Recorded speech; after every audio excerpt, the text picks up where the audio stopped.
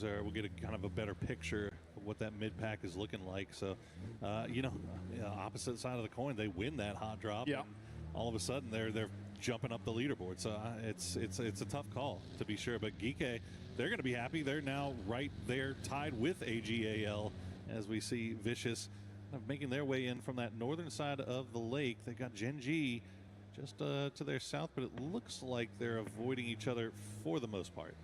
And out of the 23 points Geeky now has, 8 is purely on AGL.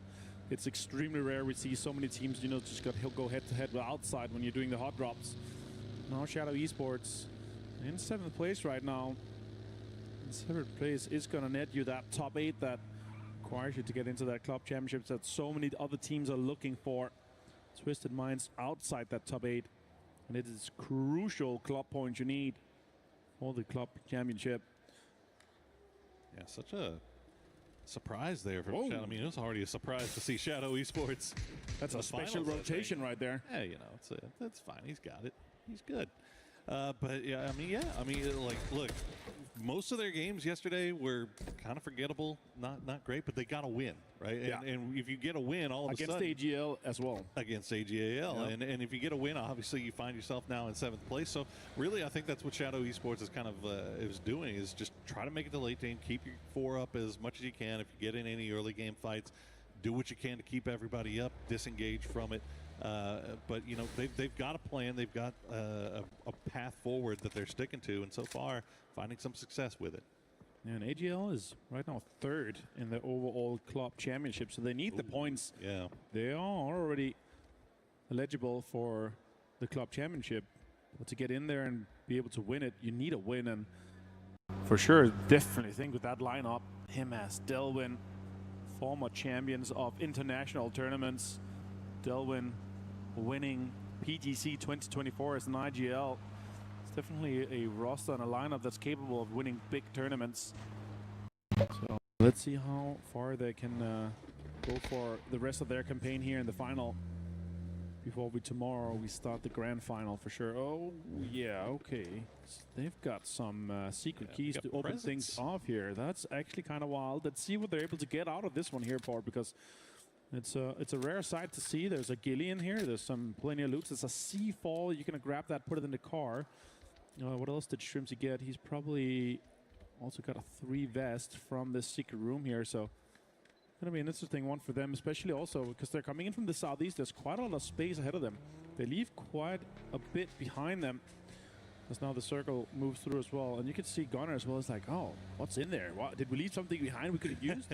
We could have put some stuff in the cars as well. Remember, guys, in the Dacias, there's 150 inventory space, and a grenade is 27.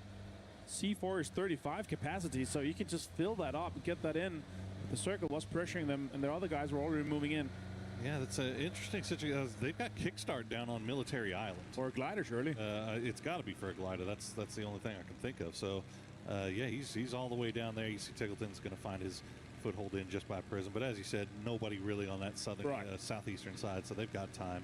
Everybody just kind of centering up more than anything. And they also know they're like not even within 8 or top 10 prior to get into this circle, and it could go anywhere. So why would they prioritize, rushing for that central? And with a western shift like that, Paul, right, their play actually paid off. They now have to figure out if they're going to be swinging around on the northern side to get on the lesser populated side on the west side, or if they're going to go south around. So that's going to be an interesting one here. And with the amount of water that's in play, we might be ending up with a lot of water where it could shift still north and south and have quite the impact. So these compounds, these high ground structure, even the bridges that are around this circle here could be very valuable as rain.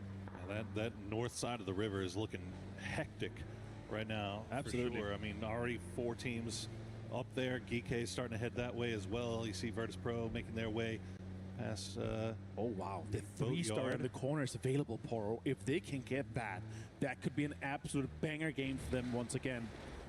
They're locking it in already. Yep, Gam is on the east. Yeah.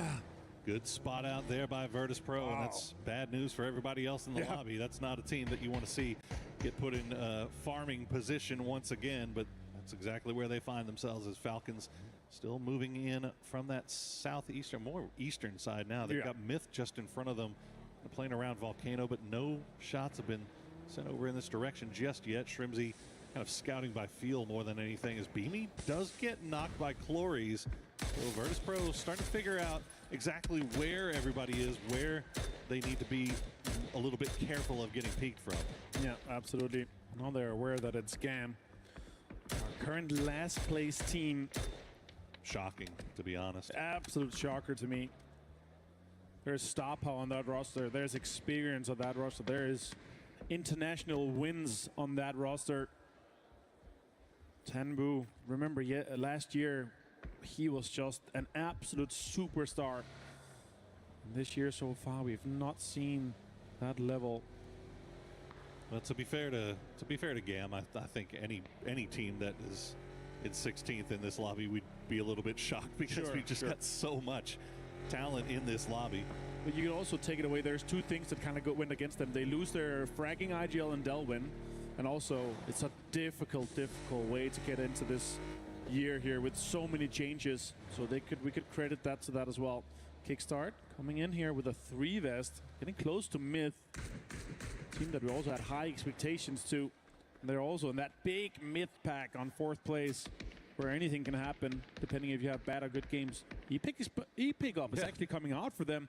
Falcons see that. That's going to be difficult for them to actually jump on that. That's an interesting play there from Myth, because I don't even know if Falcons were aware that these two guys were down here. They were taking shots over towards Baron and Scrappy, who were on the other side of the road.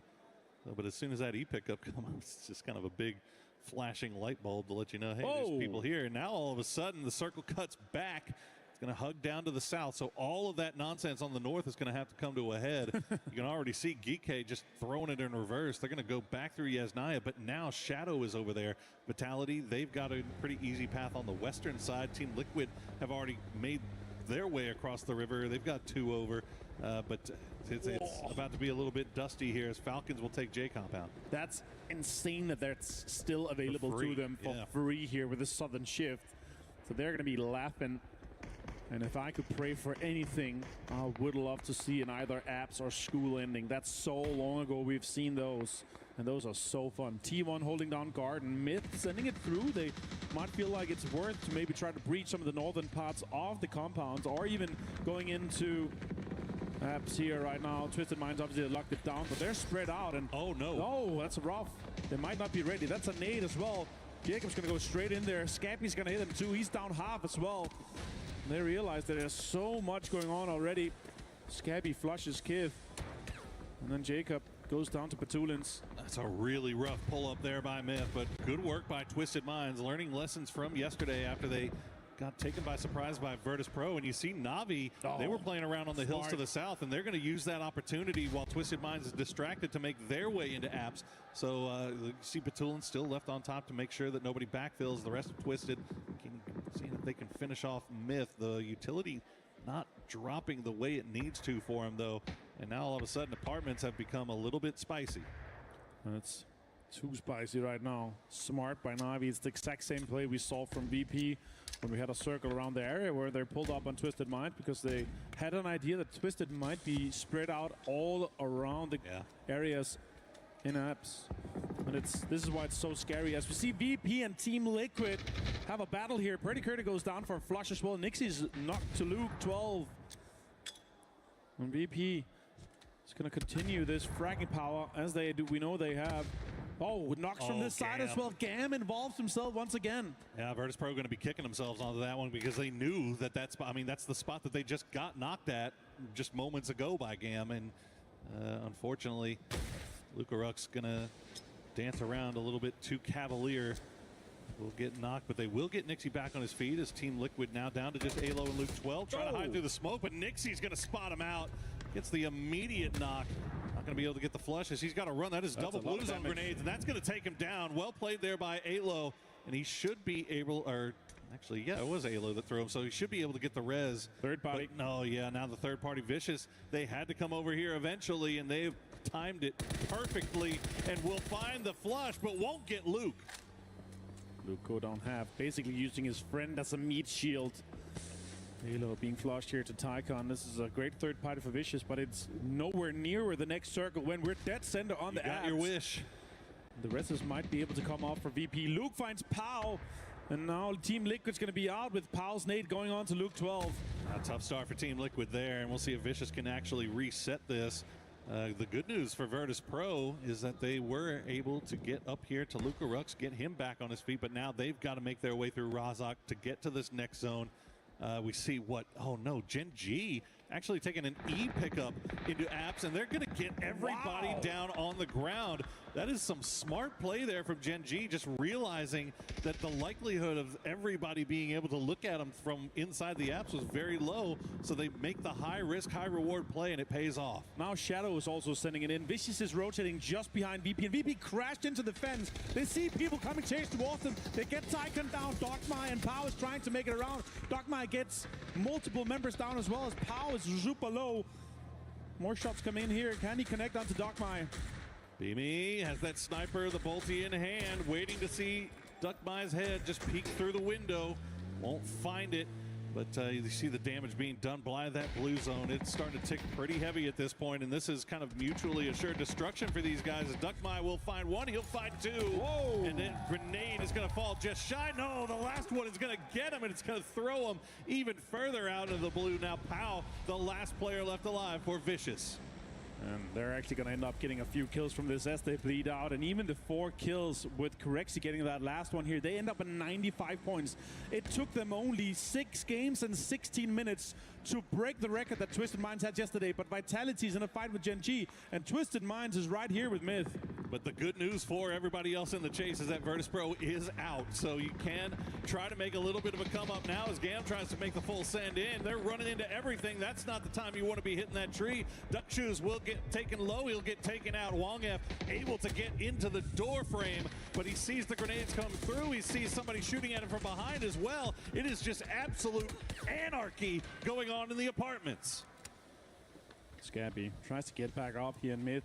Deeply involved with this fight here. 0 kills, 3 alive though, but their big star player, Kiss, is down and out.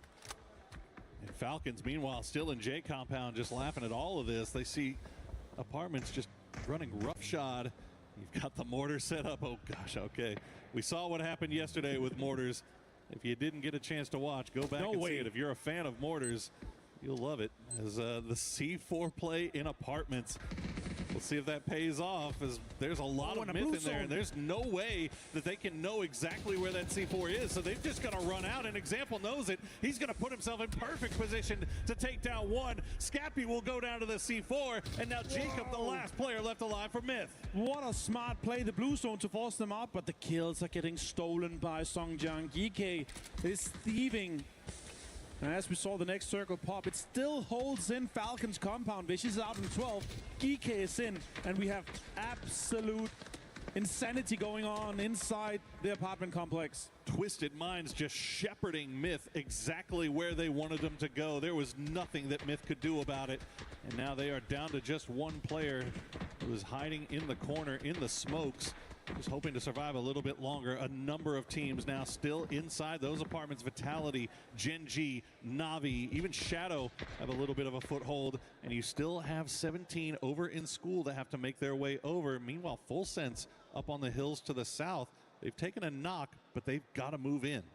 And they have to pull up on either one of the complexes of the apartment or go to GK or Falcons. Falcons on an edge compound. Makes no sense to do that. So either they're going to join the fun inside apartments or they're going to have to go to GK. Let's see what they end up doing. They have some riches on the southern side, out where the shacks are too. C4 onto Jexi. Jexi gets Chan down. Duranta now joins the fight onto 17 as Kamals actually steals that away. T1's going to have a little bit of a path in here with the smoke, but it's going to be difficult because Falcon is just raining bullets towards him. Tickleton finds Raining, and Wenbo goes down to Levanta inside the apartments. Oh, that is just so tough for T1. Not really much you can do at this point, as Ian at least manages to get to the shack. And Tickleton, oh, he's got so many mortars. He's just waiting for the perfect opportunity, and here they come. They will start to land. We know trigonometry is a thing. Let's see where they go.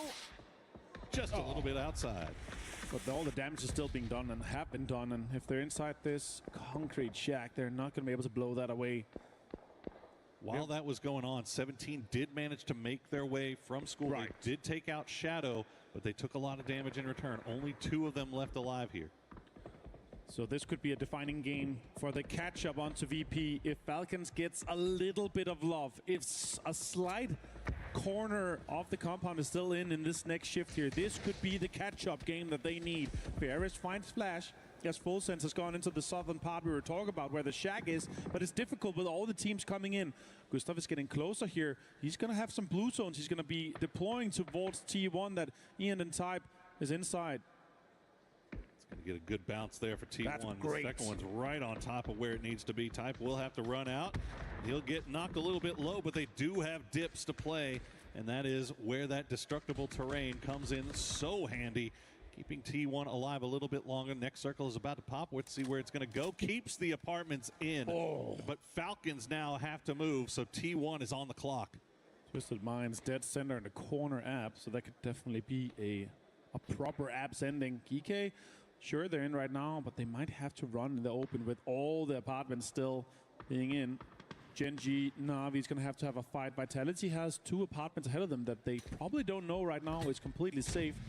And now Falcons is setting up shop here. They're going to be using the mortar to make some playable space inside this next circle here. Let's see where we land up. It's going to be playable, but there's not a lot of cover. There's no rocks, more than a few trees. Going to be difficult for them to play here, but it is slightly uphill where they are shooting, so it's playable, but they're still going to have a lot of teams shooting at them, but they're going to have to jump into those cars. Yeah, I think fortunately for them, they do have plenty of cars left, so they can kind of add to that hard cover. Gustav going to send it on over as the next mortar will fall. They're trying to play around the shed, and those couple of dips that they've created for themselves, they know that Ian and Type are still there for T1.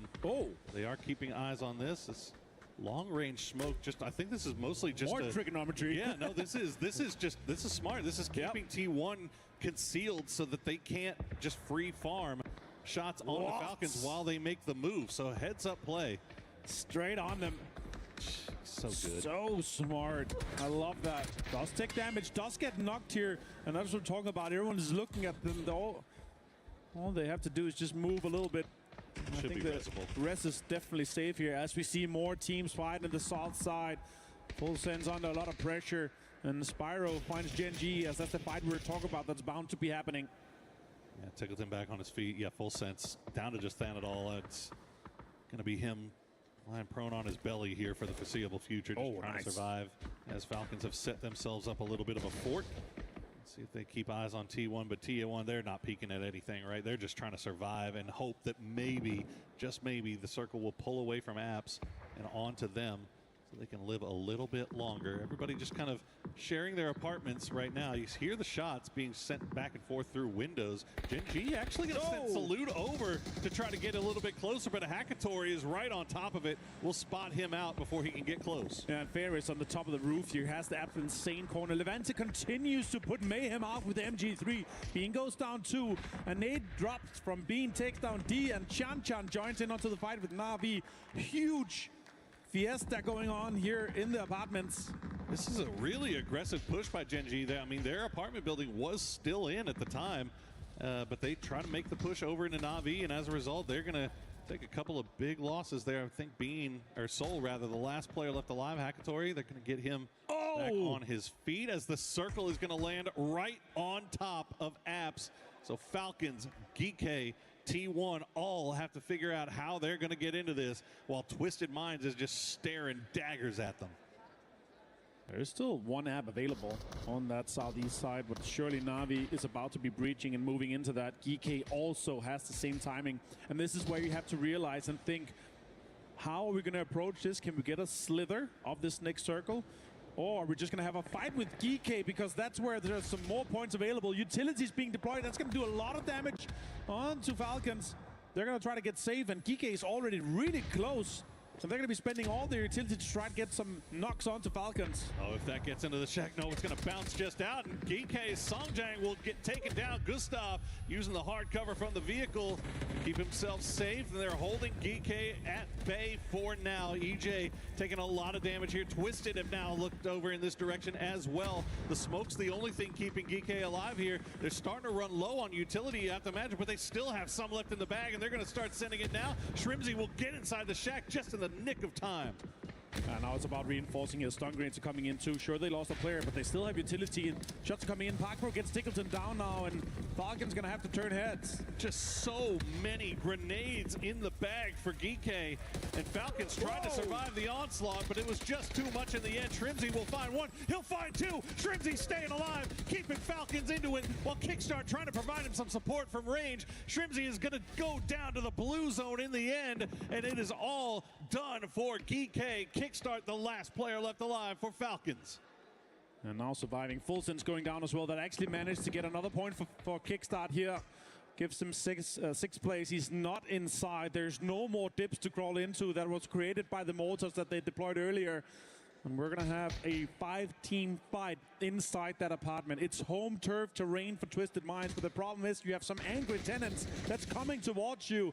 And it's Vitality, it's Na'Vi, and it's 17. He actually gets away with that.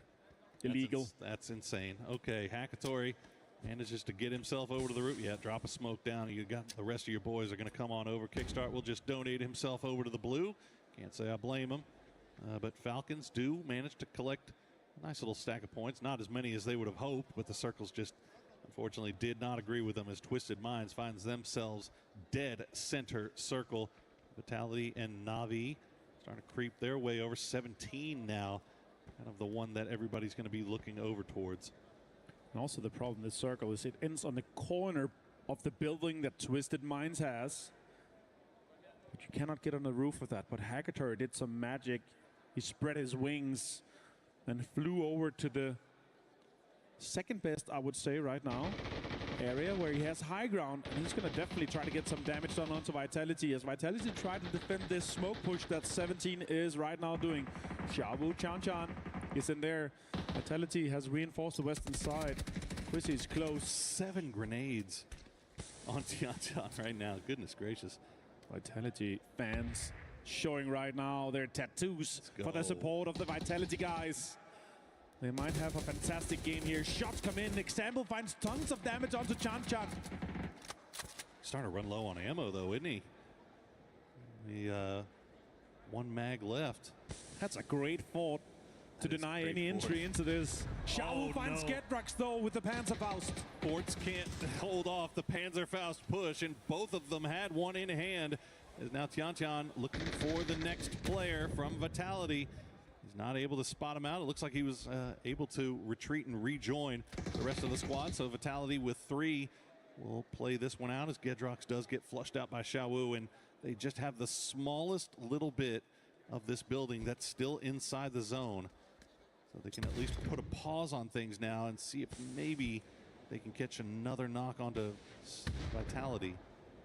Okay, so how this plays out is 17 dies to Vitality unless 17 does some magic. Then Na'Vi kills Vitality and Twisted Minds wins with a few kills. That does look like how it's happening right now, and that's what all the players realize too.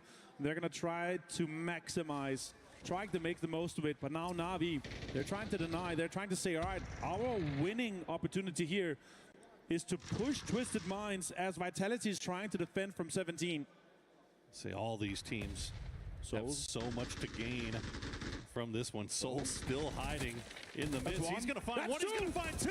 Oh, the micro Uzi in Soul's hands is so dangerous. And Boostic will take him down in the end, but will it be enough time to get these reses? You can see Twisted Minds already trying to capitalize. They're going to throw in the blue zone grenade, and it's going to be perfect. Na'Vi gets taken down. Boostic, the last player left alive. You can't be waiting that long if you know you have a player within. That's so unfortunate for Na'Vi.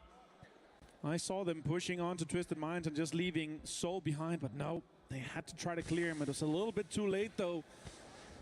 Super unfortunate. Now down to just 3-man Vitality. Boostic solo and Twisted Mind with a 3-man. Boostic finds Levante. Vitality in a little bit of a rough spot here. They're going to have to push through the smokes, and they have not much time left. No, they do not. Boostic does go down in the end, but Na'Vi do manage to collect 4 kills and a 3rd place. So not bad for them. What? Separate themselves a little bit as the blue zone comes through, but it's not going to be enough to take the tick down on Levante. But Lou in perfect position will spot out Quizzy. He'll get down to 2 XP, and they get the win. Twisted Minds coming huge to start off the day on day number 2. What a way. Sure, you have some home turf circles here, but you have to deny and have to play around having so many teams in there. They did exactly what was needed. Well executed by Twisted Minds, our defending esports World Cup champions from PUBG of last year. They started the day with 25 points. It did indeed. Well, Vitality, also a big show up there. 17, also a big blow up. So, I mean, Na'Vi, although they managed to make it to the late game there and did very well for themselves, they were the only team in there with that had something to lose, essentially. Right. And what they had to lose was that hold on 3rd place. Like, they had a pretty decent lead, but now there's like 3 or 4 teams, I believe, at the end of that we saw the leaderboard that have caught up to them, that have put themselves within range. So that race for 3rd is still looking very, very spicy. Meanwhile, Virtus Pro still get 4 kills. Even though they go out early, they still separate themselves from the pack a little bit more. Falcons kind of doing the same. Well, that's what you got to do. Some points on the board, keep your averages high, and even 4 points, it's not a 0, it's not a 1. And if you keep that average up, and they're definitely going to be having those fights throughout the day, and still it's going to put it somewhere around 120, 130 at the end of the day.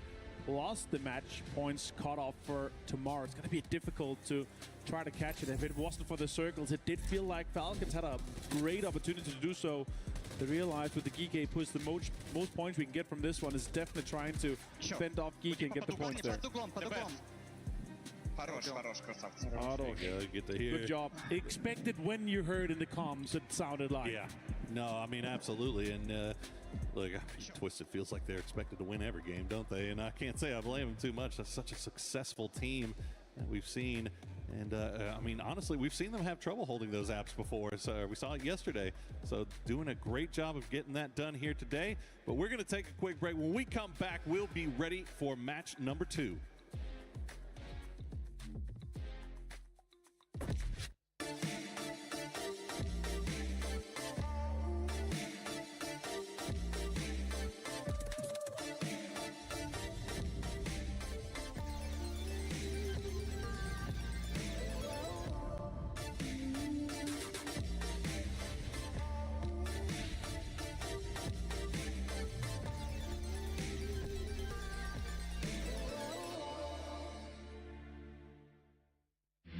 A lot of people are haunted by their past. I'm inspired by it. They're not just playing for themselves, they're really playing for their entire family. They have defeated their demons! They have crushed the curse! Where did that gremlin go?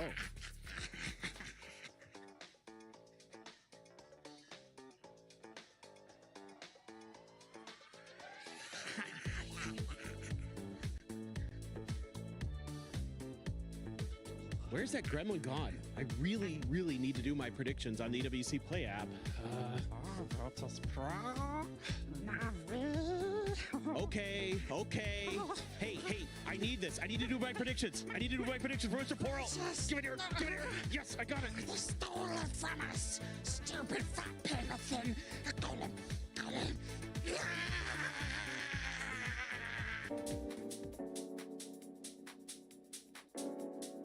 All right, guys, we gotta let you guys know what time it is. It's game time, baby. Let's go.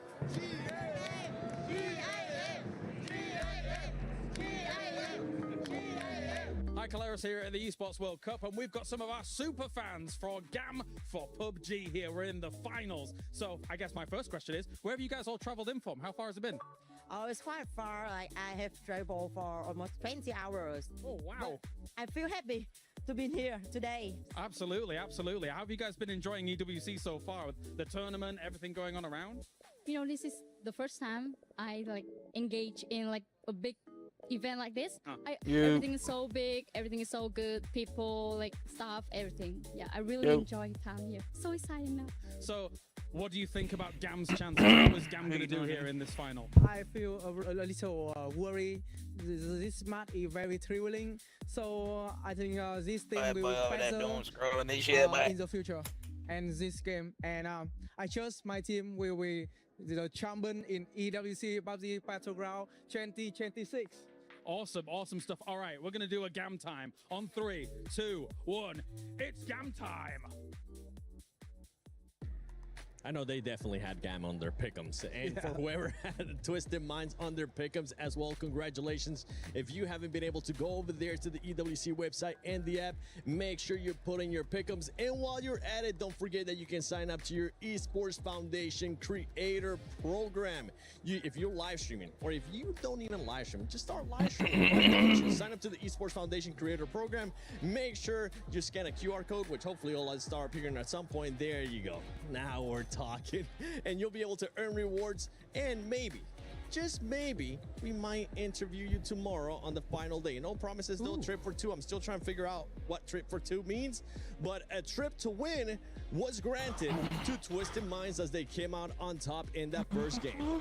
You know, we opened up the show by saying you can't count out Twisted Minds, and you can't, because this is what they do. They found a good way to win. They fought through there, and they come away with that victory. Also worth noting, AGAL, who's in the cup race, you know, elsewhere, is getting hot dropped still and wiped out before the game even really starts. Like they just need to go somewhere else. That's a big problem. Yeah, you have to. I mean, you know how I feel about hot drops. I absolutely can't stand them, especially a team like AGAL where they're in the club championships. Just go somewhere else, boys. It's not worth it. I mean, honestly, you guys are currently sitting on 23 points. Twisted Minds was on 25 before that game. Now they're at 43. That was a big game for them. But the most important thing, obviously, is the fact that Virtus Pro fell early, but they still managed to get 4 kills out of it. That's right. And when you look at Team Falcons, they were able to only get just 2 more points. So for a squad that we were looking to be able to close the gap even more, it's not going to be looking like that. For Team Falcons, they're going to be hoping that VP once again gets eliminated very early on. One squad that I was looking at, though, that was able to get some points was none other than Na'Vi, because today at the start, ended up just being 46 points away from first place. So for those squads that might not be Falcons, that might end up being a little bit more towards that middle of the pack at the moment, they need to take advantage of this situation. Yeah, look, I mean, yeah, we're talking about VP and they're so far ahead, but it does seem like they can bleed and go out a little earlier than we expected. And for teams like Na'Vi, who have been able to find their center, Steve, and been able to do so much work from their early game macro, this is again another good game for them. Did they win it? No, but they still made it to the end game. I mean, you got to expect Twisted Minds to win this. Home circle, right where they drop, they're all set up. The good news for Na'Vi and Vitality in that situation is they're very practiced at this. They know exactly where Twisted Minds is going to be upon arrival at that location. So you saw Na'Vi come in, they sort of cleared the upper building, they were able to get some extra points on the board. Everyone else kind of knew they were there, but they're not as practiced at dealing with Twisted Minds in a heavily embedded position. So it's good news for everyone except VP, who, got caught by Vicious, got knocked out. Vicious paid the price, though. VP was if you kill us, you too must go. But that said, the whole crowd, everyone, not the crowd, but the crowd of players was very excited to see the end of VP, because it does mean if they can do that 3 more times, then everyone's back in the game. VP, I like how you were able to perform yesterday. And I was kind of happy that you ended up getting eliminated early on, because I want to see some of those teams just close up and we have an amazing finish tomorrow. That's just me being biased for some amazing storylines and just a nail biter, because I'm usually a sucker for that. A team that you just mentioned actually earlier between AGL and Geeky. Geeky's actually winning that hot drop. So if you're Geeky, continue to do your thing pretty much. Yeah, I mean, GK shouldn't change anything. If anything, they're the ones winning those fights, so why would they leave, right? It's really up to AGL, and if they want to actually have a good tournament here at EWC, or if they just kind of want to throw it away in Hot Drop, which I think would be a massive mistake. Well, and if GK really is, like, they hubrisly believe that AGL is an easy win for them. I mean, 4 points is 4 points, right? When a team is this far out in front, if you really want to win, you got to become kill stalkers. You got to watch that kill feed. You got to look for trouble. You got to go after those kills. So that's what I hope to see from these teams in 2 through 6 position, is look at those kill feeds. See when Virtus Pro is weak in attack, or see when any other team is limping, and just aggressively hit those third parties. Hopefully play that edge. Look for those people to get caught on rotation and be the one that signs their death warrant. And I'm glad you said that and you brought that up about GK, because the more times that they're able to wipe AGL and get those early points, the more confident that's also going to build for them moving forward. So that's a dangerous proposition. Again, I would hope AGL would make the adjustment, but so far it doesn't seem like that's been the case. Looking at that overall, there was some squads that weren't able to improve on their performances. That's because we saw a bunch of donuts. Actually, I think that might be some of the most donuts we have seen on the last game. Hopefully Myth, T1, maybe they'll start showing up, especially with what is having going a on with hard Myth? turn. But for right now, ladies and gentlemen, I know we're getting ready for that second match today. So let's send it over to Kalaris and Paperthing on the stage. Where is it? Where is it? Where is it? I don't have it. Okay. Oh my god. Oh, okay. All right. That's fine. Don't worry about it. Never mind. We'll talk about that later. We've got incredible stories going on here at the Esports World Cup already, I think it's fair to say. We've had so many great individual moments, apart from our acting, of course. So what's really been a standout to you? Okay, so I want to first highlight Kickstart's 4 kills on Na'Vi that he got on Miramar yesterday. I thought that was one of the most clutch moments of the event. We got to see that individual skill on display. And then just from like a personal bias perspective, I got to see Soul land that mortar onto Myth yesterday as well. That got all 4 with 1 shot. That was crazy. That was pretty crazy.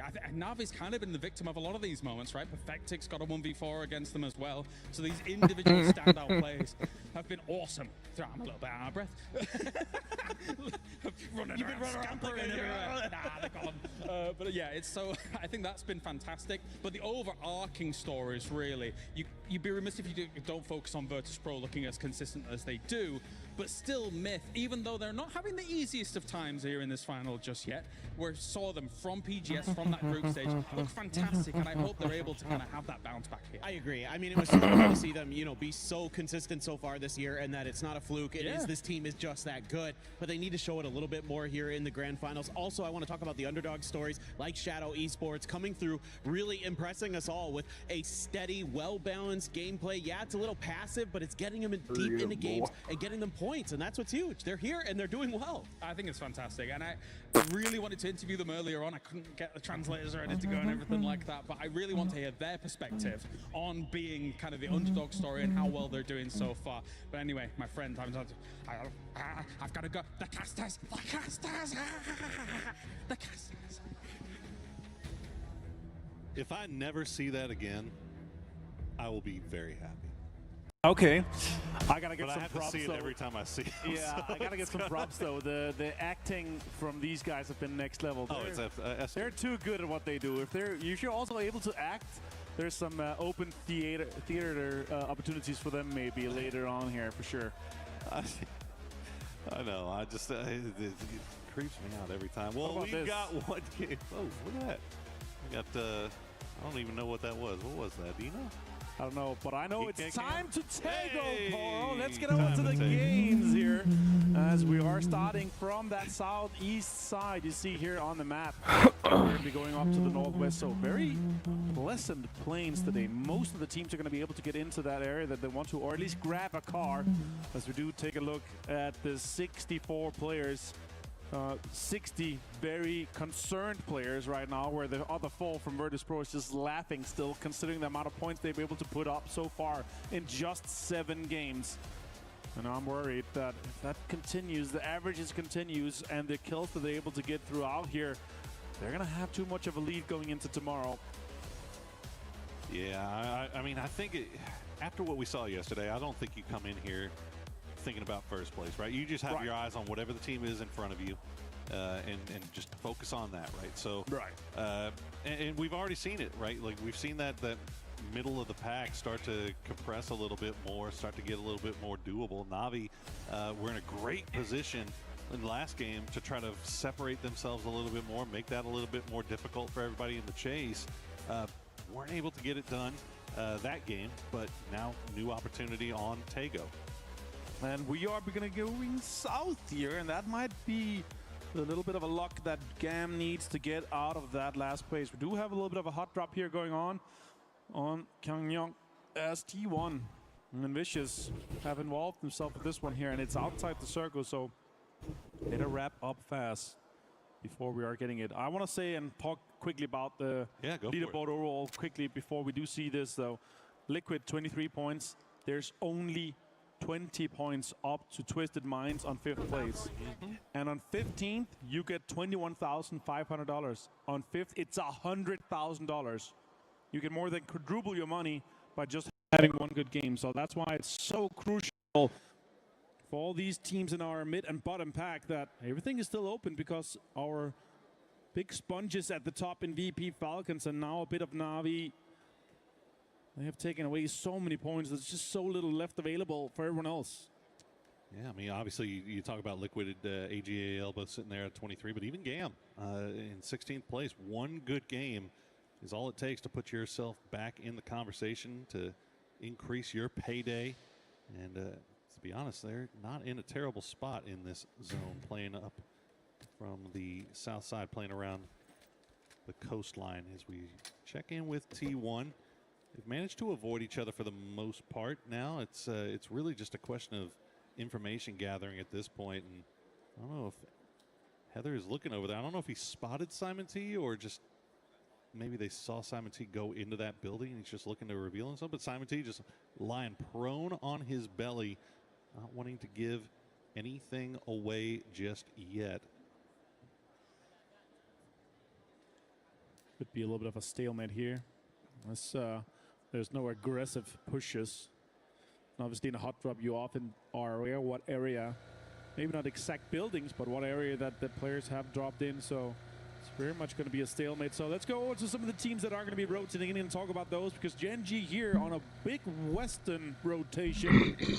They're going to be having both Team Liquid and Falcons likely coming in from the same direction. So it's going to be interesting to see how much further they can push this one here.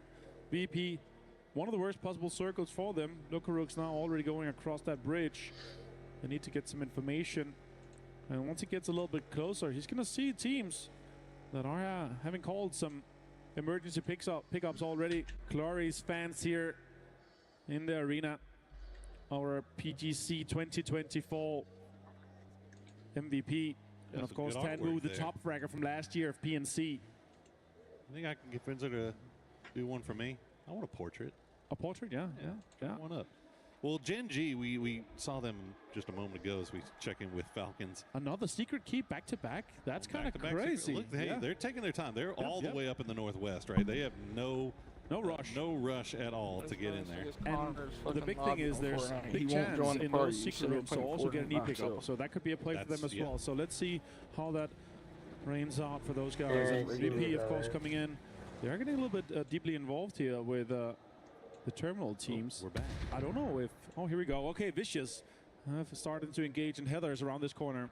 Okay. Playing around the fence line. Not spotting anything. Just pre-fire. Oh! Wow. Type will go down to himself, but he takes down Simon T in the process. Now Heather goes down, Duckmai going down, so trades abound here for Vicious and T1. They try to figure out exactly where everybody is, but well played by both squads so far. Ian just managing to duck outside before that Molotov hits.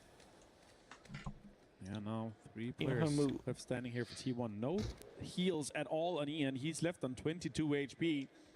And Pao, he's going to have that M249 in hand and be ready for a potential push as they actually get the res up. So that's going to be big for them. It's going to be a 3v3 effectively, but they're even closer here, and Pao is shadow stepping towards the end. He's doing his best to not reveal himself while getting a little bit closer towards that edge. But Ian, as he said, no meds to speak of. He's going to go ahead and play the wall. Just wait for Pao to make an appearance, but Pao being very disciplined on his own, reigning, keeping eyes on the other. What the fuck is Ice Spice in the same bundle as Patrick Star? So offensive smoke coming out. We'll I don't know. I think that pause down for a bit. Stupid that shit. Is she in the fucking SpongeBob movie or something? Who have arrived in Buxon's. Must be. No, Vicious. And we're back. Dogmai back to a push here. Ian less than half HP on this corner with the AUG. It feels like Pao is aware. He heard him step around this corner. Nades comes in now. Time is trying to help Ian get out of this mess. Oh, he gets hit by Tiger. Look at this nigga Connor is a grinder. I played with him yesterday. He's level 80. He's level 122. Down to just raining and type.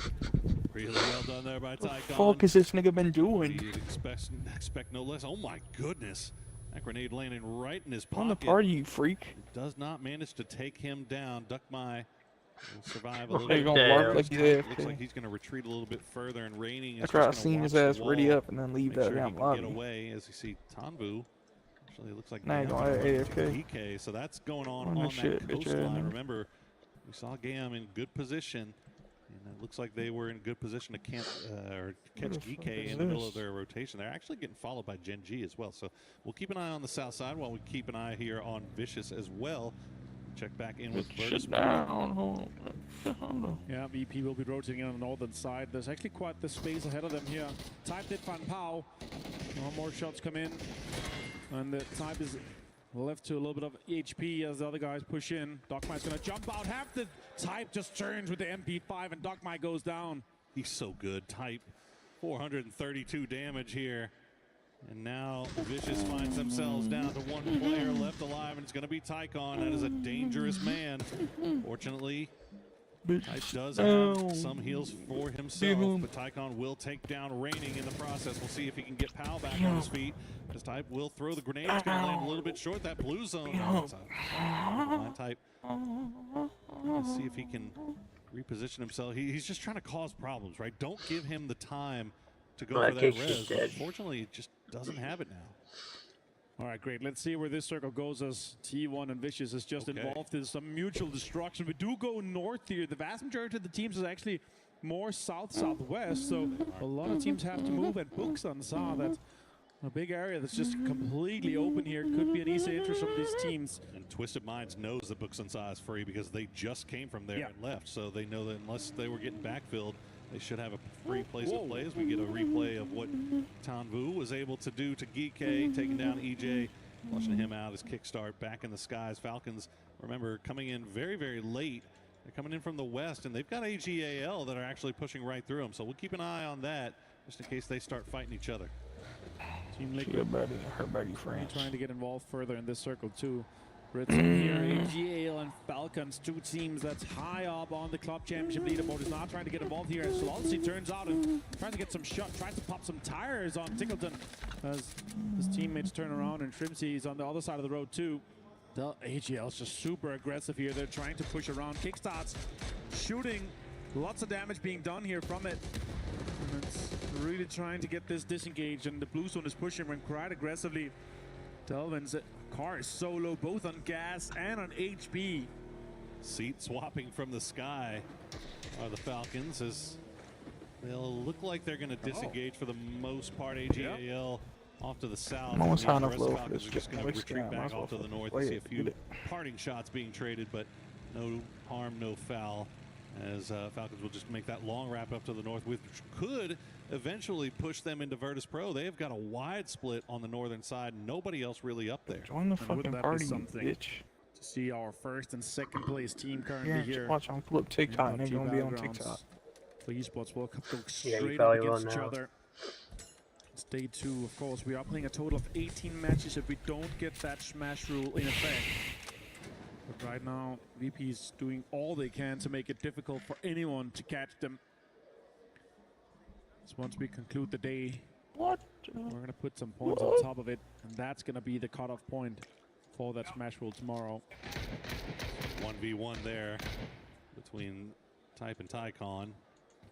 We'll check back in and see how that ends up, as we're currently looking at Liquid holding down the line on the western side. They've got 2 in the compound, 2 on vehicle, just hugging around the edge to see if anybody's coming in. Gen G is making their way in on the south side, just between Team Liquid and Shadow, and backfilling Full Sense. As we see, it looks like AGAL, after disengaging with Falcons, they do find an E pickup. They're going to pop that and try to make their way in as we wait and see where this next circle takes us. Yeah, and that's the last kind of chance to do it as well, because the next circle pops, we go from circle 2 to 3. That's 1 damage per second, so we're going to have to rush in. We go dead center here. Buxan is still in, but it's very much open terrain. Sure, there's lots of good ridges. There's so many rocks around this area here, but there's not a lot of hard cover. That's the fucking that's so sophisticated now. Drive in or drop in into this area. See, Geekay will get EJ back. What kind of They'll get back up to full strength, while Falcons I gotta go through come in from that northern side. Looks like Virtus Pro going to take those Cliffside's just on the west side of Buxensa, and they're going to get there just before Falcons does. But the good news for Falcons is that they have Kickstart in the air, and he's going to spot that out. As they were making their way towards that, they'll pull away, and they'll regroup and decide where to go next. Yeah, they leave Gustav behind here. He's going to be the front point man to try to get some information from the ground.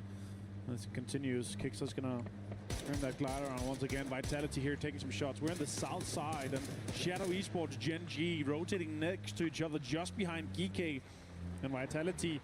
They are spread out there. IGL is further north, and Soul gets involved with Vitality as Alomite Bat goes down. Vitality maybe a little bit too split up here as the circle collapsed. Weren't able to get everybody back together in time. They've got Gedrox uphill. And it looks like Levante and Quizzy will be able to escape the compound. So Gen G, with that knock and that flush, will secure themselves a spot in the zone to play. And Vitality will play forward with 4. It looks like Fairest will get revived as well for Na'Vi. So Na'Vi back up to full strength. See if he can get a little loot for himself as well, as he's kind of scouting for the rest of the boys as they make their way in. But Twisted Mind's already in this position where they're headed. And then it looks like they've dug out some Foxhole. Now they peek out, shots come in, and it connects quite a bit. Good Foxhole here for Perfectix, and he's around the tree. And again, it's multiple effort from the guys, but Tulins gets it. Everyone is contributing towards the damage being done towards Na'Vi. They actually end up stopping just next to them.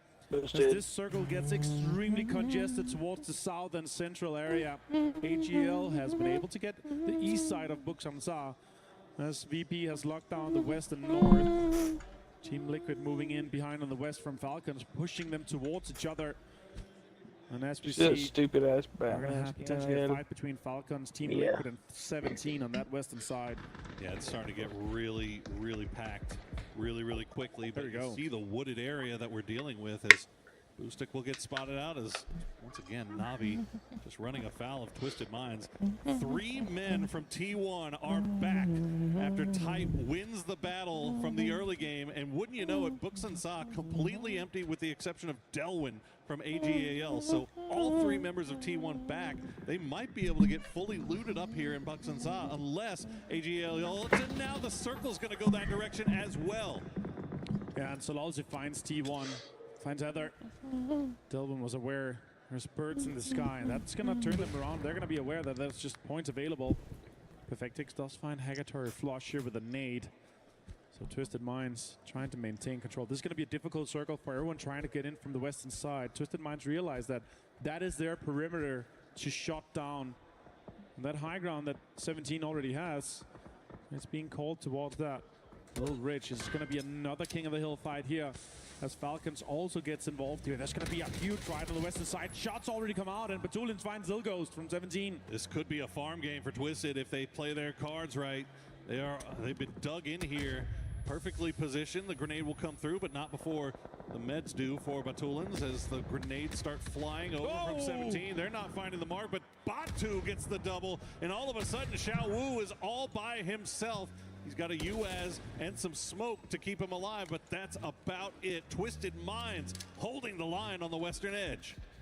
Shrimsy stolen Wenbo here as more nades come out, and shots coming in too here towards Xiao Wu as he's disengaging completely. Shots connect as well. He's down to nothing, and he's driving in blind.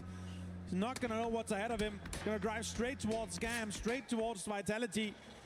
He's going to try to survive for just a bit longer here on this rock, but it's going to be difficult. So many teams is aware because of the amount of noise he made as the car was driving in. Liquid coming in from the south too. They're going to have a fight with Gen G.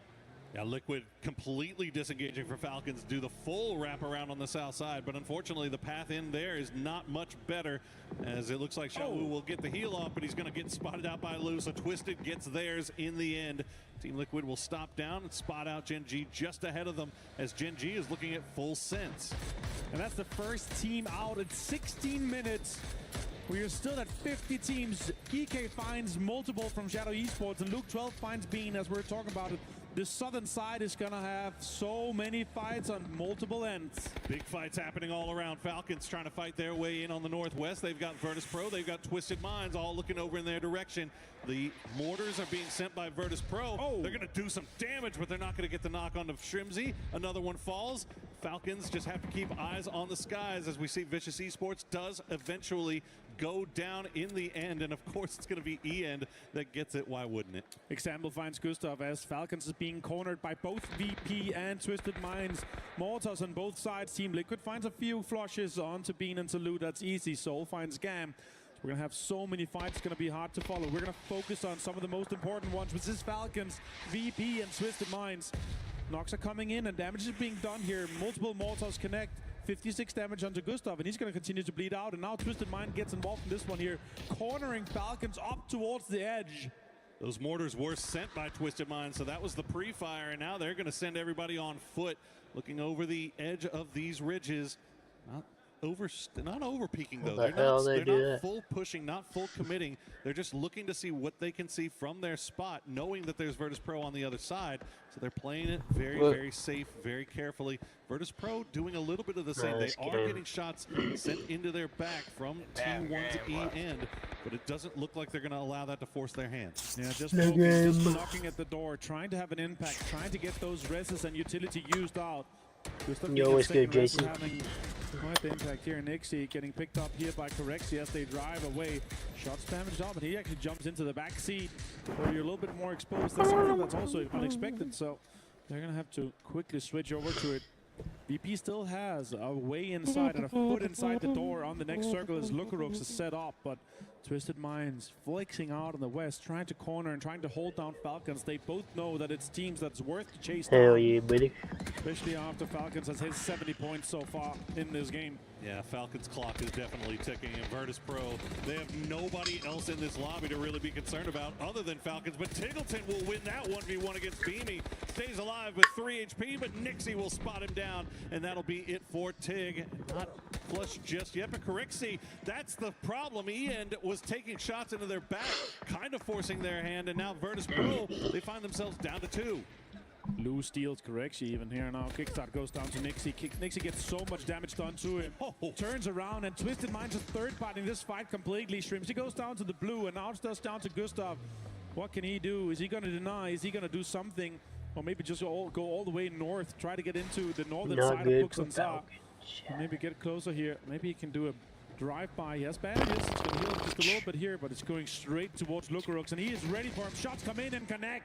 Nixie gets Tickleton and Gustav on the bleed out, and Falcons is out in 12th place as VP goes up to 3 kills in this game with just Lucarox left. And that's your primary threat down if you're Virtus Pro. Job done. Just take down Falcons. Don't let them get any closer. Lucarox now, everything else is just a cherry on top as Twisted Minds will pull themselves together, try to take him out in the end. Looks like they will have complete control over this northwestern side. Now the rest of T1, the duo of E-End and Reigning, starting to make their way down here as well. Doesn't look like they've spotted out Lucarox just yet. And Twisted from their south side, they were a little bit concerned about Myth, but it looks like Myth has now instead wrapped down towards the south where they're right on the doorstep of Gam. And good eyes from Lou will spot out E-End, gets a lot of damage in, but doesn't get the knock. Lou calls coming in on the last day of play for it, and with this circle going away from everyone, this could be the game that AGL needs to get back into the fight. We do see T1 trying to fend off this. Nades come in, utilities being deployed towards T1. And either Falcon or Twisted, that could be another valuable kill to keep that average high. Perfectix seeing that it's VP still alive here, and Ian trying to get the most out of this one here. Twisted Minds is running towards VP. They know that they need to try to stop them. He's on fire. Lucarox get into the smoke here, and utilities being completely committed to this. It's a blue stone on top of Ian. It's going to force him towards Lucarox. That's an easy flush and kill. I'll play some Lucarox and Perfectix with a great spray down onto E, and T1 goes down. Virtus Pro down in 10th place as AGL gets so much space on the northern side. 9 kills now for Twisted Minds. They're making a run for Navi's spot in 3rd as Gam will take down Myth. Only one player left alive, and that's going to be Scappy as the circle is starting to close. As you mentioned, AGAL, Geekay both so much to gain from this finish here. Twisted Minds, if they could just take out Robbie, yeah, they will. Example knew exactly where to look for him. And that's going to be 10 kills now for Twisted as they continue their climb up the leaderboard. You cannot count out the defending Esports World Cup champions of PUBG. Absolutely not. Twisted Minds with another banger game. There's 7 teams left and they already have 10 kills. This is an easy grab for 3rd place. And if VP and Falcons continue to have that fight on the top, that could be them just sneaking in and getting close, getting within inside that strike distance. This might be a back-to-back win for Twisted today. VP and only 2 for Falcons. It keeps them at bay. And GAM Esports is out at 7th place here. Luke 12 finds Tanwu 2. Team Liquid having a heck of a run this game now. 7 kills, 8 kills for them as they hop up into 11th place. Put themselves a little bit closer. Twisted Minds going hunting. They're going to find Luke 12. Whoa. They're going to find Alo. They're going to find Team Liquid. Cleanly done by Twisted Minds, but they do take a knock. Batu's down. Lou is down. Full Sense starting to activate. Example, the last player left alive is Vitality is starting to creep down to the south and try to go get their own points. I don't think they realize there's so many teams here. Example's going to go down to that nade. Surely from Levante, he does. And they go out in 5th place. Full Sense 2, Flash and Ticker's out. We're down to 4 from GK, 3 from Vitality and AGL. And everything just developed so quickly. The teams in the south had so good controls as Mortars are coming in too. See where they land. Looks like that might be close to center. Well, what are you doing in the game chat, boy? Is looking at positioning themselves in a spot around the rock. Yeah. They know that they've got. They saw Kyle. Yeah. They know they've got a pretty full squad of Vitality. They probably. I'm not sure if they know that they're only down to 3. As AGAL, they get the little circle of there as it cuts back off to the north. So GK will have to make their way in. But those mortar holes looking like they'll probably go. And they might have thought that car still had a player on it, so they're clearing it. Maybe their kill feed is not completely filled out here. Let's go through that match log to double check if there's other teams left alive. But it's just 3. And with GK being 4, they're trying to lock this down. They want to get the most out of this one here. That's also a great setup here. And GK with the control from the east, with only Delvin holding the far eastern side here. This is going to be a pretty easy entry for GK to get into that eastern side here as Vitality's developing their area on the west. Delvin, good shots here from the barrel. Does not takes that fucker and tell him we're getting on. Any tires? Okay, there's a tire gone. Only 1 kill for Vitality so far, but you can see where they are on the leaderboard. They stand to gain so much from this. As I mean, they have to know that Na'Vi is still where Na'Vi is, and Twisted Minds has been showing out today. But Levante will start things off. Gets the knock on to Destroy. Not able to get the flush just yet, but they do have Gedrox in position, and it looks like Vitality is going to be active here. They're going to get aggressive and try to take down AGAL while they know they have a knock. That's a great nade. That's going to probably connect. Oh, it didn't hit the tree. It went a little bit deeper. Gedrox close. That's a good nade from him as underhand here. More nades is being pushed, and this is just setting up everything perfectly for GK for a 3rd party. They're running at this. Him as finds Gedrox, and Vitality's engaged in this one here. Gets the flush on him too. A few more kills for GK would be huge if they can manage to get the win as well. 7 already in the bag. But this has been a slow fight developing here between Vitality and AGAL. Quizzy going to retreat back down to the south, leaving Levante all by himself up here to deal with the 3-man squad from AGAL. I'm not sure where Quizzy is going here. It's going to be a bait. Yeah, just trying to back flank, and I don't know if he knows. And yeah, Akan is right there. They're going to spot him out. That is an easy knock and flush there for GK. Oh, there we go. It opens up. Levante. Some more damage done onto Delvin. And now AGL is just completely aware of his location here. Full 3 gear with a Lynx and an AUG is dangerous setup for all the opponents going up against Levante. He's such a fragger. Shelf out on Twitch. Who managed to get Destroy back on his feet, and while this was going on, GK, they've just put themselves in position for the win. That's all that matters to this point for them. 8 kills already on the board. They have just rocketed up the leaderboard. Win will put them right back into contention. Here's Delwin. Will get the final knock onto Levante. Another point picked up for AGAL. And can they pull off the miracle here? 3v4 versus GK. It's going to be difficult, but they have him as got Delvin and they got Destroy. It's definitely possible for them. Get him, come on now. Zone control. Probably have some of the good stuff that was in the crates. It's just around them as well as when Vitality was pushing. Waiting for his game to Gio end. was and busy with I'll, that. join. No helmet for Destroy, but a 3 vest. Hopping in the vehicle, it's really, they're just trying to bait Geeky into shooting or just revealing anything because they have no idea where Geeky has managed to reposition themselves. Now, Park Pro right up front. Oh, what a spot. That's a spot and a half right there. There's no way that AGAL spots him out. And Akan going for the western side flank, still staying kind of far behind, but you can see Geeky, I mean, they know. They just have to be patient. Like, AGAL eventually is going to have to leave this spot. And they are in great position to capitalize the second that they do. There's 3 more kills available. And to go from second to first is 4 more placement points. So 7 more points for them would put them on 52. Just 1 point behind Vitality, 2 points behind Na'Vi. That could really make a great argument for Geeky having a chance at that top 3. It's going to make that race for third that much more interesting, and it might even start becoming a race for second. Falcons have not really been able to get the ball rolling so far today, and the longer they wait, the closer the rest of the pack starts to get to them. There's EJ. Looks like he's been spotted out. Shots coming in from C4. Oh, that's a C4 play. We'll see if Delwyn actually uses it here. Looks like he's getting it prepped, and yeah, he's got it beeping.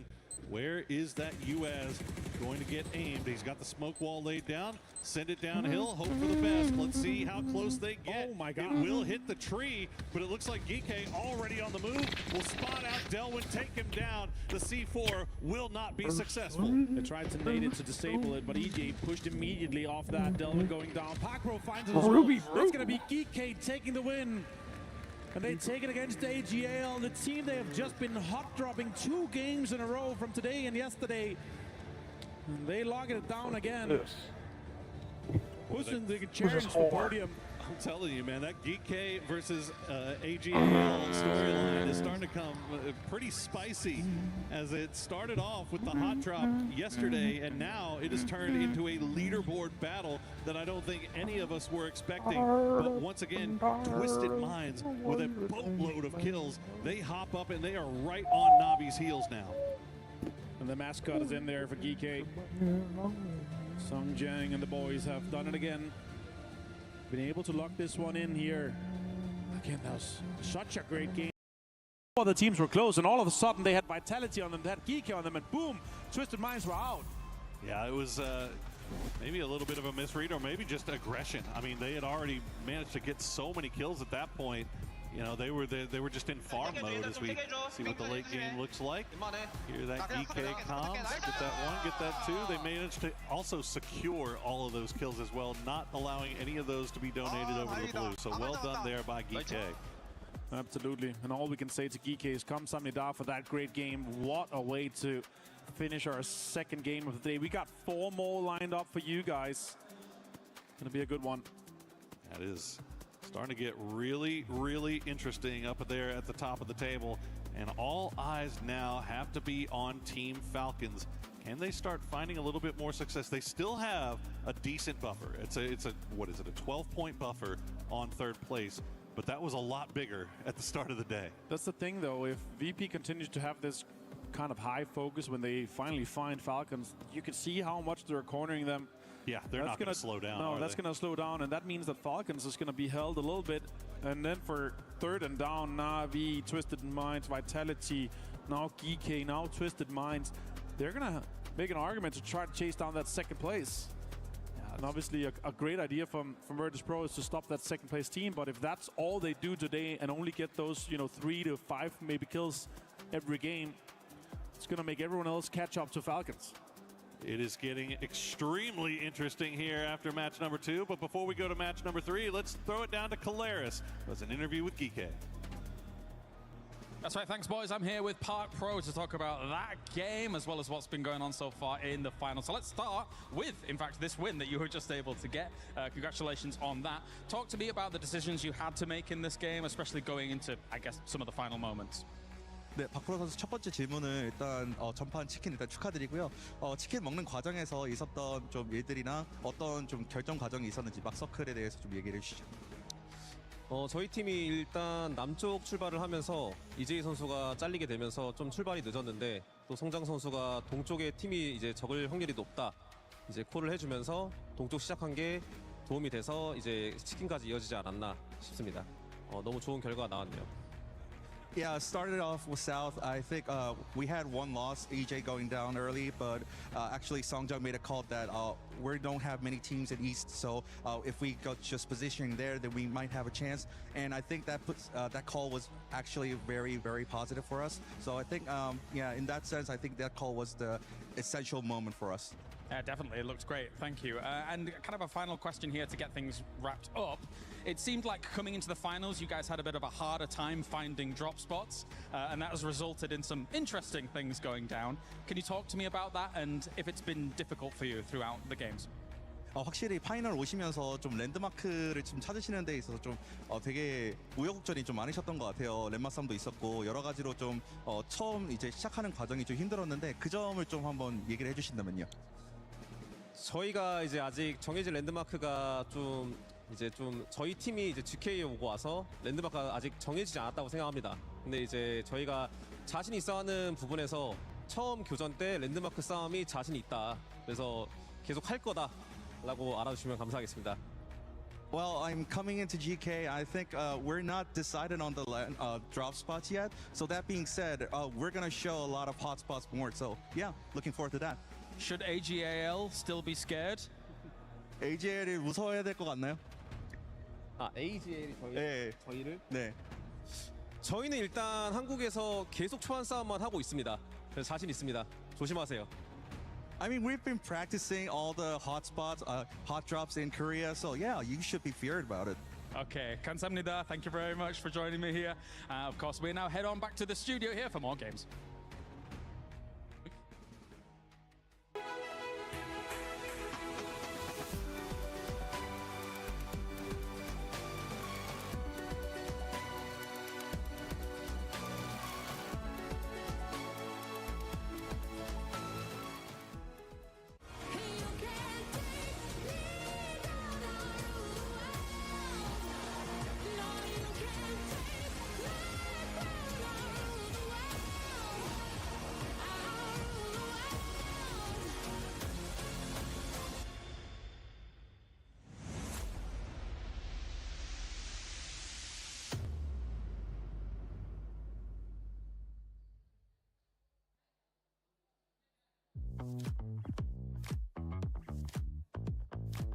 Hey guys, it's Porosaurus, and we had the community decide strategies that they would use if they were put into a PUBG type situation. Well, we need to decide how good those strategies might be. So to do that, I got some help from my friend over at Team Falcons, Mr. Tiggleton. Hello, everybody.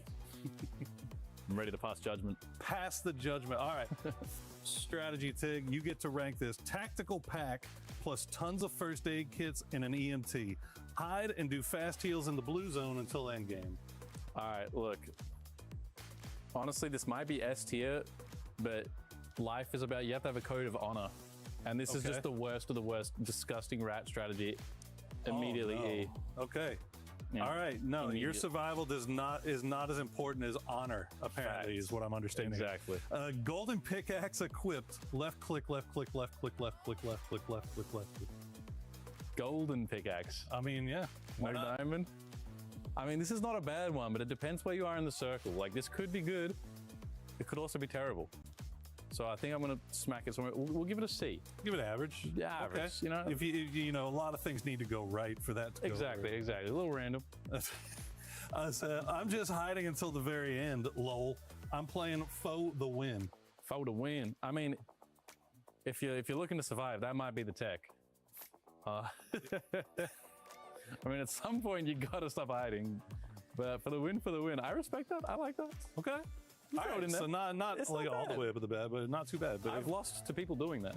I mean, they were playing for the win, man. You got to do what you got to do. Yeah. So find some adrenaline pills, and then hope for a glider.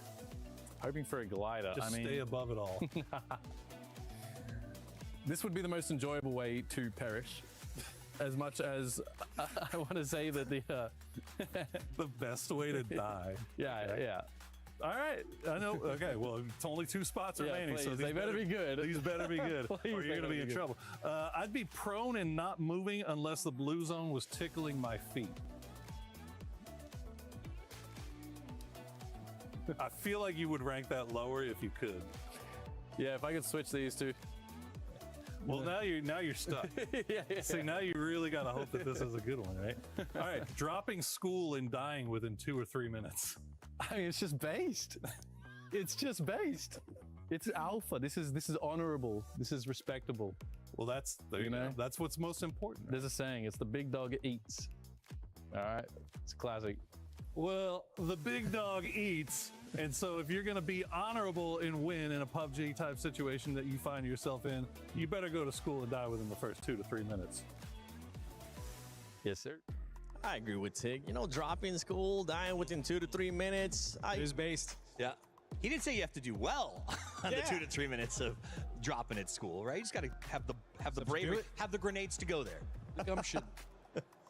Until the circle starts tickling your feet, and then you end up having to move. If for some reason you end up surviving. But in this game, we got actually a chance to hear from Geeky as well, as they ended up getting the win. This is what happens, AGL and Geeky, when you don't end up hot dropping.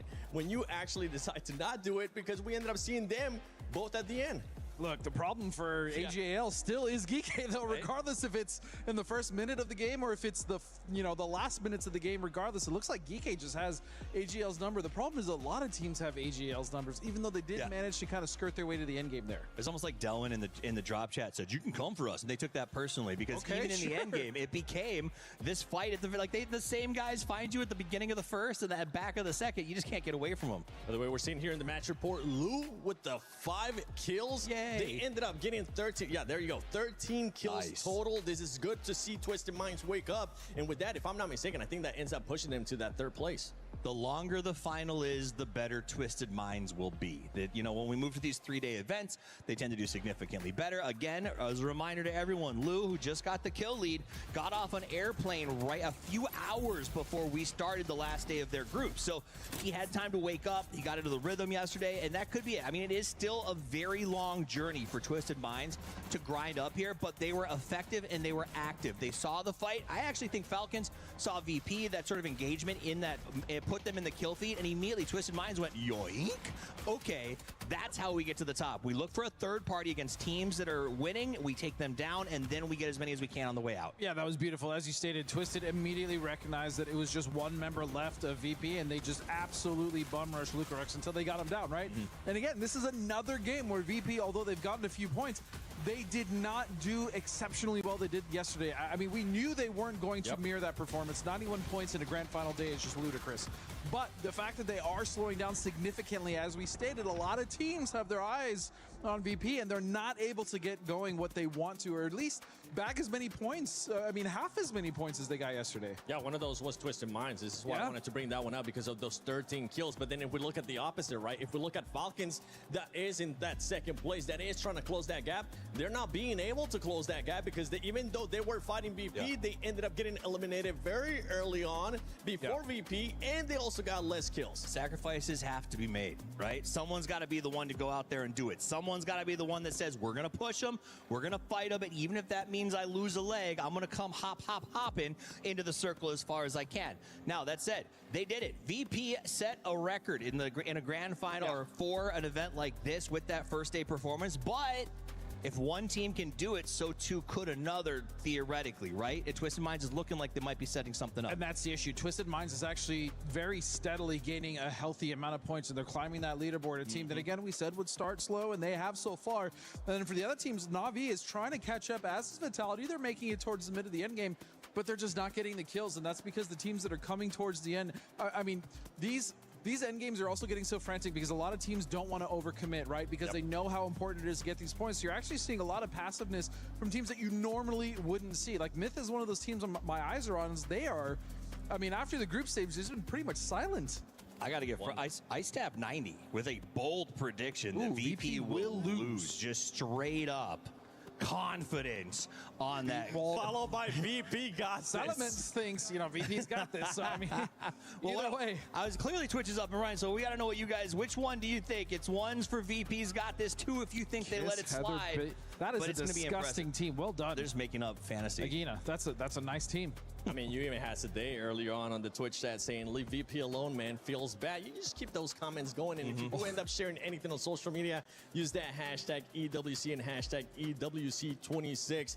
Talking about Myth, actually, that the first game today, 0 points. In this one, they were at least able to get 2 points, one of them coming from kills.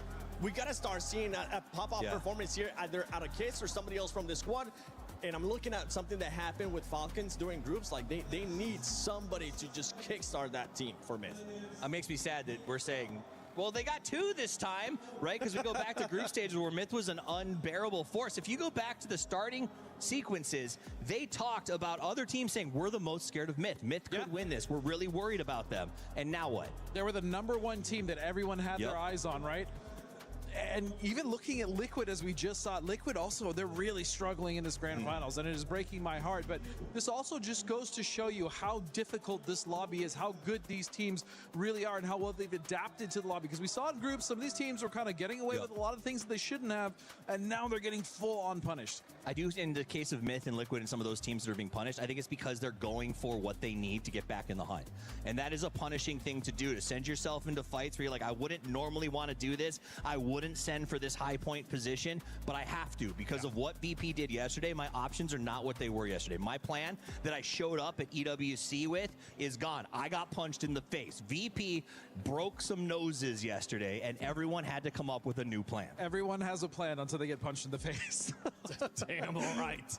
Damn right. And right now, those teams are trying to figure out what that plan is going to be. Luckily for them, right now, VP is not just keeping going, punching them in the face, but I know they're going to be looking to perform a lot better in this next match, as we're going to be sending it to Kalaris and Matrim. Yes, we are. Just want to talk about the points and how things all line up here for this, as well as maybe even also the club championship as a whole. But what's great about day 2 of the finals here, Matrim, is that we have opened things up a tiny bit here with Virtus Pro at the top. Not having the easiest of times to start. I mean, yeah, a little bit. It's down into them and Falcons. Falcons not necessarily having the best day either, so that's allowing some come-ups for squads like GK, Twisted finding some successes in this one. Yeah. Because when we look at everything moving into tomorrow, the Smash rules I know a lot of people are kind of confused on. Remember, it's whoever's in first at the end of the day, then plus 10 points. And you can't get the 10 points in one game and then get the victory. You have to get the 10 points, and then the game after that, whoever gets the well, if they get the chicken dinner, then they win. And then everybody else has to catch up to that point total. So if we see VP somehow mirror a little bit of what they had yesterday and they can get enough distance, it could lead to a lot of fun tomorrow. And of course, if you cannot actually get yourself that match point and then the victory down the line, you do play out the 6 games. So we would see the 18 games all play out. I'm of the opinion it's going to be very hard to get the win after getting that 10-point threshold. What do you think? 1, people are going to start hunting VP. 2, VP gets their points mostly off of consistency, right? It's not often a chicken dinner that we see them walking away with. It's like second place and a ton of points and kills and everything else like that. All right, well, I'm going to send it on over to the commentator team here now for yet another game to get things rolling. Day 2, we're almost at the halfway point. Yes, indeed, sir. We are 1 game away from the halfway point for today, and we've got 2 games in the bag. 4 more left to play, and Virtus Pro have been hunting down Team Falcons. While that hasn't allowed them to increase their lead, it's allowed a lot of other teams to start creeping up right behind the Falcons. Yeah, that's the problem with this amount of game that's being played. And we're going to know, after this game, once we're done, we're going to be at that halfway point for the overall tournament. And potentially, if we do play all 18 games tomorrow, as you know, once we're done, we're going to have that top team. We're going to put 10 points on top of their points. So let's say Virtus Pro end on 120 today, or 130 today. If it's 130, we're going to put it. The cutoff is going to be 140. We're going to have a minimum of 2 games tomorrow, but it could go all the way to 18. As we do have this circle, all the teams and all the players ready, we're going to be starting from the north, going all the way down to the southeast. A little bit difficult for a lot of the teams to try to get into the usual spot. Difficult to get into Jamacera, to Monte. You're going to have to steal cars or go to some of those alt drops. We know that is in play for most of the teams. That whole western side of the map really kind of cut off. Well, so far today, Twisted Mind's been having a banger. Geekay also really showing up today. 33 points in 2 games, not too shabby for GK as they've put themselves right back into the mix. Absolutely. If it wasn't for a bad day yesterday, then it would have been looking even better. Yeah. I mean, look, how much of that is having to do with AGAL donating a few points over? But yeah, I mean, 8, not even. Oh. What? Okay. What? He jumped over it? Sure, let's go with that. Luka Rux will get back into the compound, and Spiro is just laughing about it like, whoa, I had him. He's laughing too. I know he was dead. Well, Luka Rux, the rabbit's foot in his pocket, will manage to live this one out a little bit longer as Spiro will get a few parting shots sent over in his direction. This is all happening just north of Los Leones. In and around Los Leones is where Virtus Pro decided to go. They've got Team Liquid over there as well.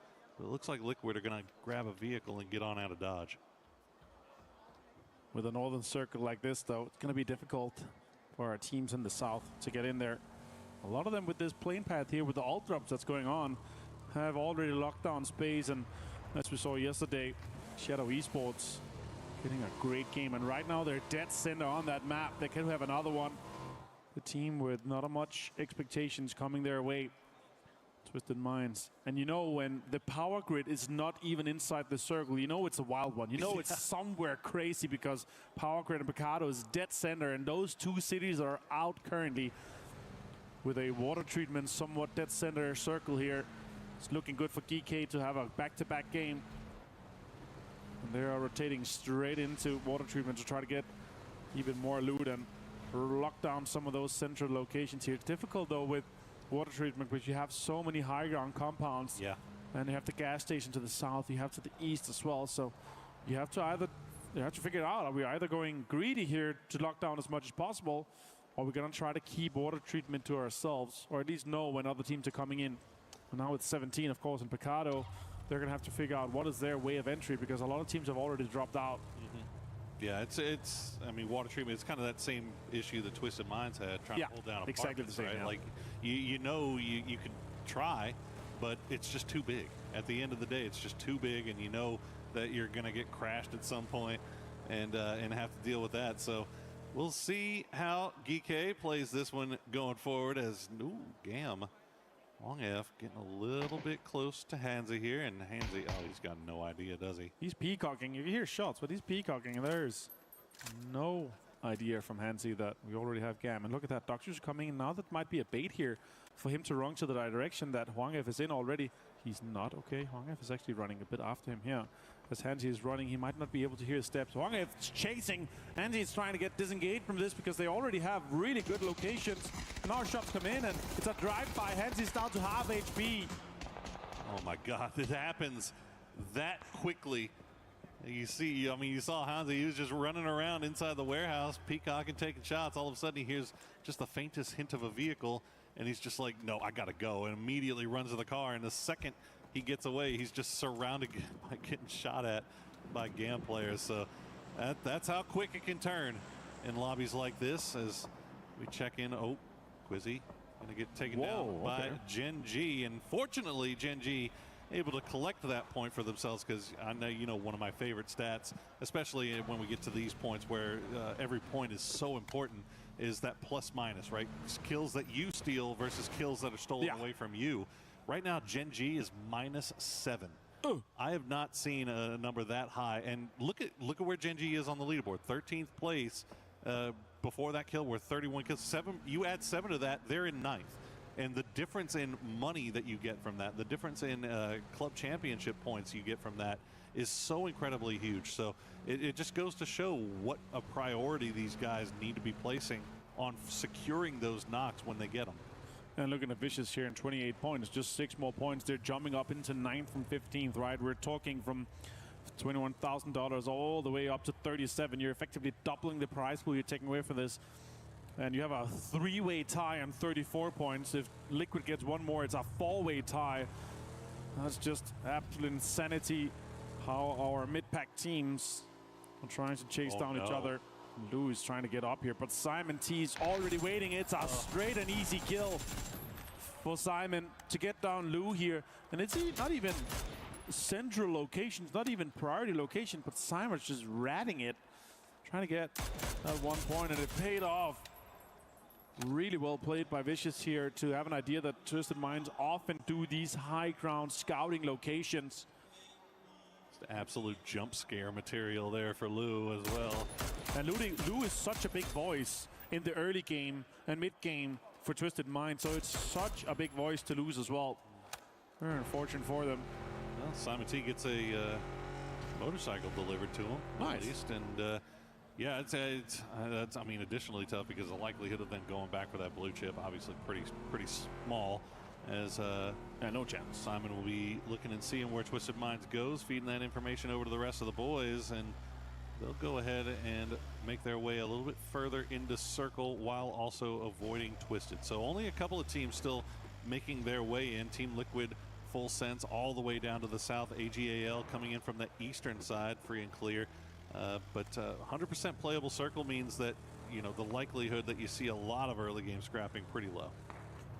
Yeah, all the teams, they know what priority they have into this circle here. If you're early, you can get that center.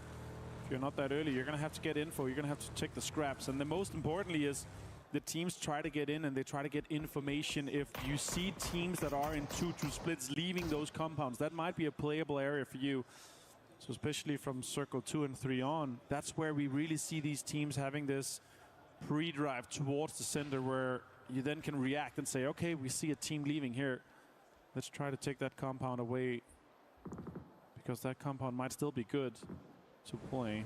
All right, VP coming in from the south side. They are inside, but they have no information about who's ahead of them. So they're going to have to drive together as a car caravan. So if anyone peeks out, they can just straight pull up or straight drive by.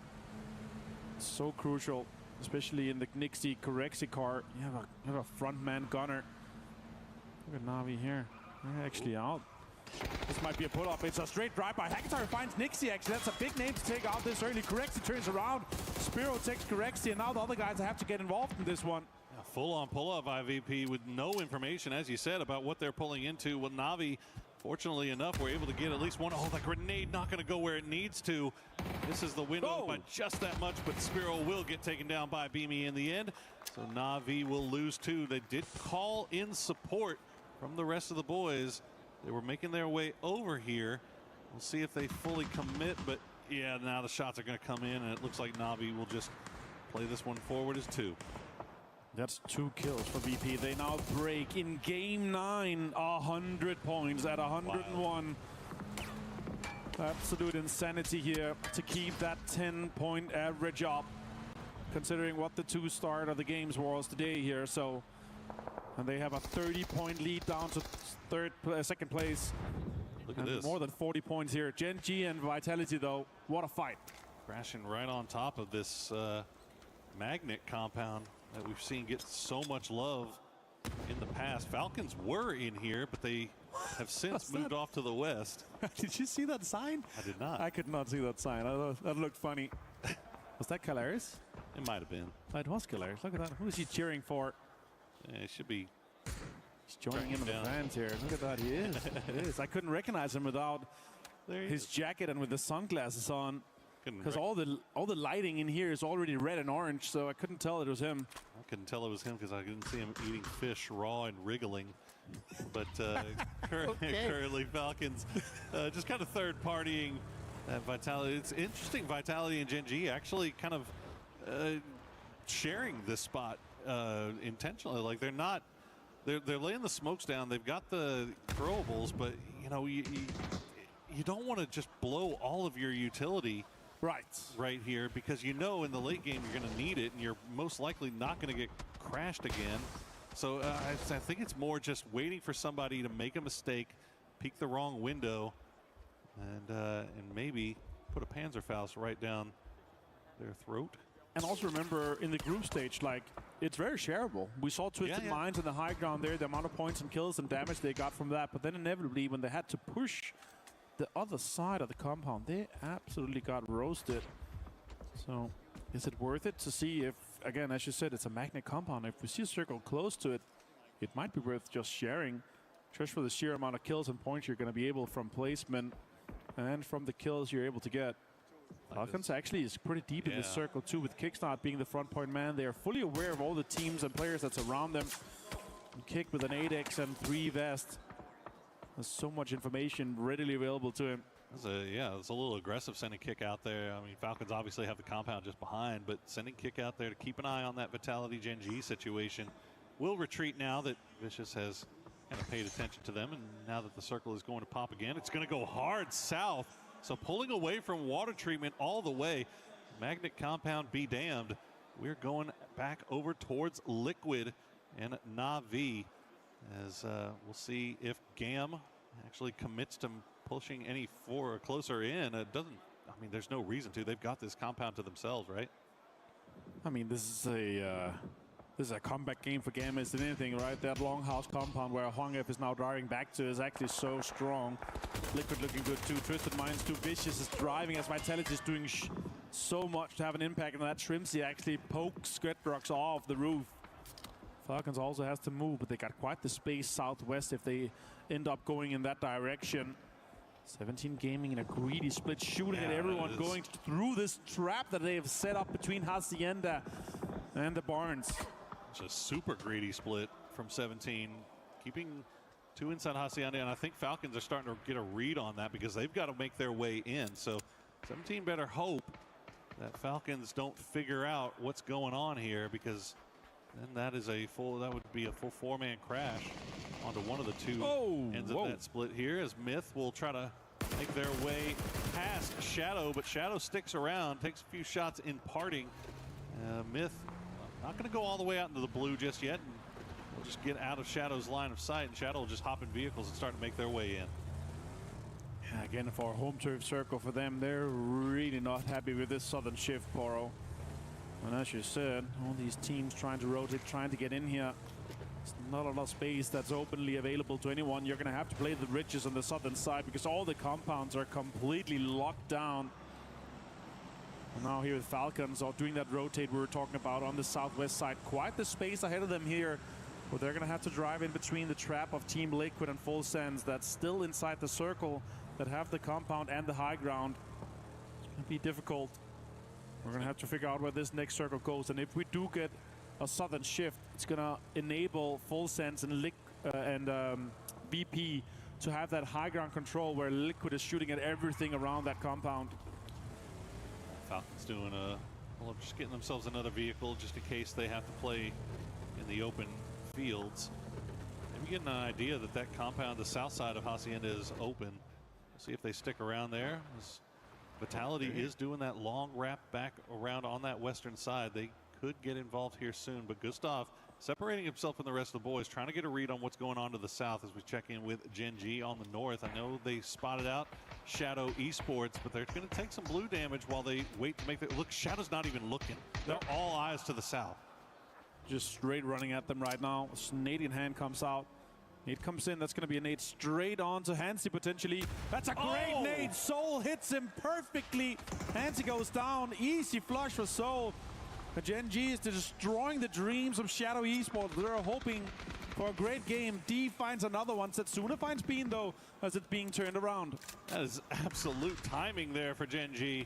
But good pickup there for Setsuna to get at least one of the Gen G guys down. And looks like Jexi and Setsuna will hop back in those vehicles, start making their way down the road. But Vicious taking shots at their front. They're going to get shot at. Yeah. Is that going to be actually Ian that takes down Setsuna? So now it's down to just Jexi, and he is sailing towards no man's land. I don't think we'll see Shadow in this lobby much longer as AGAL getting peppered by mortars. Where are they even at right now? They have Myth just on the other side, though. But the good knock will go down to Baron, so Himas not going down without a fight. More utility being deployed here from AGL as they have to commit to this defense as Myth is trying to sneak in. Himas finds Kiss. LOLC finds the flush onto Baron, and Myth is completely falling apart. Yeah, it's been I mean, look, they've been average at best, but considering what we saw out of Myth in the group stages, we were expecting far more than just average. As we see Nixie, they've got eyes on. Why not send a few mortars over in that direction? We'll do a little bit of damage. Oh, almost gets Scappy. But fortunately, Scappy sees that Myth will lose Kiss as Duckmine will get those last bullets into him, and now Myth just happy feet trying to avoid mortars coming from all directions as T1 has now crept up on their ridge line. Gustav finds Getrox as Vitality try to rotate in. T1 with a third party onto Myth. Jacob goes down, and now it's down to just Scabby. Can he do something? Damage has been done. Type goes in. Scabby has a shotgun though. Duckmine finds Scabby through the smoke, and that is Myth out in 15th place. The shotgun through the smoke. We'll see if they can get Type back on his feet. Yeah, don't hang around there. Immediately picks him up and repositions as last players from Gen G are pulling into the north side of that T1 split. See if they can hold the line there. AGAL, Himas, and Solozzi a little bit separated, while Virtus Pro now turning their attention over towards Full Sense. Falcons continue to find damage on both on 17 and Vitality. Soul finds Type, and T1 is under an immense amount of pressure as Gen G has pulled up in the compound that they left to try to get points out in the open. Heather now, that's some damage done, but he's behind the little side here. It blew up on the stairs, so Heather's going to be able to heal off. Raining finds Himas, and that's AGL losing a big name here as Raining gets the flush on him too.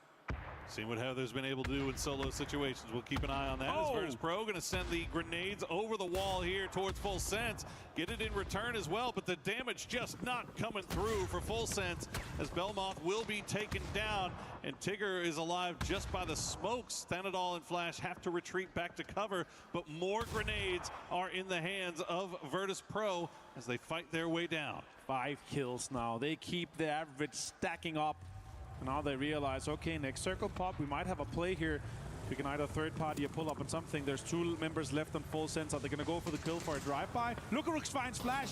That's an easy pull-up for them. Tannel turns around, but Beamy gets him. That's Full Sense out by the grace of Virtus Pro. They're up to 7 kills. And they're getting peppered from range now by Falcons. Actually going to finish off Lucarux through the smokes.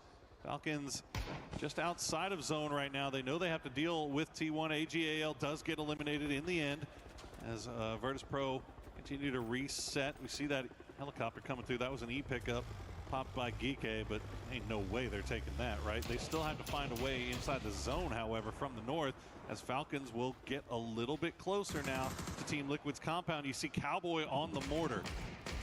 Cowboy, it's going to go for defense here, 170 meters here. That could be a little bit too far in my opinion here, as they're only about 120, 130 meters away. He's going to go in lower. Okay, okay, now he's going down. 130 could be around where they are for the further shots, but let's see if Falcon is ready for this impact here. Falcons keeping eyes on the skies, but they're getting shot at from range by 17 as well, so they have to keep the happy feet on.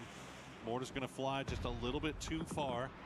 So no danger from those for the time being. Meanwhile, Virtus Pro going to send it right into Navi, and Navi is ready. Ferris gets 2 with a well-placed grenade. Well-timed grenade. Beamy now the last player left alive for VP as he is down to half HP. Another couple of rounds coming in his way, and he will go down, but job done for Virtus Pro as they have now 7 kills sitting on 106 points. Here comes the push from Falcons. Yeah, utilities being deployed now from Falcons here. Blue zones. Luke has to heal, and now Nate's coming in to follow up here. That went out. It hit the other side. So unfortunate. Now defensive utilities being deployed here as well. The circle is still on top of the compound here, so they have plenty of time to fight here. You have to have the really well-placed utility to try to get those knocks. Damage coming through on the Liquid, but no knocks for Falcons. But they at least open the door. They're able to get in closer. Flashbang from Alo. He's going to go and try to turn the corner, but Shrimsy's waiting for it. He gets the knock. He gets the flush immediately following. So Alo maybe a little bit ambitious on that flashbang peak. The rest of Falcons will reset, have to remove themselves here off of that blue zone, but the grenade will take down Purdy Curdy. Now Team Liquid falling apart. Great utility here, though, from Team Liquid. Now Twisted Minds is sneaking ever closer. Yeah, they're getting here. There are 4 kills now for them, and they get close to placement points too. T1 being out, that's 1 placement point for the top 8 given to everyone left alive. And now utilities being deployed from Twisted Minds. They know that Falcons is that next team to try to chase, as they are in 3rd place. Just 16 points behind currently. It is doable. Example finds Gustav. He drops a nade. That could be it's an immediate flush on him and does some damage to Kickstart too. The point man with the Groza and 3 gear.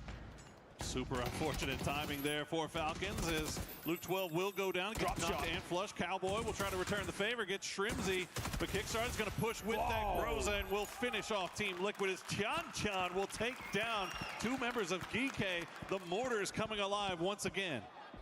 And with the chase being now in play, the equal amount of kills for both VP and Falcons this game, but 1 more placement point. And this is the game where they can try to catch up. Now Na'Vi try to defend from the push from Twisted Minds, but Tulin goes down. And those teams are also always fighting. 15 points difference from 4th place to 3rd between Na'Vi and Twisted. Dr. Stott find equally here. Love that. Falcons trying to keep pace with Virtus.pro, but also create separation for themselves from the teams in the chase right on their backs. We see more mortars being sent over towards GK. They were able to reset off of that first double knock, but EJ now down once again. Looks like they should be able to get him back on his feet, and they will.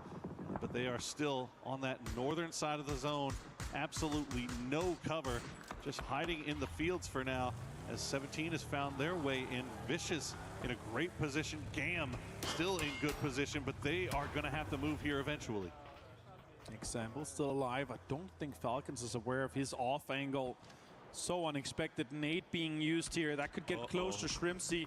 Bounces right, does a little bit of damage. 25. Wenborg finds him though. 17 Gaming gets Twisted Minds out in 7th place. We have 6 teams left now, and placement points start stacking up. Whoa, what a great headshot from Shrimzy. Shrimzy just shredding him from range. And now they'll continue to make their way. They're actually going to make their way over towards the Gam side. So Tingleton will get at least a foothold while Shrimzy is just making that mini do work right now. Almost 600 damage for himself so far. They'll hop back into the Bronco and go rejoin his teammates. While Gam, you see what they're dealing with. They send Tanvu on the other side of the road, and that might be actually what keeps them in this. That's going to keep Falcons pressured here. And you know why this is smart? Because they don't want to go to Na'Vi to potentially give them points. Gam is not a team that they're directly competing against on that leaderboard. So I get the idea that they don't want to try and pull up onto Na'Vi. They have the information that this, but Gam has been here the entire time. They have all the utility they need to put pressure onto Falcons. Shrimzy goes down, and now blue zones, and more grenades are being absolutely sent in the direction of Falcons. Shrimzy gets knocked by the first one, but the rest of the barrage not able to take him down, as you see that blue zone grenade ticking. Clories getting a little bit more aggressive, keeping eyes over them as the mortars continue to fall on GK. They've somehow been able to survive in this wide open field whilst getting mortared. Another grenade will provide the next point of call for them to go to. Shrimzy back on his feet. Gam, the utility not going to be enough to take down the Falcons. They have now survived the barrage, and now there is so much cover to be able to be played. 17 now. They turn their direction towards Vicious, and Tycon finds a nade and a knock with the FAMAS. Just beautifully executed by Vicious, but the grenades in return will take down takes down Tycon very low as well. Lil Ghost now the last player left alive for 17. Shrimzy and the rest of the Falcons boys turn their attention over towards GK. Gam has retreated to their compound. Falcons get to stay inside this little ridge line that they've created for themselves, but Gam have to leave. Yeah, Gam still has some cars. They want to get it in on one of the safer spots inside this compound here. Clara is considering, do we go deeper now? Do we try to take the ridge on the other side where Tanvu is already set up? 17 Gaming's out in 6th place here. One more placement point for the remaining teams left alive. Gam still on 0 kills. Unbelievable that Falcons have been able to keep 3 alive this long. GK even more unbelievable as they're asked once again to do the impossible and make the run across that wide open field. And Vicious back up to 3 strong. They are just staring over in that direction. The FAMAS will sing out, take down Akan. They'll secure their 10th kill as they continue to climb up the leaderboard. They are now in 9th. Prime Tycon is back. Simon T, though, he does get the final shots. Cloris finds Songjang, but both Gam, Vicious, and GK is having so many fights across each other. And the benefactors are Na'Vi and Falcons. They managed to survive for 1 more point. Top 4. 4 teams left alive. Gam is 1 man down, and now utilities being deployed towards Falcons. Next circle about to pop here, Poro. Look at Vicious just rocketing up the leaderboard. now up into 8th after finishing off GK. Falcons, 13 kills. 13 kills and still 3 alive. They now have to leave their garage though, and that is just nothing but wide open field. A little bit of roadside and a very small portion of Navi's compound still in. So Boostic and Ferris can keep looking in that direction as Long F will try to take out Falcon's vehicle. That might actually provide them a little cover more than anything here. That was definitely the play that Falcons went for, to deploy a little bit of playable space, but yeah, it's going to be difficult. Both teams have to leave everyone. I think the last team though of GAM, or the last players, is Tanvu. They're in a pretty decent spot where Kloris is to shoot at Falcons. The question is, do they go for a deny here once Kickstart has been knocked with the Molotov? Is it even worth to try to send it in, because it could be teams that you're directly competing against later on here, as Na'Vi could also maybe get some of the kills where Falcons is trying to deny the chase. 83 points, 22 points ahead of Twisted Minds. Just keeping themselves separated from the rest of the pack right now, while also doing their best to try to do the impossible and catch up to Virtus Pro. Tiggleton, the last player left alive. He's got some hard cover. He's got the deployable shield, but GAM is 4 strong. They've managed to get the revive onto their knock player, but you see the damage coming through here for Tig. He's causing problems. The only problem for him is that he's not inside the zone right now, so we'll spray through the smoke, does some damage, but not going to get the knock. They're aggressively pushing this one. Tanvu fighting on multiple sides. Wangit finding Kickstart flush here. That's important. Ferris finds Simon T. Na'Vi gets involved too, and they do have 2 members left alive. Clarice gets Vicious down to just 1 man standing as Tiggleton gets some shots towards Doc Juice, but he does go down to the blue zone here. A point denied towards Na'Vi and GAM.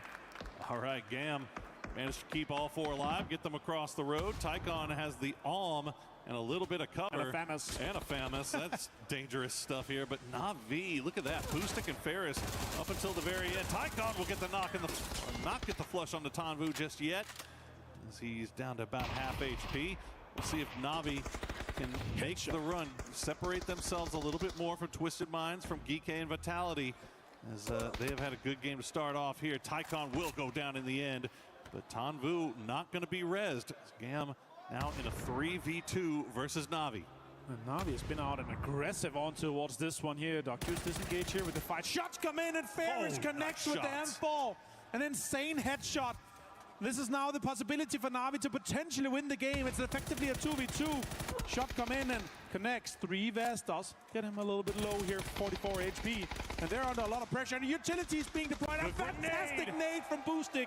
Beautiful grenade from Boostic, and Clory's now the last player left alive for GAM, as Na'Vi stepping up in the end game here. They've got 3 kills, looking to make it 4 and a victory. Clory's looking to do the impossible. It's not going to happen. Na'Vi get the victory. And what a game. They lost 2 of their star players to Virtus Pro in that compound, and they're able to win this one here. They denied the VP pull-up. They ended up fighting each other later in the game.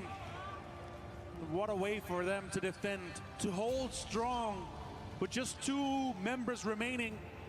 Na'Vi is able to push through and try to chase down Falcons and hold on to that 3rd place they're able to get in this one. Saw a little crack in the calmness there from Na'Vi, as at the end there they definitely exhaled and felt good about getting the victory. That was very, very close. What a tough game for Na'Vi that time around, but they managed to pull it out in the end. But Falcons defend. They hold on to 2nd place. They get kills. They get placement. And as we see here, what just happened, Ferris with an insane shot. Having that last nade is just insane. Removes the shield, get the flush, get the knock. And it leaves Cloris to be the last man standing on. And even though you have MVP status from an PGC for 2 years ago, it is not enough to hold up against Na'Vi. Sighs of relief for sure, but I mean, the story of the finals so far is still Virtus Pro, they still continue to separate themselves. Team Falcons doing everything they can to keep pace and keep themselves separated from the rest of the pack. But that is going to do it for the first 3. We've got 3 more left to go. So guys, don't go anywhere. We'll be right back.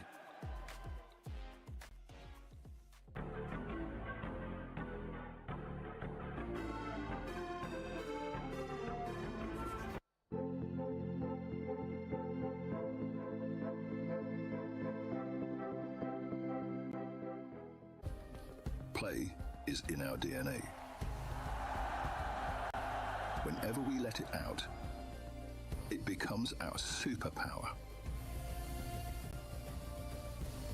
Now imagine an entire city being built to supercharge it. Kadir City, powered by Play.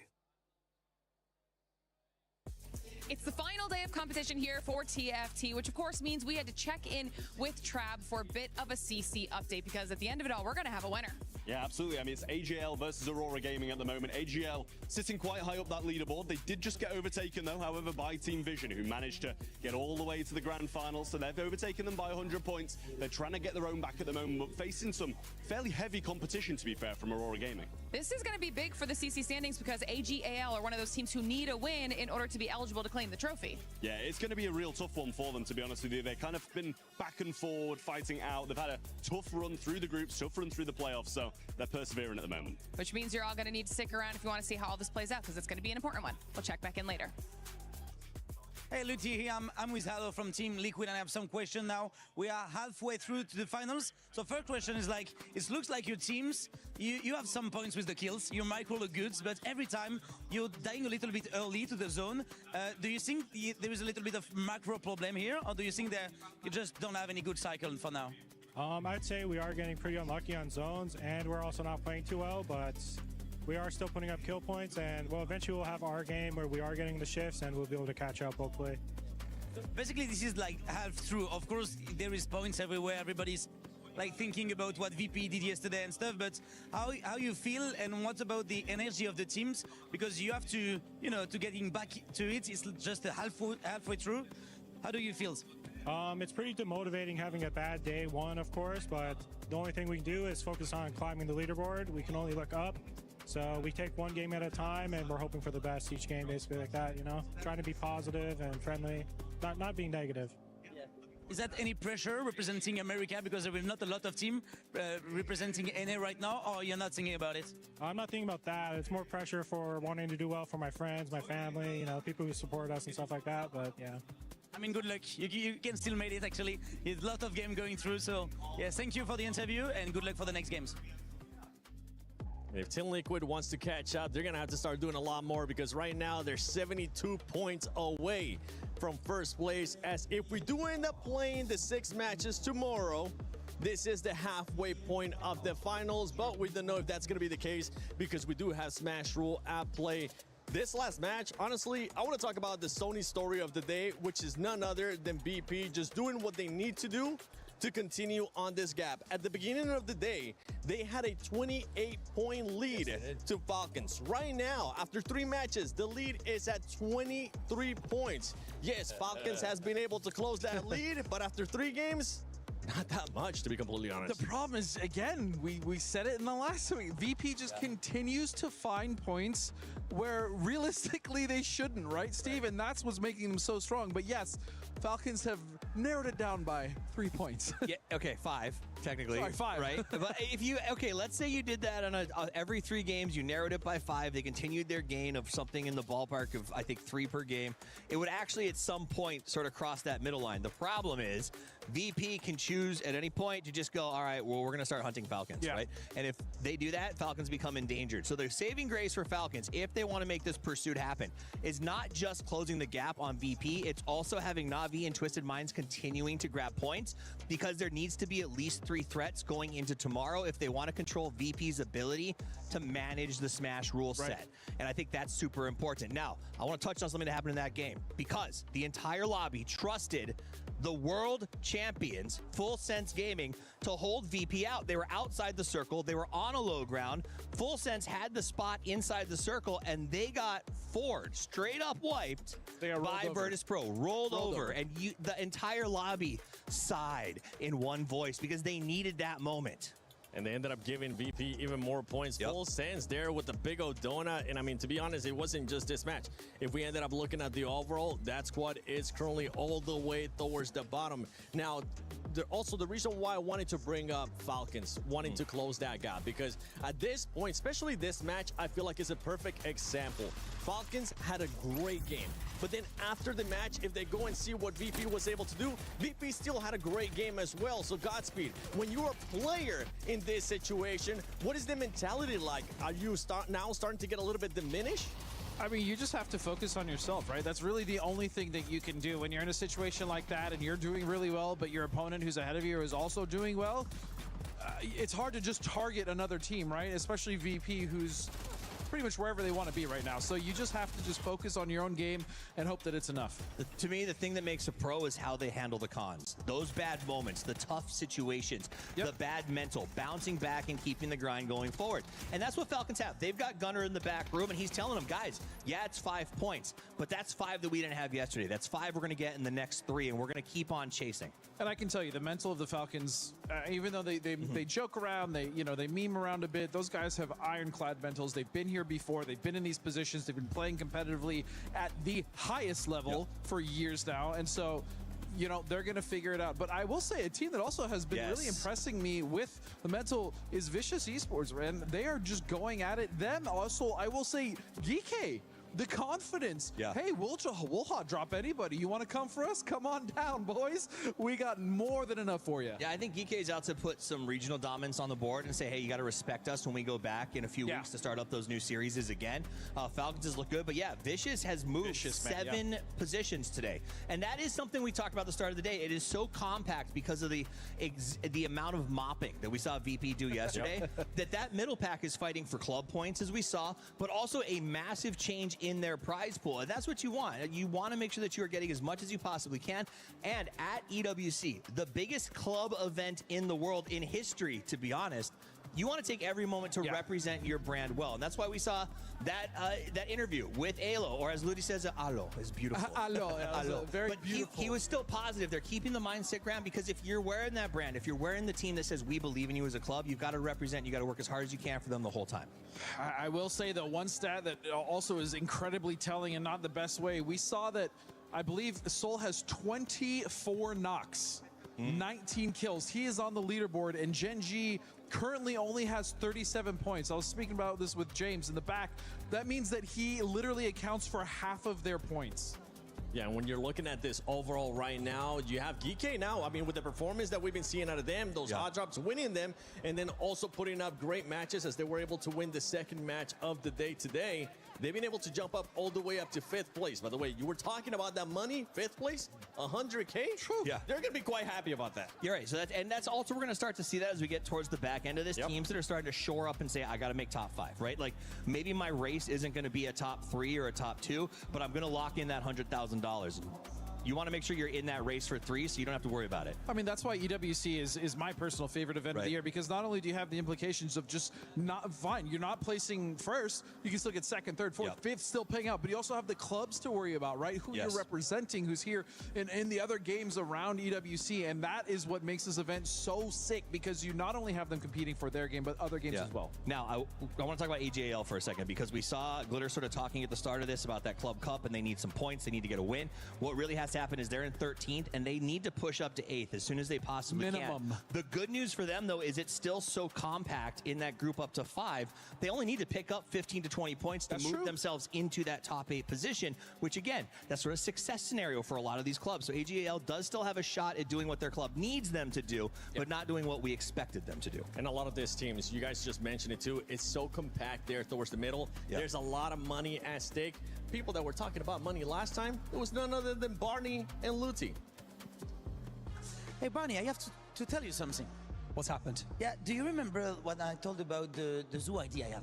Ah, yes, the pigeons. Yeah, I figured out it's really hard to catch, actually. Yeah, Looty, they can fly. Yeah, that's why. So I have a new ID now. It's a better one. Oh, God. Okay, what is it? I got it from Virtus Pro yesterday. They gave me the ID. Okay, this is going to be good. Yes, it is. Chicken this time. Chickens. What? Yeah, but everybody's speaking about chicken dinner, so I figured out I need to get one. And I get one now. Oh, my, okay. Speaking of chicken dinners, so far today, Twisted Minds have got one. GK Esports have one as well. And, of course, Na'Vi with the most recent one. Okay. So, we've got 3 more maps to go, and it's still going to get spicy, isn't it? Yeah, indeed. But I mean, I love the chicken. Yeah, I know. Zut alors. Casters, c'est à vous. Do you think I can eat it? Oh, you speak French, buddy. You speak French now. You're Français. He's French. All right, so much going into these last 3 games. Most notably, it's about setting the pace on looking into moving into Smash Rules tomorrow. But as you heard in that last game, it was an explosive crowd at the end whenever Na'Vi managed to complete that round. The reason why is up at the top. When we look at the club championships, because that's also something we have to keep an eye on all of this, Na'Vi is in first, Vitality is in second. In third, it's AGAL, who's having a terrible time. Other squads not going to be competing in this, so we move down to 6th place for us. Who's that? Virtus Pro. Oh, man. 10th place is presently Falcons. To give you an idea on overall points, we have Na'Vi at 1750. That's where they're sitting up at the top of this. There's 1,000 points on the table for first in PUBG, 750 for second. So when we look at that, VP presently in 6th place with 950. 1,000 points would put them in first place if you exclude the points that Na'Vi could get. So if Na'Vi can hold on to a 3rd place, 4th place, somewhere in that category, Vitality still staying in that same conversation. That's why there's so many people now starting to show up, showing off all the Na'Vi and the Vitality stuff, because if we see Virtus Pro and Falcons stay 1-2, that is going to have massive ramifications for what we're looking at in the Club Championship. It's pretty awesome that we're getting such a great battle here, not only in the game, but in all of UWC for these Club Championships. And here in PUBG, it's 3 of the best we have. I mean, it's like so many implications for how this shakes out. And imagine the hate right now that GK is getting for what they're doing to AGAL. But that said, I love seeing it, man. Like, throw a little bit of banter out, have some fun, and GK riding it strong right now as we are looking centered up on test track for our circle. It's going to be Twisted Mind Na'Vi. Great positioning, but eyes back over to Stadium. It's Team Liquid and T1. Oh, this is curious here. A fight that I wasn't expecting to see just yet.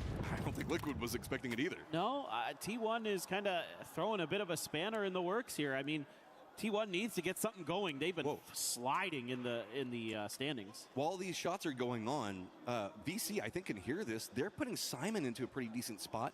17 is also over here with a little bit of bad blood against Team Liquid from what we've been hearing, but it's going to be Heather. Spots out Purdy Curdy. He's going to go down. Not a lot of utility as high ground definitely favors T1 in their positioning. Yeah, and you can see they're pretty aware of potential wraps from around the outside of the building, and Heather is just going to be locking that down. I mean, Purdy knows he's there. You can kind of see him, so Heather now doing a little bit of checking. Meanwhile, Raining heading up to the rooftops to try to figure out if there's anybody inside of the stadium. I mean, it's really difficult to go through the middle of the stadium proper, so a lot of it is going to be through the halls and passageways of the building to try to find your opportunity. Raining no helmet here, though, either, so some of those guns are going to one-tap him if, like, the AK or the barrel gets spotted. And for now, Purdy trying to scooch away to safety. Heather not fully tracking it. He's just kind of waiting to see if there's going to be any reinforcement. When we look at the leaderboard, T1 is in 7th place with 48 points, and it feels like it's massive when we look down at Team Liquid down in 14th. But really, it's not. It's 34 points right now for Team Liquid. So just a couple of decent firefights can really throw this off. So T1 trying to vie for control over a position that could be useful for the remainder of the year. But on top of that, just trying to get the steamroll rolling, man. T1 was very aggro at the earlier sections of the games, and it just has been lost so far whenever we've gone into the finals. Yeah, they haven't really found their confidence in their team fighting since the first match of the finals, basically. Ever since then, they've been kind of struggling. I am seeing VC now chasing 17 off screen. Sure. It's like one of those moments where we've seen this already in this tournament where so many teams are keen to try to get a surround on early hot drop to try to, scoop up some of the extra points that are left over, and instead they end up bumping into each other. Bro, we are presently just watching Tycon get his groove back, and I'm loving it. Jumps up into the face. Little Ghost at least managed to get the knock on Simon, who's having great finals of his own. But here comes the rest of VC. These guys are completely vicious. Pal's going to spot out Little Ghost, get the knock on him. They're going to continue to push along, and yeah, 17's trying to regroup, get back over here, but the timing is just so bad. Yeah, Tian lands a pretty decent grenade, but he's going to take decent damage in response, so pretty even exchange there. But that follow-up from Duckby is right on point, and that's going to be another knock here. The flush confirmed as well. Who's the roaming bandits that we've been seeing through the early game? It's GK. GK, here's this firefight. They're just on the outside of this. It looks like they were trying to rotate through this field, and suddenly they could find themselves with a perfect third-party opportunity as Gen G is setting up around Stadium. I think they've heard what's going on with Team Liquid and all that other noise. Yeah, I think here as GK, it'd be better to get ahead of both of these teams in the next circle and kind of set up your camp from that direction and try to lock them out. Wenbo has Duckby for free, but the spray is awkward with the QBZ. That was, you needed to hit that one in that situation. That's a massive problem now as he is revealed. DK has gone continuing passing by this point. So now 17 position revealed, getting punished and vicious. They came into this hot and heavy. They know that they have the man advantage. I don't expect this to stop. Yeah, and for GK, you're hearing these shots, but that's how you do it. Simon T2 getting in there, and Wenbo is down, and piece by piece, 17 is being sent to the lobby. Just can't seem to find anything out of this one. Zhao Wu going with the hero stand. He's going to go down. It's Simon that manages to find it. And Vicious just on a come up right now. I love it. Rotate still going to be continuing for DK, and that puts him right on top of Shadow.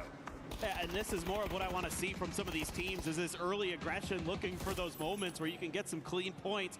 EJ going to take Kamal's out of the seat. No hope there. Oh, Hanzi actually wins that. Akan is going to get him in response. So Park Pro did go down, but GK looking for that res. Setsuna's just going to send it. He's got confidence in his aim, but he's going to put himself in a crossfire. That's punished, and now just one up for Shadow. Do GK want it? Are they going to chase it down? Looks like they know, and yep, they're going to go ahead and finish that out. GK early is just vicious, man. Love it. I mean, this is what you need. Like, everybody that's in the middle of this leaderboard should be looking at the top and saying, look, even if we may not have a hope of winning necessarily yet, we still can get ourselves a lot more money and a lot more points for our clubs if we pop off here in these next couple of games. Eyes back over to Stadium. As you can see, it is going to be T1 and Team Liquid all on top of each other, with Gen G still roaming around the outside. Soul's playing over to the northwest, while the other three are kind of moving more into a gatekeeping position, try to catch out whatever's going over here. The economy's gotten a bit better for Team Liquid. I'm not certain how T1's is sitting. We saw earlier not necessarily having helmets, everything like that. T1 has moved out of Stadium proper with everybody except for Heather, and I think that's just to kind of secure some more loot, get a bit better off. But remember, there's only 2 up for T1 as Team Liquid is kind of starting to turn this around. Yeah, Luke 12 able to find 2 kills when we were watching some of the skirmishes off screen. So this fight can kind of continue for a little while longer. Now it's Gen G's turn to try to set up a bit of a barricade around this. Alo doing a little bit of peeking outside to see if there's anything going on, anything amiss that he needs to be watching out for, but not any players that are going to be visible to him just yet. Meanwhile, there you can see Bean up on the hill. I think End is safe from his vision for now. Seems like he's just tucked in, and maybe Gen G is going to tuck away. This is phase 1, so technically Team Liquid can hold out here for a little while longer. That tends to be their strategy whenever they get caught in these situations. Eat some blue zone, kind of wait out everybody else. I don't know how much of a commitment we'll see coming out from T1 or Gen G. Gen G could use a couple more points. Vicious making their rotate right now is going to be close to that GK positioning that we were talking about beforehand. Everything seems to be pulling a bit more test track as far as play goes, so Twisted not having to move much. Navi that we saw playing over in Neox Factory. Down to the south, VP, our leaders right now, are going to be next to Full Sense yet again, as AGL is just happy that they're not having to deal with GK early, but they are getting pretty close to him yet again. If there's a fight between Full Sense and VP, I want to see Full Sense get a little redemption there on what was a... I want VP dominance. I'm not gonna lie. Give me the Polar Bears right now. All right, yeah, that's fair. The Polar Bears, right? I thought you were gonna say because they're like around. Okay. They're in the pole position. Oh, okay. Yeah. Okay. Yeah. I'll give you that one. That That's one's right. all right. That one's all right. Myth, who are all still waiting to come alive, is down in the southeast while Gam's gonna be regrouping with the circle the way it's popped. Guess what? more test track. Everybody knows how to play it. Everybody's seen it. We're losing a lot of the high-sided hills. They're still kind of in play, but that's why Vicious is going to be coming down. Falcons in no rush. They're over next to Yulin. They are going to find the Southwest pretty open in that pathing and a couple of hills to play around, but that is going to put them next to VP.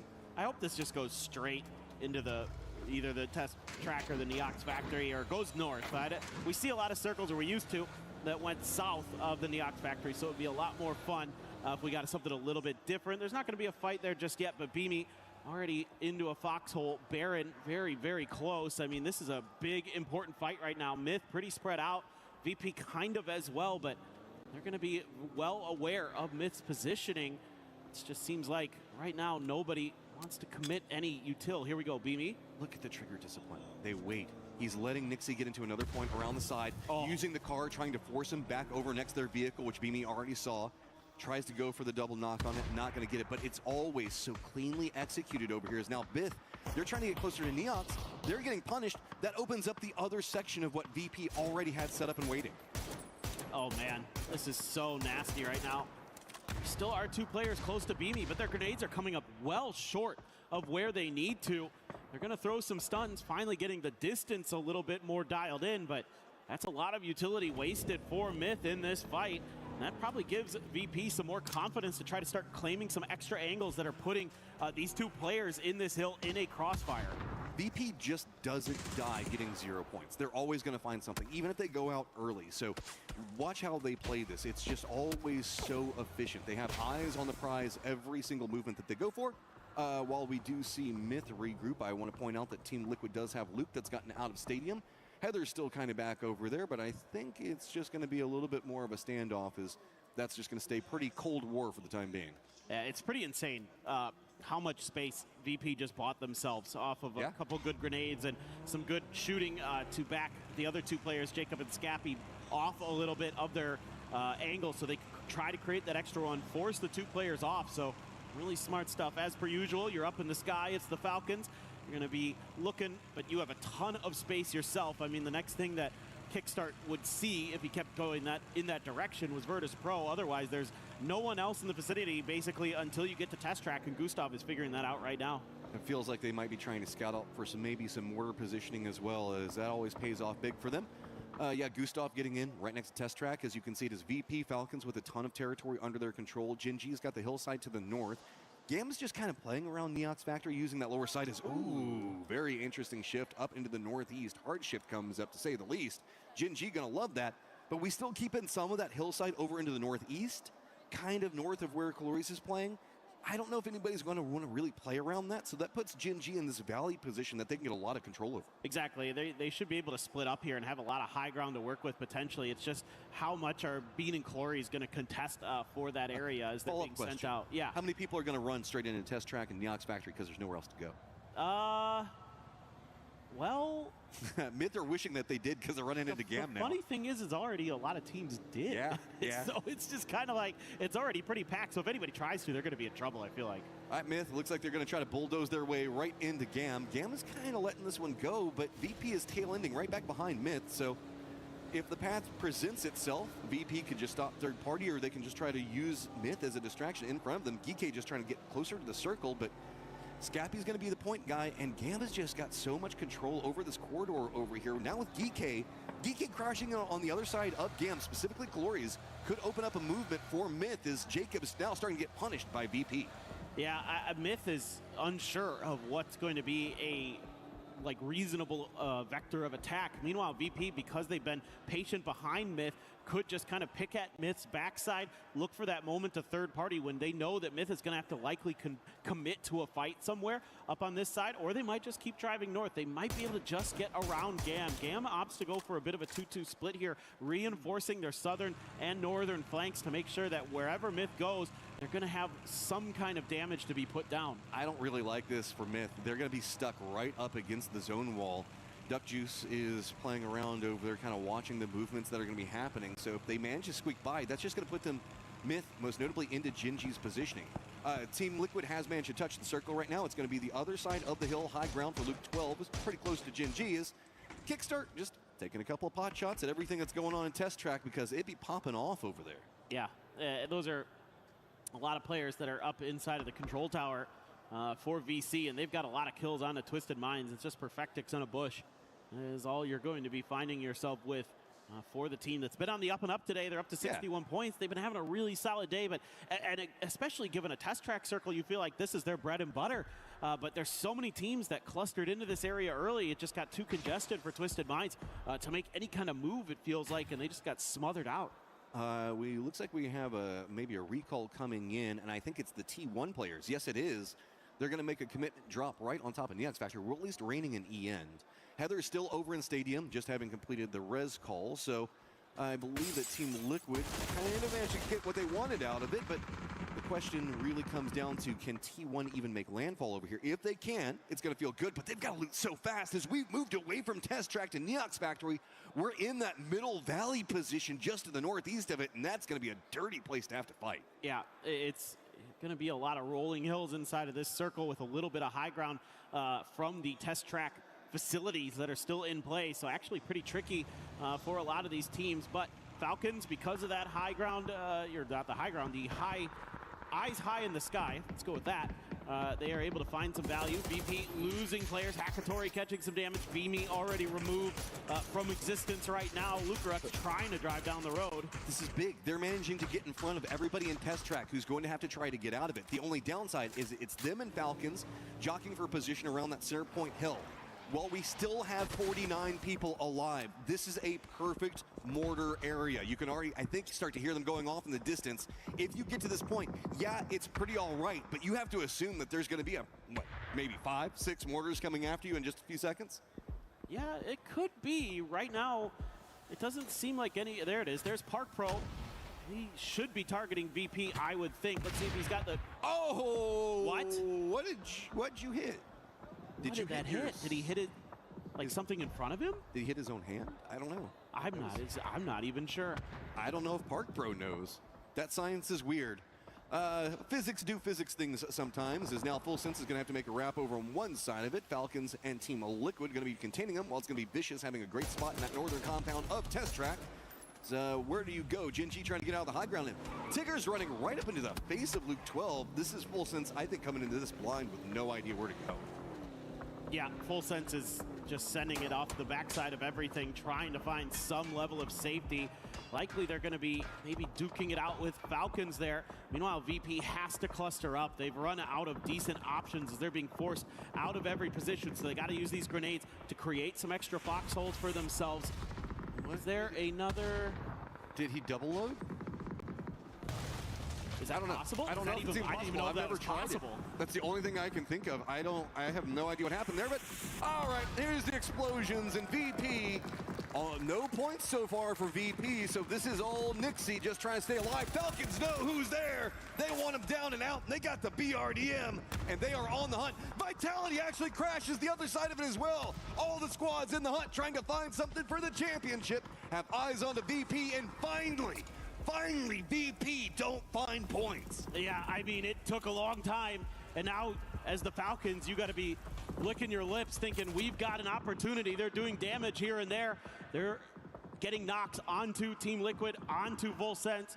So a bunch of teams starting to crumble underneath this firing squad that they've created for themselves. Yes, Gustav wants to try to dig out some territory. They have a BRDM too. This is looking really solid for Falcons to get deep into this game and gain some ground on VP. Bait and switch hard shift goes back down to Test Track, so VC in a great position, AGAL as well. T1 having that remnants of their players still alive, kind of hanging out over there as Twisted Minds kind of gets killed out in the position that they play from off the start. Over in the east, though, we've got Geekay that's going to be fighting for a position on top of Na'Vi, Gam, and Myth.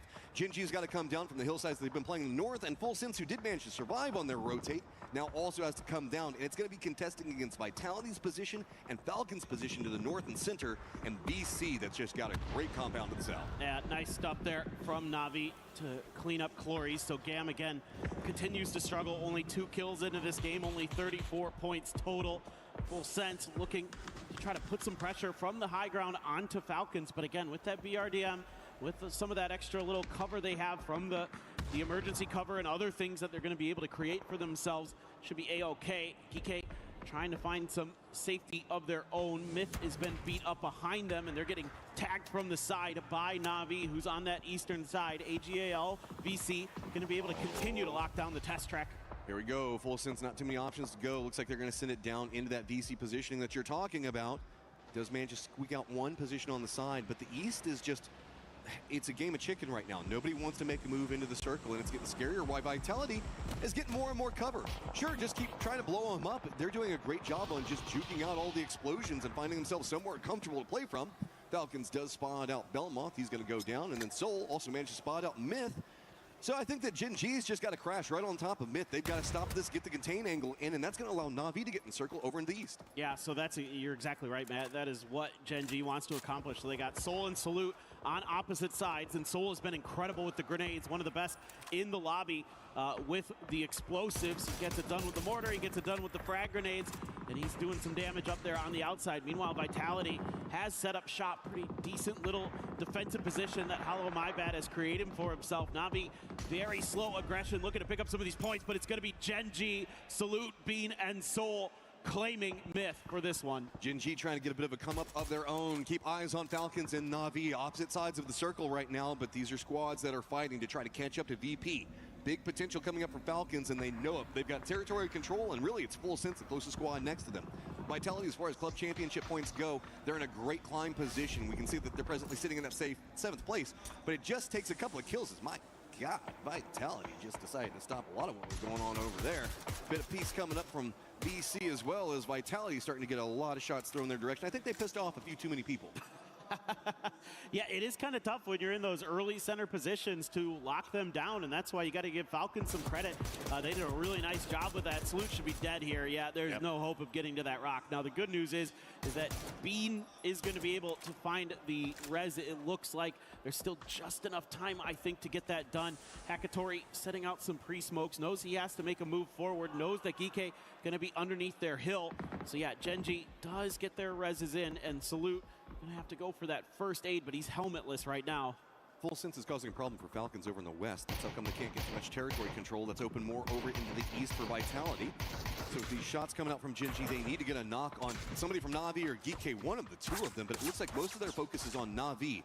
That could be a problem because the way that these rocks are kind of set, you can see that there is a directed line right into Geeke, but really Gen G can't see it too well from this point. So if they wrap directly into the circle, they're going to get punished heavy. If they go to the west, it's either going to be Vitality or Falcons that gets a piece of them. Uh-oh, yeah, and this is what I was worried about. Gen G is moving more to that other rock. That's going to put him very close to Geeke. Yeah, so Na'Vi has to make some decisions right now. You know, are they just going to continue to harass these teams that are on the edge to clear that out, to try to take a more fair fight, but getting a lot of damage in return. They do have that Pico bus, and man, Salute, I thought he was going to keep dialing in on that angle, but smokes are down, making it a little bit tougher for him. Is hitting headshots, doing a lot of damage here to Na'Vi, so that armor going to be continued to be weakened up, and they're kind of thwarted from this attempt to clear out their northern edge. AGAL also has to try to get in the circle, but it's going to be supervised by VC. They're probably going to be in some trouble in a second. A lot of shots coming out. You can hear in the distance going to be at them that popped in a car just trying to rotate past all this. Really, it's about can Na'Vi fight their way into the circle, because we're looking at the top of the leaderboard right now. Gen G just might have to surrender these over into the blue zone, even though it's phase number 6, because there's just no path in. I mean, I don't even know if Geeke can get in, and they're still pretty close to the circle. No, I agree. I mean, I think it's pretty much difficult for all these teams on this east side to cleanly get through. That's why Na'Vi has to turn their attention north. They have to try to create the points where they can. They know the position they're in the leaderboard. They know Falcons is still in the lobby, so they have to fight tooth and nail for every inch that they're going to be going further forward. He's got it prepped. The way that Na'Vi are playing this slow, it is punishable. Not going to go for the first part of it, assuming somebody's coming after him. Park Pro's gone down. Looks like they're just trying to go for flushes. Do they know where Zongjong is? Nades starting to come up. Gendrox actually gets the knock on a Na'Vi. Follow-up nades coming up. Everybody's just getting demolished over here into the east. Gen G survived for long enough to walk into the Falcon sight line. Yep, and this is why Na'Vi had to go north, why they had to take these fights, because everything else is just dire. It's unbelievably difficult, and you can see why. Great nades, though, from Vitality, who's making a climb up the leaderboard, up to 7th right now. Full sense sending it right underneath, but Pau might have an angle. No, not quite. Looking to try to get up there to find one. Tycon having to use smokes to give himself some leverage to get over to the top of this position. Uh-oh.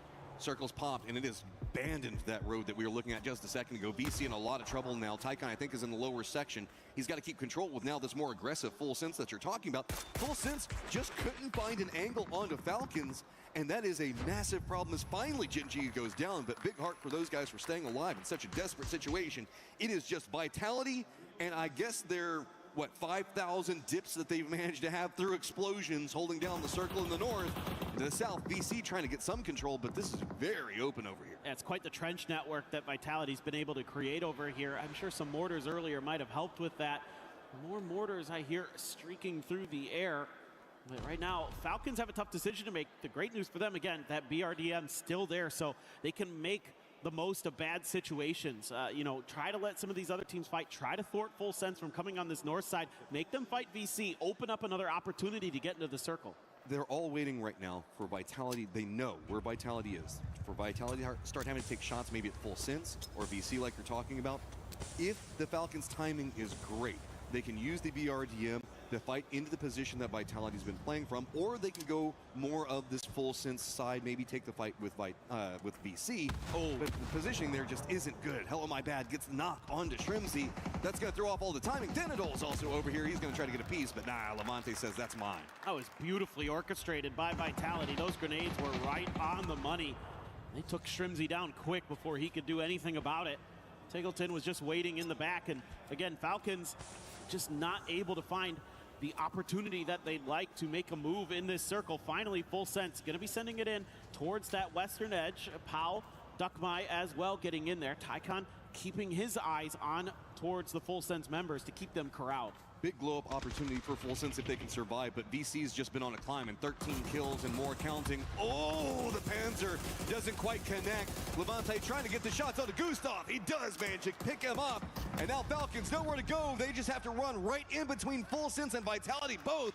That is big for VC, who's got control of the south. Nades and everything just being thrown right at a Full Sense to keep some control on the angle, but Vitality now trying to leave their cubbies and on the hunt for Falcons. Oh man, this is on a knife's edge for the Falcons. That BRDM is going to explode, so they're not going to have the safety of it to use anymore. Smokes are down to at least hopefully buy them a little bit more time. Tiggleton has the P90, so a pretty powerful gun to potentially fight your way out of this, but it's going to be tough to get it into play. It feels like Full Sense still clinging to life over on that western edge, but Levante doesn't want them to be there. Here's the thing, everything's coming up for VC in the best way possible.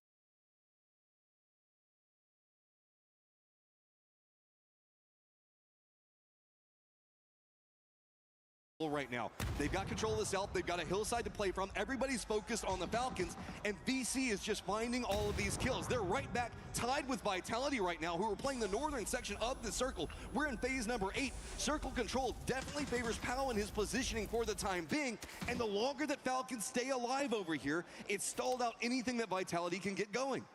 It's been a really nice hold here from VC.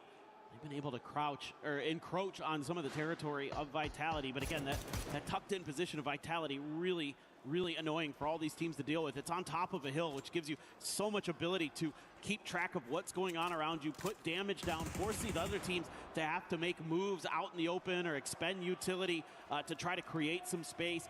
You know, if they want to create some dips, you got to throw some frag grenades or something like that as well. And as a P90 for Tigger, and he gets tagged up just trying to go anywhere towards those bushes, towards some kind of safety. Okay, Full Sense doesn't have any options to the north. Vitality's doing a good job on control over there. They know Falcons are still alive. So Full Sense keeps trying to wrap down into the southern area, but 2 players are already set up for VC, waiting to pounce. It's Tycon, Duckmai doubled up, waiting for an opportunity to just absolutely demolish anybody that walks through that corridor. Falcons, they're just trapped. They can't go to the south. They can't run to the circle. They're just having to weather this and hold the best that they can. Tig's trying to creep out and find more, but you can see it's instantly punished. Now Molotovs galore just being dropped on top of him. And that is just one cooked Falcon with Tig having nowhere to go. Kickstarting a ton of trouble. Trying to say maybe he can get more out of it. At least finds one more point, putting it in touching distance of VP. That was a hell of a grenade from Kick. He did a ton of damage with it. Fortunately able to get the point for Falcons. Desperately need everything they can get here. So now Kick just trying to stay alive, but Levante not going to allow it. Has been an absolute menace. 816 damage in this one from Levante. 8 kills for Vitality. Full Sense sandwich going on right now. Vitality to the north, VC pretty much in the center to the south. full sense right up against the blue zone. Exact same position that we saw Falcons trying to fight their way out of. They're going to go down. Now the real battle begins. Vitality, VC, so close on the leaderboard, 4th and 5th respectively. Just 2 points between. Vitality with the high ground. But again, circle control feels like it's VC on this side of the hill. Now utility coming out, and you got to play this one safe because it also feels like Vicious has been playing with a lot more control of territory. They probably have a lot more utility, but the shots trying to find something. Tycon goes down. Yeah, this is a really nice push from Vitality. It kept players pinned. They're doing a nice job, but it's going to be a response here. Duckmite down, one player spotted. This should be the end. This should be Team Vitality taking the win, and they do. Massive for the club championship, massive for Vitality, and you can see massive for Levante and the crew. They are just hyped off of that one. This has been a come-up story for Vitality. EWC has just been great for them. Yeah, we know that this team can pop off, and they showed it right there, really setting up a nice position for themselves in the middle of that game to lock down that hill and make it so difficult for the teams around them. You can see some frustration from the other players in there, feeling like maybe if one little thing had gone their way, but Vitality, the French org, has to be feeling great. You know, their fans loving it in the audience. So much hinging off of what we can see going on with Vitality. Keep them in the club championships and their performances. Just, I mean, whenever, this is what I love about EWC. Whenever you see all these external factors coming up, it puts these extra little movements that we've got to see squads step in and find some really big moments for themselves. And you love to see it for a squad like Vitality. This is a squad that everybody loves. I don't know anybody that hates this squad. No, and look at that. Levante giving some love to the fans there as well. This is a great little read here from Levante. Knows that Full Sense has to be pinned back there, and he's watching this bush. Nobody's moving, and he's like, they're probably just behind it. I'm just going to start spraying. He was looking for those little pixels out of place. Couldn't quite identify it. Didn't need to.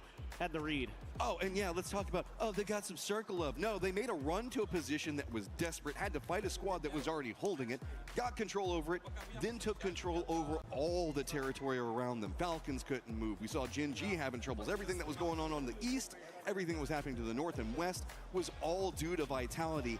And so they controlled the circles, controlled the game, and just put themselves in a great point. Even whenever they were having to walk out of their controlled area that they had down into VC, the firing lines were just so good, and they were waiting. They knew where the enemy was. Yeah, for sure. But it's a really nice job by Falcons holding on in that game. But we also had a big game coming up from Vicious, finding a ton of kills inside this one. I think Barney's got us Vicious down on the stage.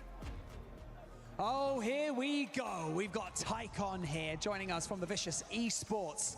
And to tell you what, that's how you turn a frown upside down coming into today, because Tycon, you were in 15th place with 19 points, you and your teammates, and now top 5 and you're fragging out. Why has it taken this long, from your perspective, why has it taken this long to find your rhythm? Hiện tại bây giờ đi đến ngày hôm nay á, đội tuyển mình bắt đầu ở hạng thứ 15 với 19 điểm. Thì hiện tại giờ trong những ván vừa rồi thì mình đã nhảy lên hẳn lên là top 5 luôn. Thì điều gì đã khiến cho cái việc là mình tìm ra được cái nhịp độ của mình lâu như vậy? Đến với giải đấu lần này thì mục tiêu của em là top 24, nên là tụi em cứ bắn thoải mái nhất có thể, nhưng mà tụi em lỡ chưa được vòng chung kết rồi, nên là tụi em vừa bắn vừa cười, nhưng hơn sao mà tụi em top 5. So our goal coming to the event was just to chill out, at least that we can make top 24. But since we are here in the final already, so we're just chilling, and then somehow when you're smiling and you're shooting, you made the top 5. Okay, that's a fair response. I like that. Now, you joined this team in April, so it's barely been 4 months since you guys have formulated this team. How is it gelling together? What is it like playing alongside your teammates? What's the dynamic like? Mình mới vừa gia nhập đội của mình mới từ tháng 4 thôi, thì mới được 4 tháng thôi. Thì hiện tại bây giờ là mình đã bắt đầu bắn với lại đội của mình như thế nào, cái mọi người giao tiếp với nhau như thế nào? Giao tiếp thì tụi em vẫn giao tiếp như những đội khác thôi. Chỉ có khác cái là tụi em thi đấu như những người anh em, những người đồng đội. Không có một cái lối suy nghĩ cá nhân nào, nên là đó là lý do tại sao mà tụi em làm tốt đến như vậy. So we just communicate like usual, but our mentality is that we are soldier. We're here together. So that's why we are make such a great team. Keep that imagination high and keep on smiling because you guys seem to be smashing it. Well done. Thank you so much, Tycon. You guys are Vicious Esports, absolutely flying up the leaderboard in the past few games. Really impressive to see. We're going to have so much more PUBG action coming back right after this.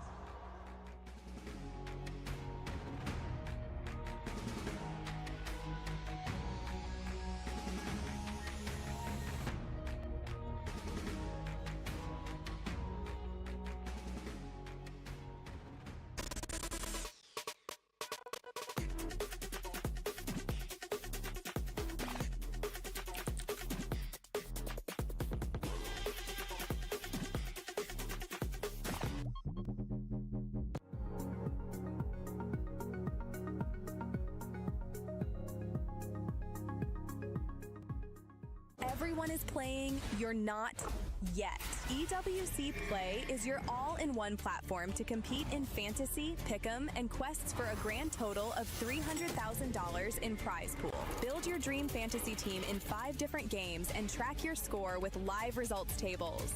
Predict the winner of every game, every group stage, and every tournament.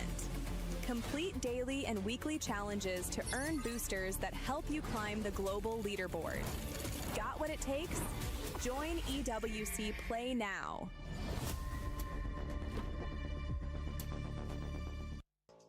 All right, we're here at the EWC Parkour Challenge. Now it's time for the incline slab. Kelaris up to bat. Let's see what he's got in store for us on this one.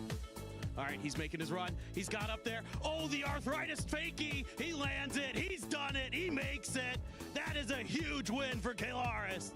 Paper Thin here, bringing you another event from the EWC Parkour Challenge. Kelaris going to attempt to go for the Gamer Gear lift. Let's see what he's got going for us. He's coming in. Oh, the interesting. Oh, it's so heavy. It's too much for him. Can he pull it through? He's trying. Oh, okay. Just goes in. All right, we're back here, EWC Parkour Championship. One more event to go. Kelaris, can he pull off the old man army crawl? We're gonna have to wait and see. He's going under. Pretty good, pretty good. He's rolling. Good technique, good form. Slides through. He's up. He's through. He's done it. He's got it. The EWC Parkour Championship. Done really well here, Kelaris. Kelaris, I want to get your thoughts. I know you're winded. That was a tough one. How did it go? Oh, I needed to get some big points on this one, but I think I did enough. And I just want to say thank you, Mama. What do you got to say to your fans out there? Everyone who believed in me. This is for you, man. This is for you. He's done it. Emotional stuff here from Kelaris at EWC. What a performance. What a performance.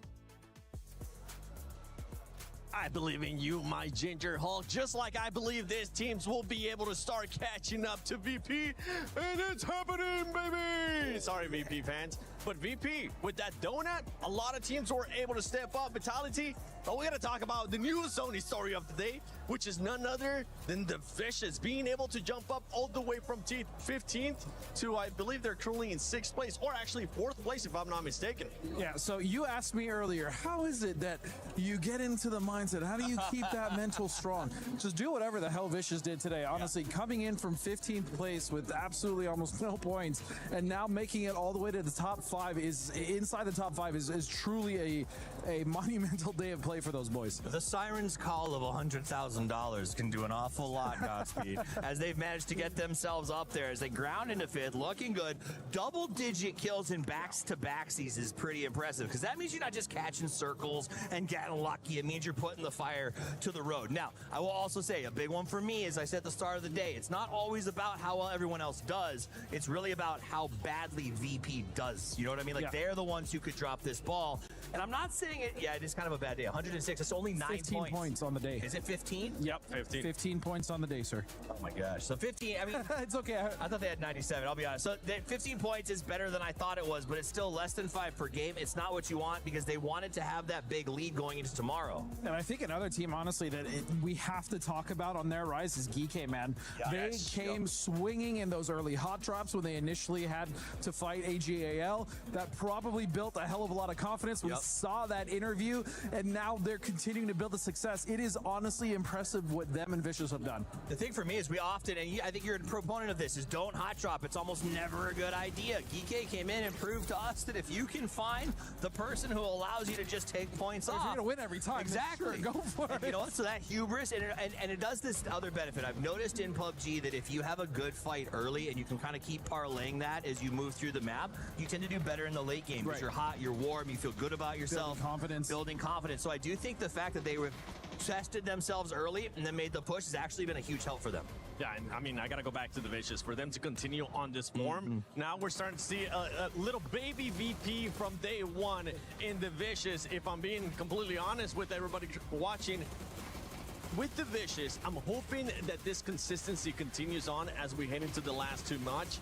But we are expecting something out of VP here. 15 points is just not going to be cutting it for that squad, considering that they ended up getting 91 points yesterday. Right, and you know, and it's one of those things, if it was any other team, I'd think to myself, I'd be like, that's why you can't pull the strikers, that's why you can't play defensively. But I don't think they are. I think they're just getting caught, and I think more importantly, everyone else knows how far ahead they are, and they're not letting them get away with it. Yeah, and I mean, even teams like Vitality, right, who won our last game, coming in and able to control that Engen circle and make sure that they were the last ones. I mean, their zone control from the north was very impressive, and Vitality is still going to do very well as long as they continue to quietly amass points. They haven't been necessarily very loud in their point gathering on the day, but they're still making that climb. On the head-to-head that we had there, we actually ended up seeing the amount of kills that Vicious has. They have 36 VP. The only points they've been able to get, those 15 points, have been through kills. They need to start finding themselves a way to get into the later matches as well.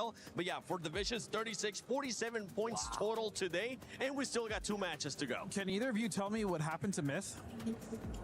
Well, I mean, sometimes a myth is proved false. And so far, it seems like it's going that way today. I don't know. I do think there's maybe some headspace if they had a rough day yesterday, and we don't know what their bounce back potential is. We haven't seen them not out in front. This is our first time really getting to see that outside of Volt PGC. Again, we didn't have Jacob at that time, but they weren't able to pull it out. They underperformed, and so maybe that's it. Maybe when the pressure's on and they don't get a good foot forward, they have a hard time catching back up. I mean, but they need to. They still have games. They still have tomorrow, regardless of how these last couple games go.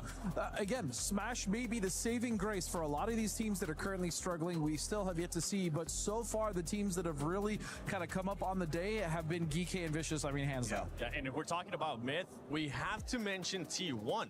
This team has been non-existent. This is actually the first time that we're mentioning throughout the day because the team has not been able to do anything. And I hope that we get a chance to see the overall just to showcase where the Vicious currently is because they have just not been performing. We were talking about Heather. We were talking about superstars. Remember, when we were talking about superstars, they're currently nowhere to be found. I mean, just how they started yesterday, we thought, oh, this is it. They're going to go big time, right? And they aren't. They've slid off that first page. And you can see when we look at this right now that it is Virtus Pro on the top. But now Vicious has cracked up into that top 5 and is continuing to climb. Yeah, and I think for T1, their biggest issues are starting to happen around the rotations. They're having issues settling into a spot where they could play, whereas when we saw them successfully in the group stage, even the first day of the finals, even in that first game that they won, it was early positioning, early macro that got them there, and they're just having trouble finding their footing completely. And we're looking at the overall now. Team Falcons has closed that gap to 13 points. It's happening, Falcon fans. For everybody that's putting Falcons there in the pick'ems is currently working. Make sure you do the pick'ems as well at home. But, I mean, Na'Vi has been able to perform well. They're starting to catch up in the Vicious main storyline. The Vicious actually has more kills than Vitality and Na'Vi that are ahead. Yeah, I mean, Vicious is in a position where, I mean, if they can do what we saw VP do yesterday and get even close to it, then they are back in the race. It's feasible. It could happen. It's crazy that it might, but I've never seen anybody play this hard for 2 games. Yeah, and then another team as well to mention, there's Twisted. Yep. You know, they're generally a team that should be starting to get their stride now. The slow start thing, that we gave them enough games, they're still struggling to find their footing as well. And that's, again, this mid-game for a lot of these teams, for a lot of these rotations, now that a lot of teams are adapting, they're trying to go earlier in their macro, it's actually causing a bigger jam, which is why we're seeing teams like Twisted, why we're seeing teams like T1 start to struggle in that midfield game. Yeah, I mean, at this point, I think if you're other teams, you almost want to not mess with Falcons too much on that mid to late game pushes because you want to sort of keep them chasing VP so the VP can't lock it out tomorrow when that smash rule goes into effect. Because if they get that smash rule effect, you said they'll just start targeting number 2. If they're ahead by 20 or 30, they're going to control the entire map, and the option to win just isn't there. So I do think if Falcons get close, it may shift that entire paradigm. And that's what I was going to ask you, actually, because we were talking about this at the beginning of the day, too, when it came down to what VP was going to be doing. If they did end up the day with the huge lead, there was rumors that they were just going to maybe end up gatekeeping that second place. But right now, with the way that the leaderboard's looking into this next 2 matches, they need to make sure they widen out that gap even more. They cannot allow themselves to have more donuts. If not, we're going to have a different first place going into tomorrow. Yeah, and it's hard to say that, like, why VP is like, I don't feel like they're necessarily getting targeted specifically, right? They're not. These are things that are just happening in rotation, happening naturally as the other teams are starting to adapt. And we talked about it. That's what happens when a lot of teams have now focused their attention to you. Not consciously is like, hey, we're going to go after them, but hey, we should be aware that VP might rotate by us. Hey, VP likes to come here. Hey, VP did this yesterday, right? Those things make it very difficult for a team once you're once you're in the lead to keep that lead.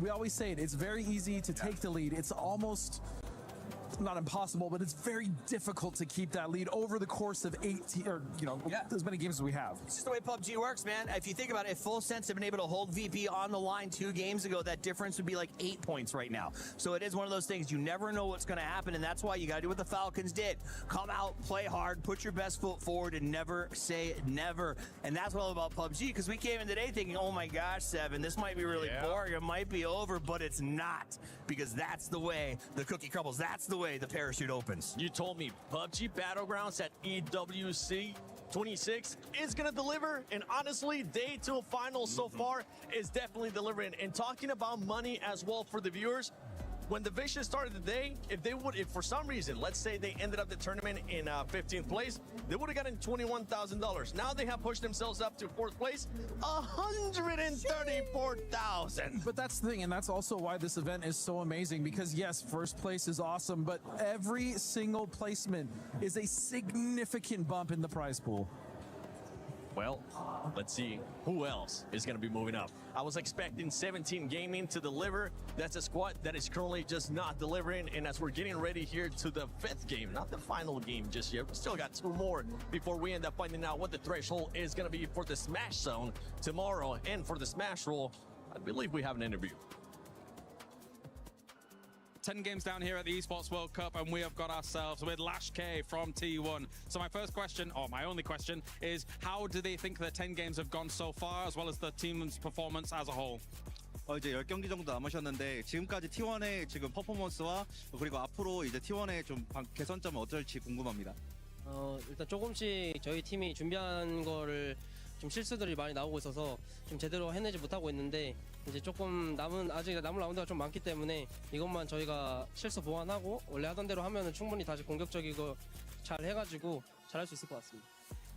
Yeah, we showed a lot of initial mistakes in the process, so we didn't show what we have prepared. So that being said, we'll have to fix our mistakes during the later games, and then we'll show our games and we have what we have prepared for. All right, well, thank you very much, Kansamnida.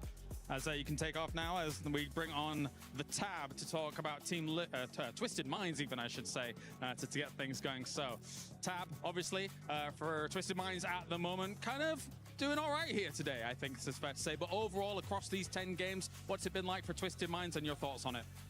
So yesterday was pretty shaky. Like, we saw that's the result of situation with individual mistakes, and also for today it's like more positive. But overall, we had the good zones and strange situations, and Battlegrounds will always decide like who will winner, who will like not win.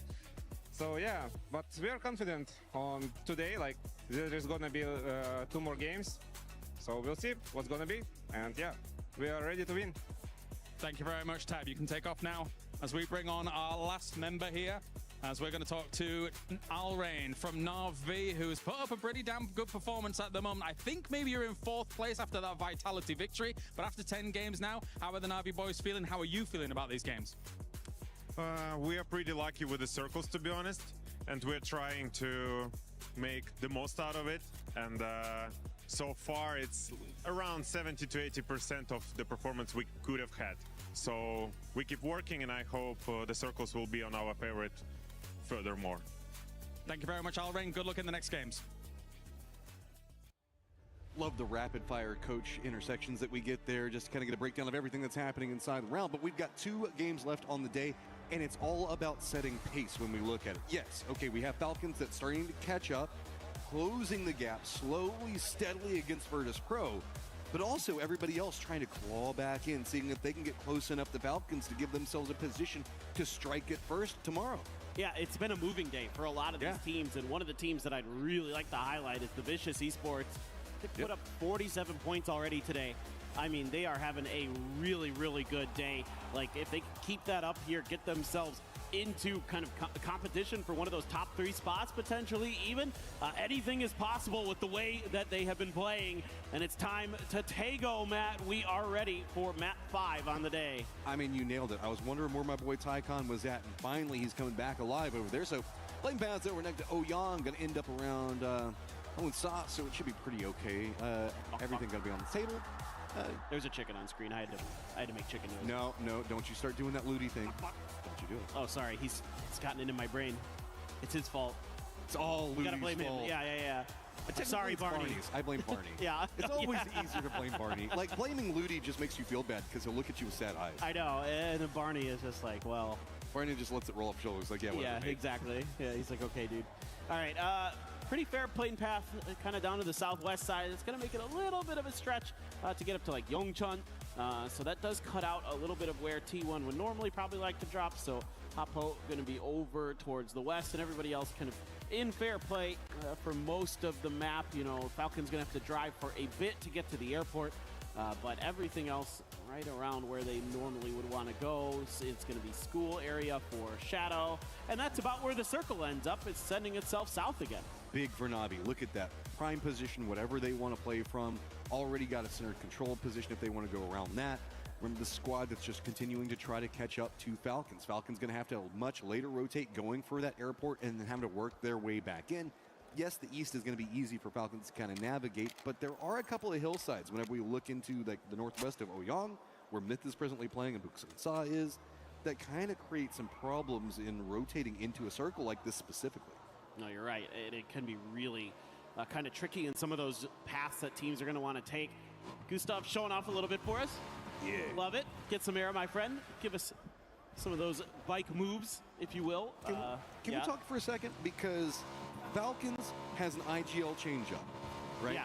With Gustav. And Gustav now having to play catch-up and make calls and everything else like that against VP, who played so dominant yesterday. There's a lot of mental effort that goes into it. I know Gustav's a great player. I know he's been around for a long time. But that's a big burden to suddenly throw on somebody's shoulders, and it feels like it's working right now because he is managing to work with Gunnar and the rest of the crew and close that gap. Yeah, exactly. And I mean, I think, Kick really gave a candid interview, most the other mature day. interview I've ever seen in Yeah, esports. he's just like, I look, loved it. I don't take feedback well, so it's just not really working out in this current iteration. So makes more sense to have Gustav, who likes to play that aggressive edge game. You've got the talent on this Falcons team for it. If you could create those edge scenarios for yourself too, it also tees up stuff like Tig's mortars, things like that all kind of coalesce into these big games. And re-unlocks Kickstart and his firing capabilities. Like, we saw a clutch capability coming up from Big yesterday, keeping themselves inside of all of this. So I know that everybody wants to know what's going on. Don't land on the roof. Oh my God. Flip it. Oh my God. Oh no. You see Xiao Wu just stare at it. He just stops and he's like, you are kidding me. So you have to be careful with these. This is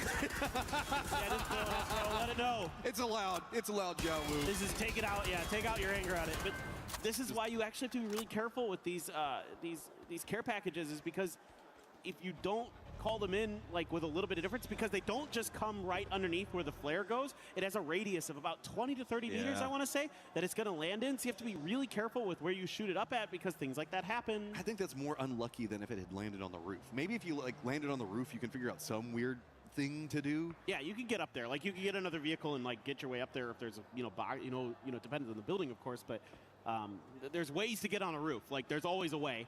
Even a motorcycle, vault or something like that. But this for Hwang F. If he hits this shot, he's not going to look at it in the right direction. I was really hoping that he was going to go for the Car 98 banger. I mean, Gam's got a great position in the circle, playing to the northwest of Song looking into position on Na'Vi other side. This is why we saw Shadow kind of roaming around. Good start. I mean, squad with Shadow, I was super excited when they qualified. Setsuna and the crew, I mean, love them, but this is definitely more of a learning experience. They did get their victory yesterday. Yeah.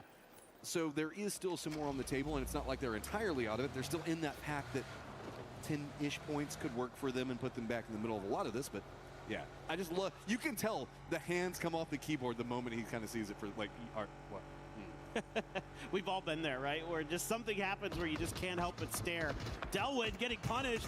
It's a little bit of a tap spray. He takes himself out in the end, but now there's another fight going on here right now. Heather getting the work done. He's getting tagged up, though, by Himas at range. Is going to be able to get back to the safety of that US, but the feet are sticking out. It's another headshot. Destroy driving by. Takes down Heather with a little help from Himas. Just on the hunt right now. T1 rolling right through AGAL, kind of saving Shadow, who was in a really desperate situation. Jexy's still kind of in a bad spot, as he also has Himas right on top of him. T1 tries to just retaliate into a really weird spot against Sololzy. Sololzy's just going to try to cut it across. Jexy's just going to thank everybody for the work. AGAL is eliminated, and Shadow's just thanking their lucky stars in that one. Yeah, and the reason that T1 is so keen on committing to this like wagon fight with the cars is because they want to try to get those blue chips potentially as well, but maybe the safety not going to be there. I'm not sure if they were able to scoop them up or not. They might have had just enough time to, since other members of AGAL were fighting Shadow. Meanwhile, Geeke, we see that they are no strangers to fighting today.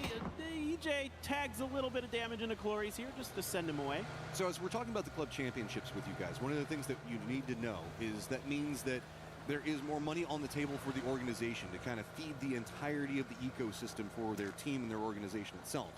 That means that some squads that are in the hunt might play a bit more aggressive than normal. One of those that I've got my eye on right now is Vitality, who's kind of rolled into position, forcing Gam to play away from this angle that they've been kind of holding. I mean, Gam already kind of planned to surrender at this point, but whenever we talk about squads such as Na'Vi, Vitality, that are really just trying to find some more out of this to see if they can catch up, VP on their climb, of course, Falcons as well, that means that they have to be a little bit more, I guess, on edge and really just trying to fight for that extra little bit in all these firefights, especially whenever you've got Vitality and Na'Vi just 1 point separated from each other right now. Exactly, and you know, there's still a lot of games to be played, frankly. I know we only have 2 more here today, and then at the end of the day, we add 10 to whoever the top scorer is for points, you know, whether that be VP or whoever.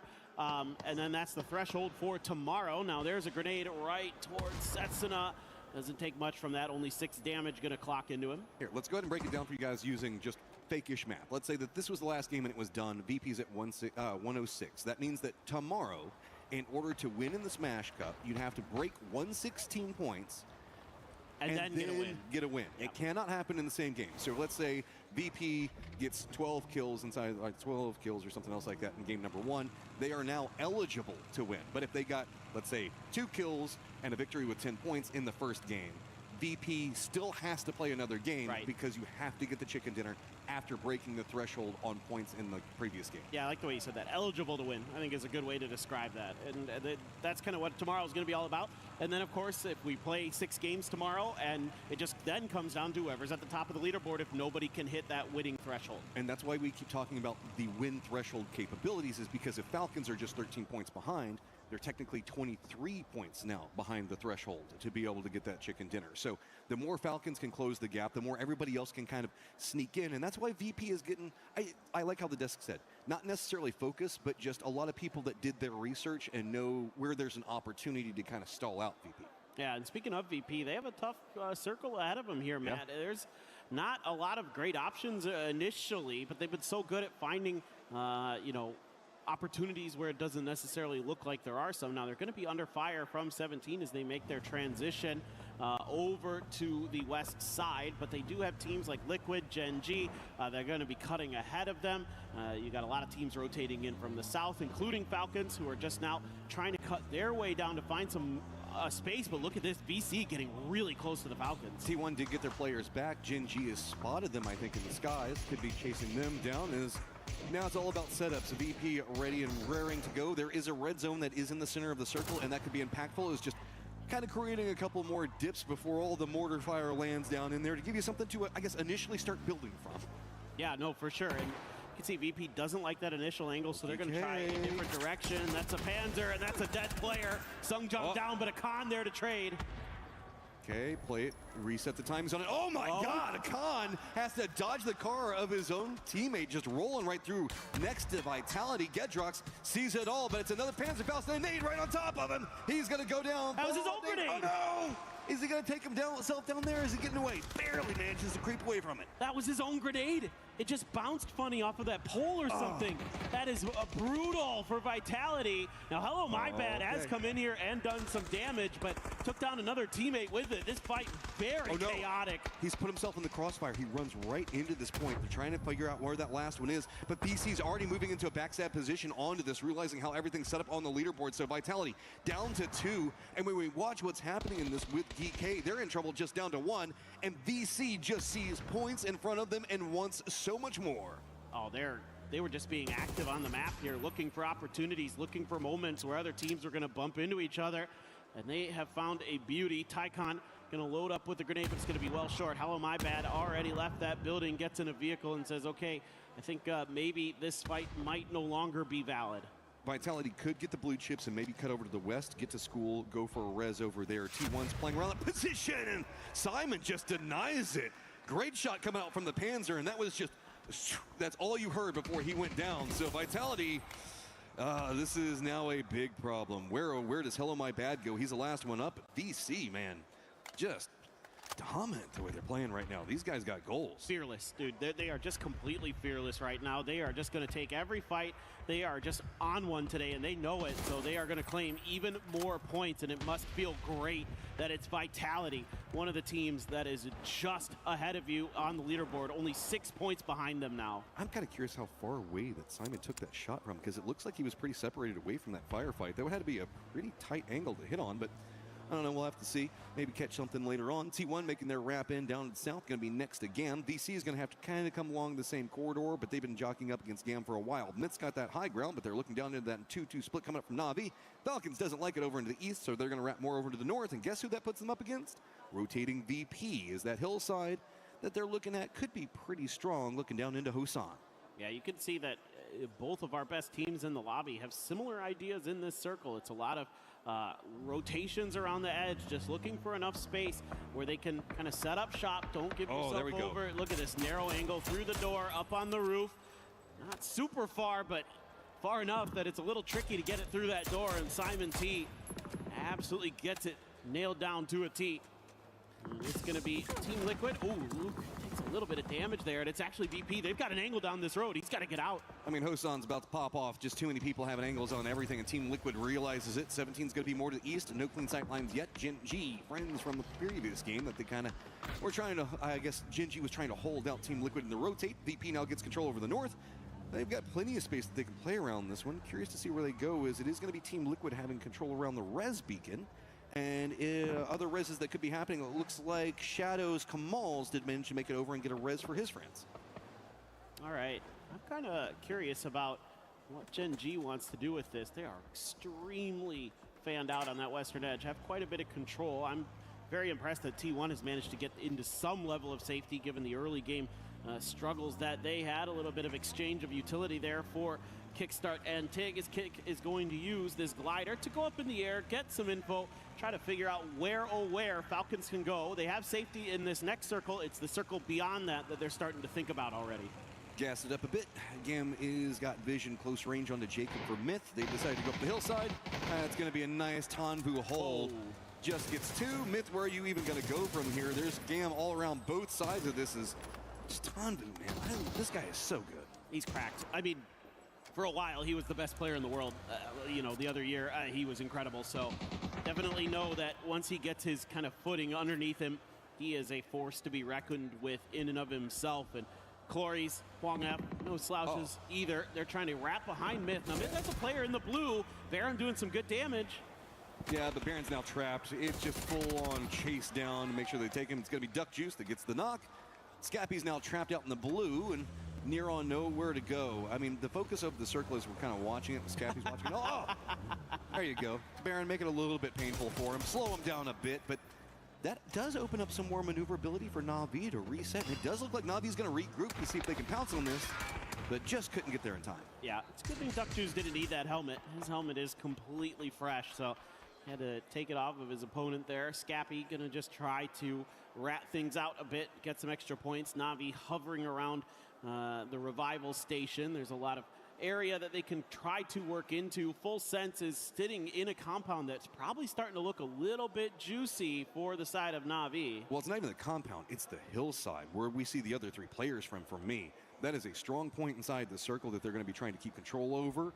And whenever we see so many teams that can't really play over into the east and nobody wanting to make a commitment in that area around Hosan, I mean, this is going to be really hard for Full Sense to try to defend, as the closest threat to them is VC. VC might decide they want that high ground. I think Full Sense might not be reading that compound is going to be really juicy, and I hope that Tanadol has a good escape plan as we take a look at the just absolute chaos going on here, as I'm pretty sure this grenade just bounces off something inside of that awning. Yeah, he hits the very top of it there, right onto himself. Unfortunate for Gedrox. But VP and 17 are fighting right now. Yeah, they're down in the bottom.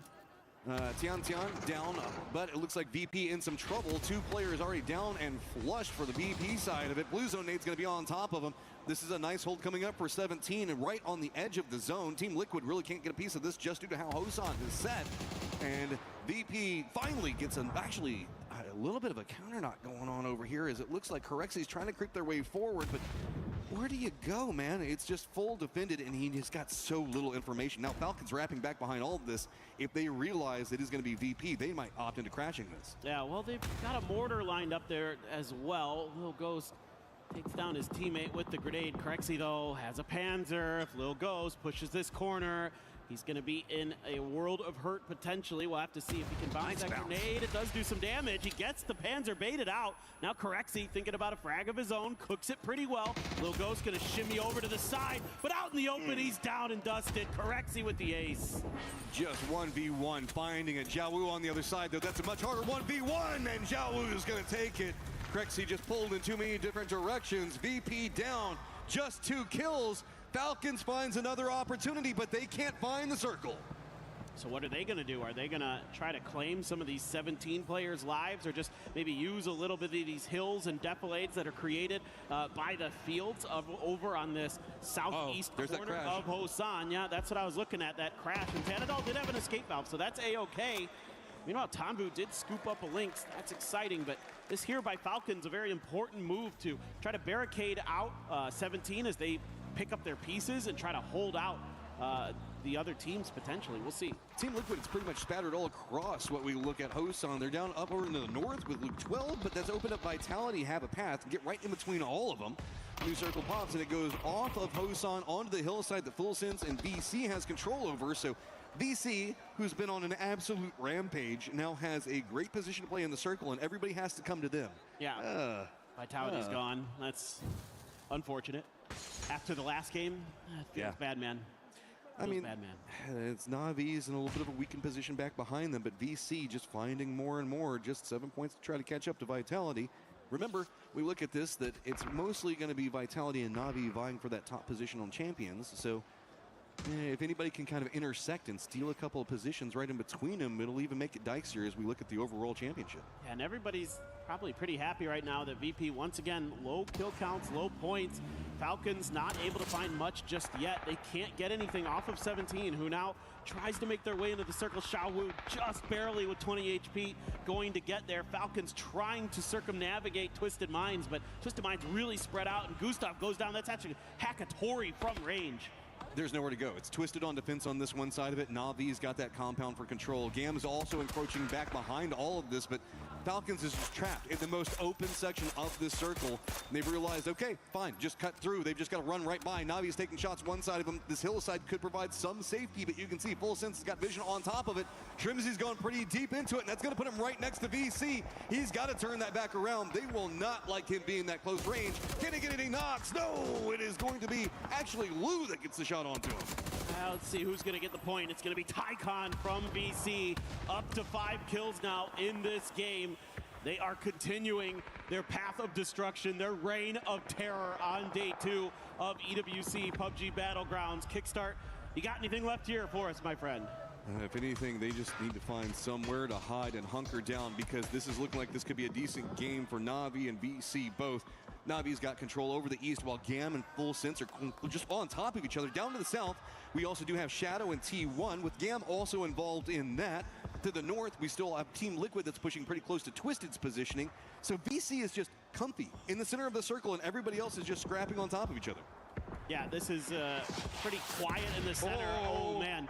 The mortar is coming really close to Kick there. Also opened up some of that terrain in front of him, so it makes it even trickier. They're still coming up short, though, but he's taking damage from behind. Finally, it's going to be Tigger from Full Sense who's going to get him down. Just had to get out of the divots because he was afraid of it, and that's the real thing. They had to step out of that angle, and that just opened it up for somebody else.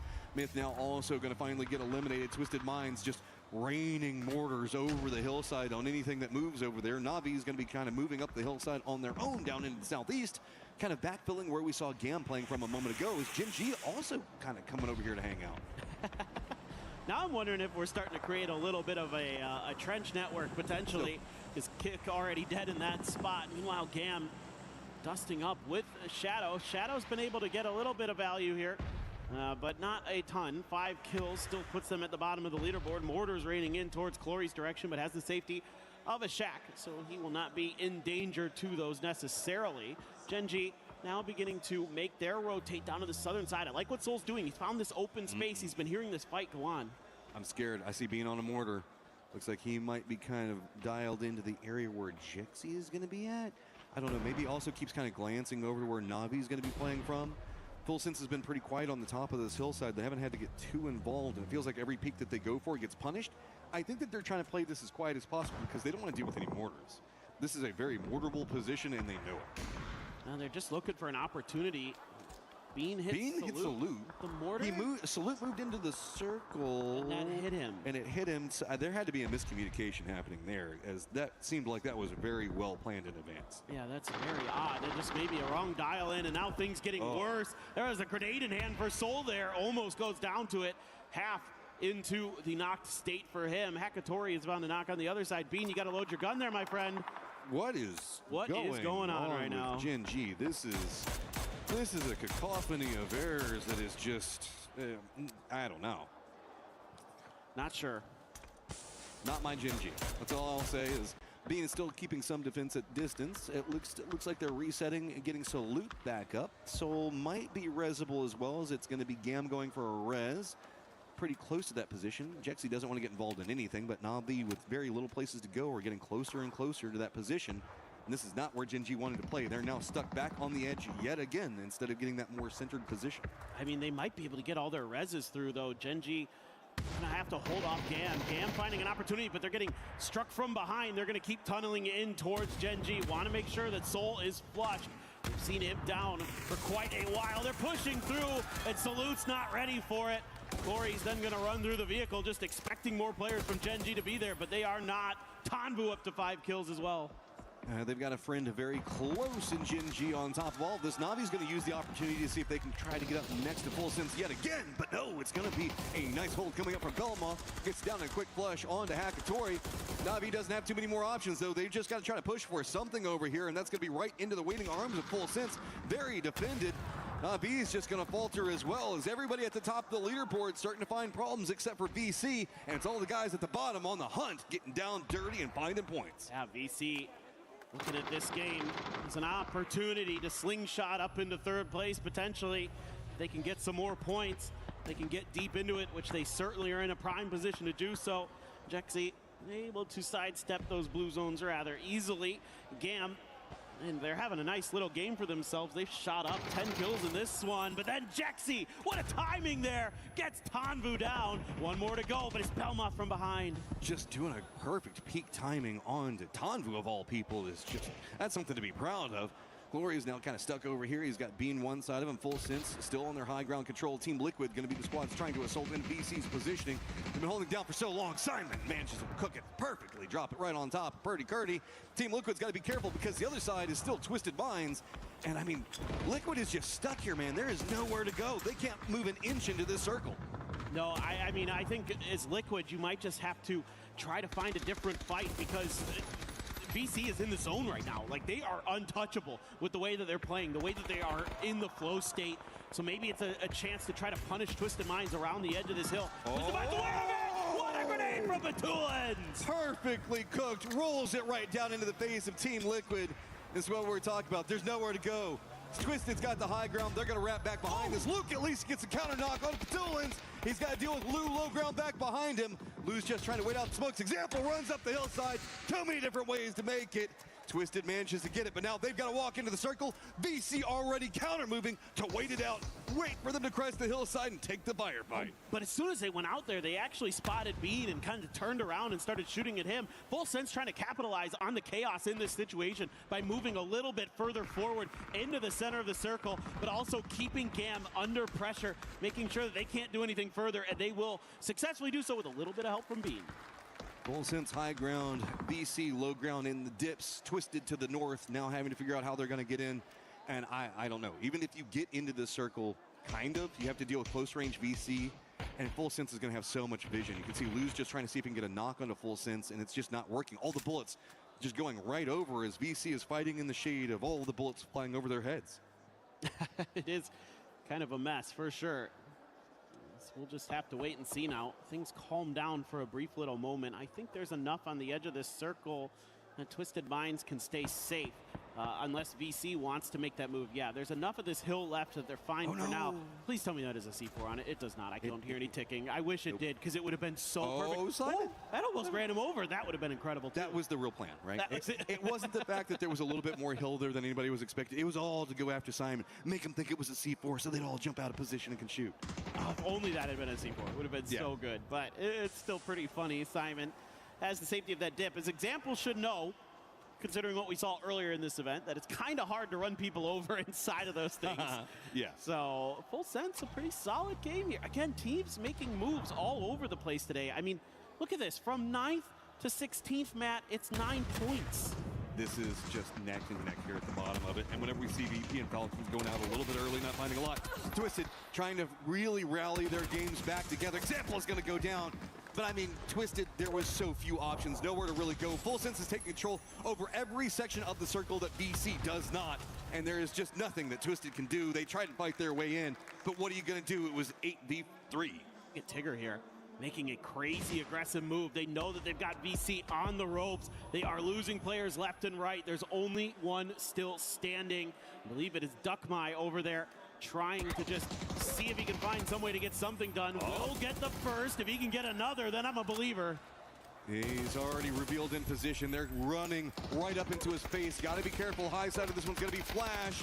Duckmai just trying to use a little bit of the divot. Isn't enough. Doesn't have enough time after the reload. He's going to go down. And Full Sense are going to find themselves a match victory and push themselves further up the leaderboard. Oh, they're shooting up the leaderboard. That is an incredible game for them. A fair amount of kills, managing their space really nicely on that southeast side. Doing a great job just letting all the other teams fight around them, trying to find their kills here and there where they could. Had a great maneuver when they were ready for Na'Vi to crash into the compound that they had to abandon in the mid game. That's a really solid effort from our defending PGC champions. Still for me though, Vicious finding more yet again. Late stages. These guys are just unrelenting right now. We still got one more game to go, and it feels like Vicious is just going to be in the middle of that end game over and over again. Oh, I love it, dude. It's just so great to have some of the teams from APAC really starting to step up as we get into the second half of our finals. They're doing a really nice job finding their moments, getting into the wins, getting that confidence. That's the biggest thing. So eyes on pretty much. Does VP have a big game? Can they finally get the distance that they're so desperately hoping for? Can Falcons also find something to catch up with VP? They've been slowly inching their way up there, but they just can't get the big explosive game to put them right back in the thick next to VP and make this pretty much a two-horse race. Instead, it's everybody else that was in 4th, 5th, everything else like that that's creeping up and now trying to get a piece of both of them. Yeah, it's a great question, Matt, and we only have one more game today to find out the answer, to see if either or one of those two teams can kind of solidify more distance, or if this kind of upper half tier of the lobby is going to keep catching up. These teams from 8th to 3rd really starting to make their moves, starting to get their groove. Let's see. And you mentioned it.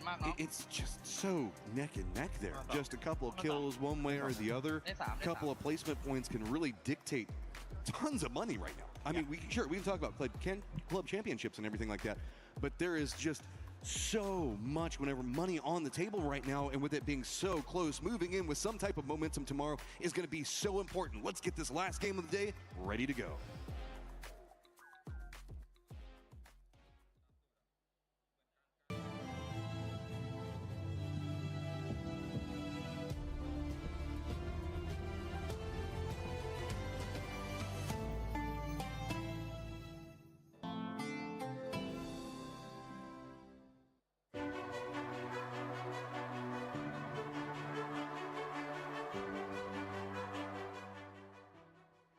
He can come in here and play my game. He knows nothing but go!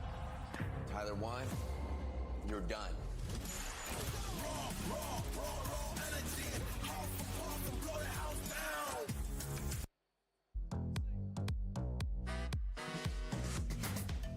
Everybody, Poursaurus here, and I am here to talk to a couple of members from Virtus Pro to figure out what the best strategies to survive if you found yourself in a PUBG type situation. Well, we had some fans that gave answers, and we're gonna rank those answers based on how well these guys think they would work.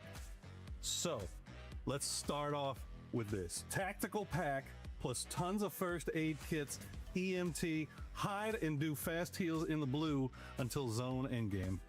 Blue zone until endgame. Let me read it again. Go ahead. This would not work. Not anymore. Because it doesn't work outside the zone. Exactly.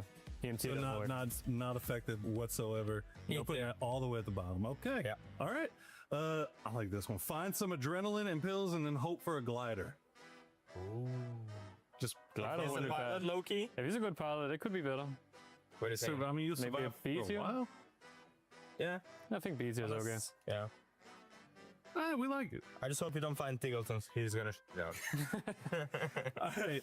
I'd be prone and not moving unless the blue zone was tickling my feet. That's a good strat.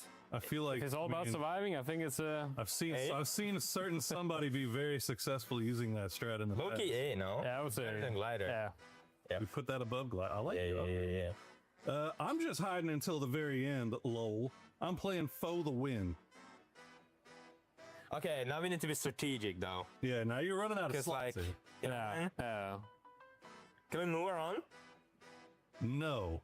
You're stuck. I mean, we have to put C now. Put a C and then we figure out what next is. Yeah. Not a bad tech. It's not the worst, though. Yeah, it's not the worst. They're not as good as glider. Golden pickaxe equipped. Left click, left click, left click, left click. That's left for click. sure. That's Yeah. Get digging. Yeah. Get digging. Just get digging. Yeah. And hide the leg in. Put it in the middle. Your own bunga. That's actually the first time we've seen that at S tier. Okay. Last one. Dropping school and dying within 2 to 3 minutes. Yeah. Pretty good. Yeah, I think that's fine. Yeah. This might be the best tier list made to humanity. Honestly, I feel pretty good about this. Yeah. I feel like this might be one of our better ones. Well, there you go. Guys, if you find yourself in a PUBG type situation, follow this tier list provided by the gentlemen of Virtus Pro, and you will be sure to come out ahead.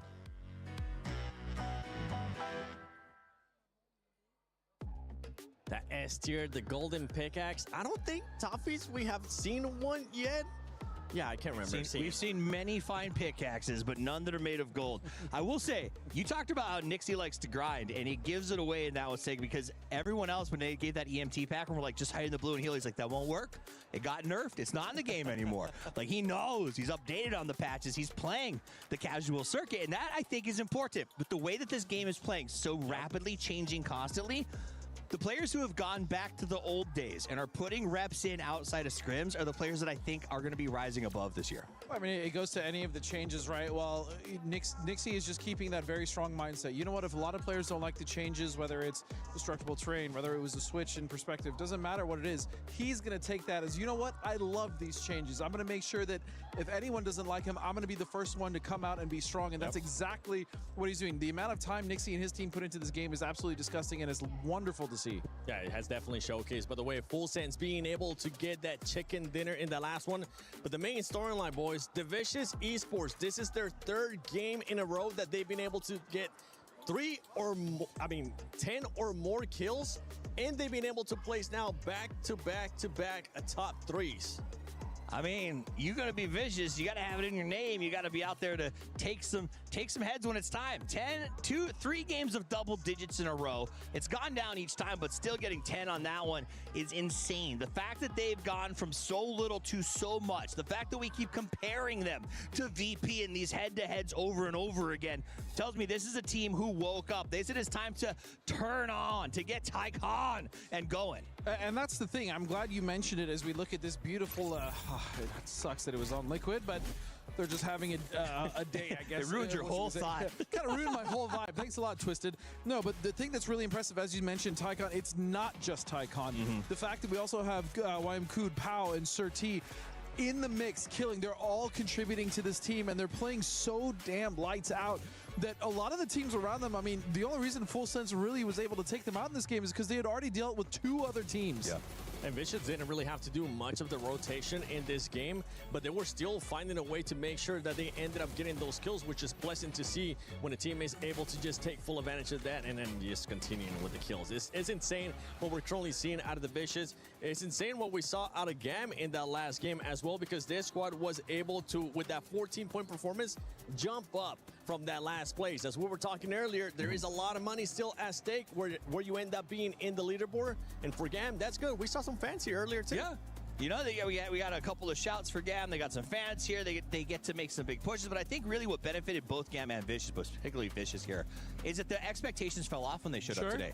They were far enough behind that everyone just stopped looking at them. They across the board, you're like, okay, whatever we do today can't get worse. So you go out there and you just push. And Vicious is going to go from now on. They're going to say, okay, it worked. Even if I have one bad game, I'm not going to readjust after this one. I'm going to say aggression is my only option. And they're going to do this until either Smash Rule finishes or we hit the 18. I bet they go full force. Yeah, and look at the leaderboards. They're currently in 3rd place. And again, you know, to talk about the roster, my favorite of that team, and one of the better support players for them, I call him YMKood, but it's really Duckmai, but it's an old meme. But I feel like Duckmai has been so instrumental, and he's always watching the rear, right? He's always making sure that their anchor is safe, and then they have Tycon, who's able to just go forward, do whatever he wants, and the other 2 also supporting him, and they're just all fragging, which again is wonderful to see. And I think a big part of that is the expectations were gone and the confidence started to build. And they're making a concerted effort to get out in front as quickly as possible. Very proactive. Now,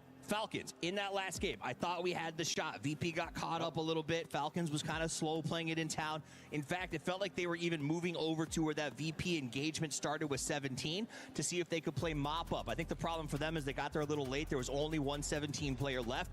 Then they got stuck down into how do we fight urban warfare to get out of this position. And that's not something you ever want to deal. When every window's a threat, you know you're going to lose people. They got kicked to the middle. He did his best to lay down. But again, that's just hopes for the best. Not every game is going to be a banger, but they are still gaining little by little. Yeah, and Falcons was just looking to find some blessing from the zone, because even earlier on, they were trying to do some wide rotations. They were trying to go northwest, and then the zone just kept pulling and pulling away from them. But now we got to talk about some of the other squads that we really haven't been able to fully talk about. Twisted, I mean, we talked about Twisted earlier, but this squad is just, we want to see a little bit more. Same with Navi and same with everybody else, because look what Vicious has been able to do now back-to-back games. Yeah, and the thing is with Navi and Vitality, they're still, I mean, they're out there 78, 77 points, right? They're still making those kind of quiet, concerted efforts to get these points. But with Twisted, this was kind of their last good game that we've seen after some unfortunate fumbles, as well as the top. Like when we look at teams like Falcons and we look at teams like VP dropping 0 points, 2 points only in those games, that is a massive open door for these teams to come up and start catching up on the points they desperately need. And I don't know what's going on with VP because, again, they only got 2 points in that last one. And this is one of those things where I don't think they're playing defensively. I feel like they're still doing what they do. It's just not clicking It's just the not same way. working It's today. not.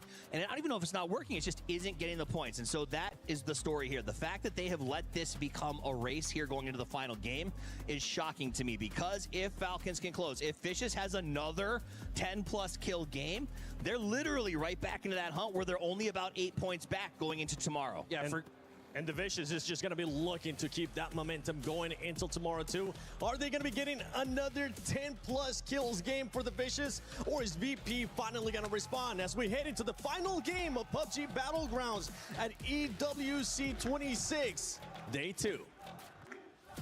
Time to set pole position. VP's been in the lead after a massive day 1, but day 2's been a little bit more quiet. VC been eating all of the points, where Falcons wanting to try to catch up. How are we going to move into tomorrow? Because remember, it's all about whoever is in first place plus 10 points, and then we go smash all the way. Exactly, Matt. I can't wait to see how this one's going to end up, because now it feels like this has become a lot more of a wide open affair at the top of the leaderboard. Yes, VP still has a pretty comfortable lead, but it has been getting less and less so. They have been feeling that pressure all day, and they haven't been able to rake in a ton of points. They had a comfy lead at the start of the day. Now they have like, you know, whenever your sock feels like it has like that wrinkle on the inside of it and you keep stepping on it? Yeah. You're still happy that you have your shoes on, but it's still kind of annoying. And at least the sock isn't wet. Yeah. That's true. That's true. Yeah. That's the worst. Everybody knows that is. Now, plane path going to be very southern. This is, could lead to some, I guess, weird starts as we look at this. Team Liquid's going to go away from Georgia Bowl. They're going to go for a drop pretty close to AGAL. Gen G is going to be down here, as well as GAM. VC is going to have Novo to work around. So now eyes just kind of turn, I think, most notably to VP and Falcons. How much can they get out of a circle like this? If this goes up onto the main island, Falcons going to love it, specifically if it pulls that Milta Power side of it. VP also going to have control over the western side, but no. It is going to all come back down to a focus point on Radio Tower right now. Yeah, I mean, I'm very curious to see how VC wants to approach this first circle, if they're going to be one of those teams that wants to get up to that radio tower and be that kind of damage-dealing, harassing team, or if they're going to look for like some of the positions that are a little more west, kind of anticipating, you know, future potential movements of the circle, I should say, is a very big question on how, you know, different teams like to approach that area. I think about some of the Americas teams. I think they're more keen to go up to the very tippy top of that and just lock that down and try to play for some kills and things like that. Say we play a little bit more wild? Is that what I hear you saying? Yeah, a little bit. Yeah, okay. Is that okay? Not going to argue. Well, Falcons not so much right now. No. Team Liquid's playing very, I guess, aggro, but in a different style. Early game aggro, which I don't have a problem with. Yeah, no, I mean, like, Liquid came in with a game plan, and they're sticking to it. You know, for the most part, it hasn't gone 100% to plan. I think it's going to be APAC that goes for the top of the radio tower. They want to shoot all the things. I wouldn't be surprised if it's probably VC or maybe... I mean, AGAL has shown a lot of strength out of playing that position. They don't do it a lot, but when they do, it's scary. Yeah, no, for sure. I'm just curious what, you know, what Vicious's ideas are. That's where I'm leaning right now, especially given where they're at in the leaderboard and the day they've had. Vicious is, they are, yes, vicious. We're not arguing that, but it feels like it's not just bloodthirsty. You don't want to say it's like barbarian rage, charging at whatever you can get.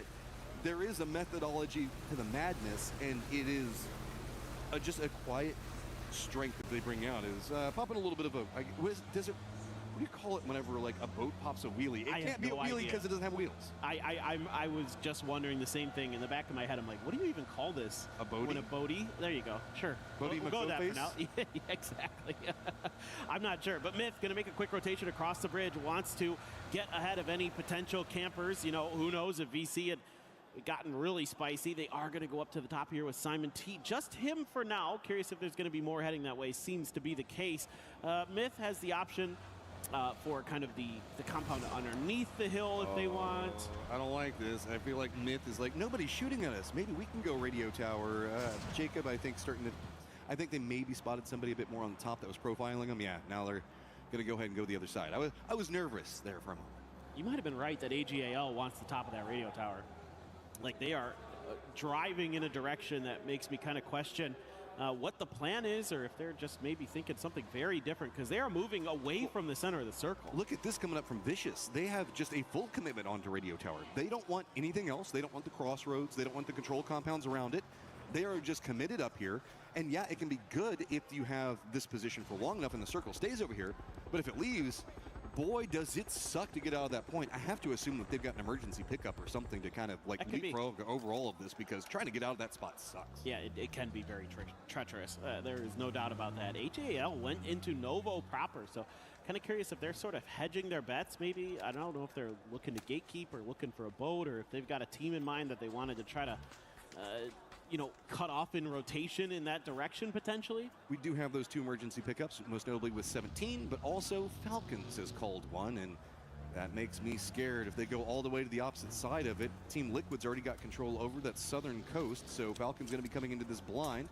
Is it a full 4-man, or maybe is it just a bit of a scout? It looks like most people are converging, and Falcons going to put their pole position placement, trying to catch up to VP on an emergency pickup blind send into military base. I think I saw a P90 in the mix there for them on the back of Kickstart's bag, so I think that should be pretty nice stuff for Falcons to work with if they do get in a fight when they come down. Now they do have some stuff west of the end of is so tall, and they can actually hit these shots pretty easy. That's not impossible for players of this caliber. You're absolutely right, Matt. RBC watching it. Oh, they're starting to beat in and look that direction. Are they going to take any shots just yet? I don't see anything coming out. They might let this one go, but there was a big opportunity to get something out of that. All right, Falcons, you made it past that section. You can see VC watching it. Longer range, actually, I think it was Gam was maybe taking some shots. I'm just afraid for wherever Falcons falls. Yeah, Simon T did just scoop up a crate there as well for himself. Drove down off the top of the mountain.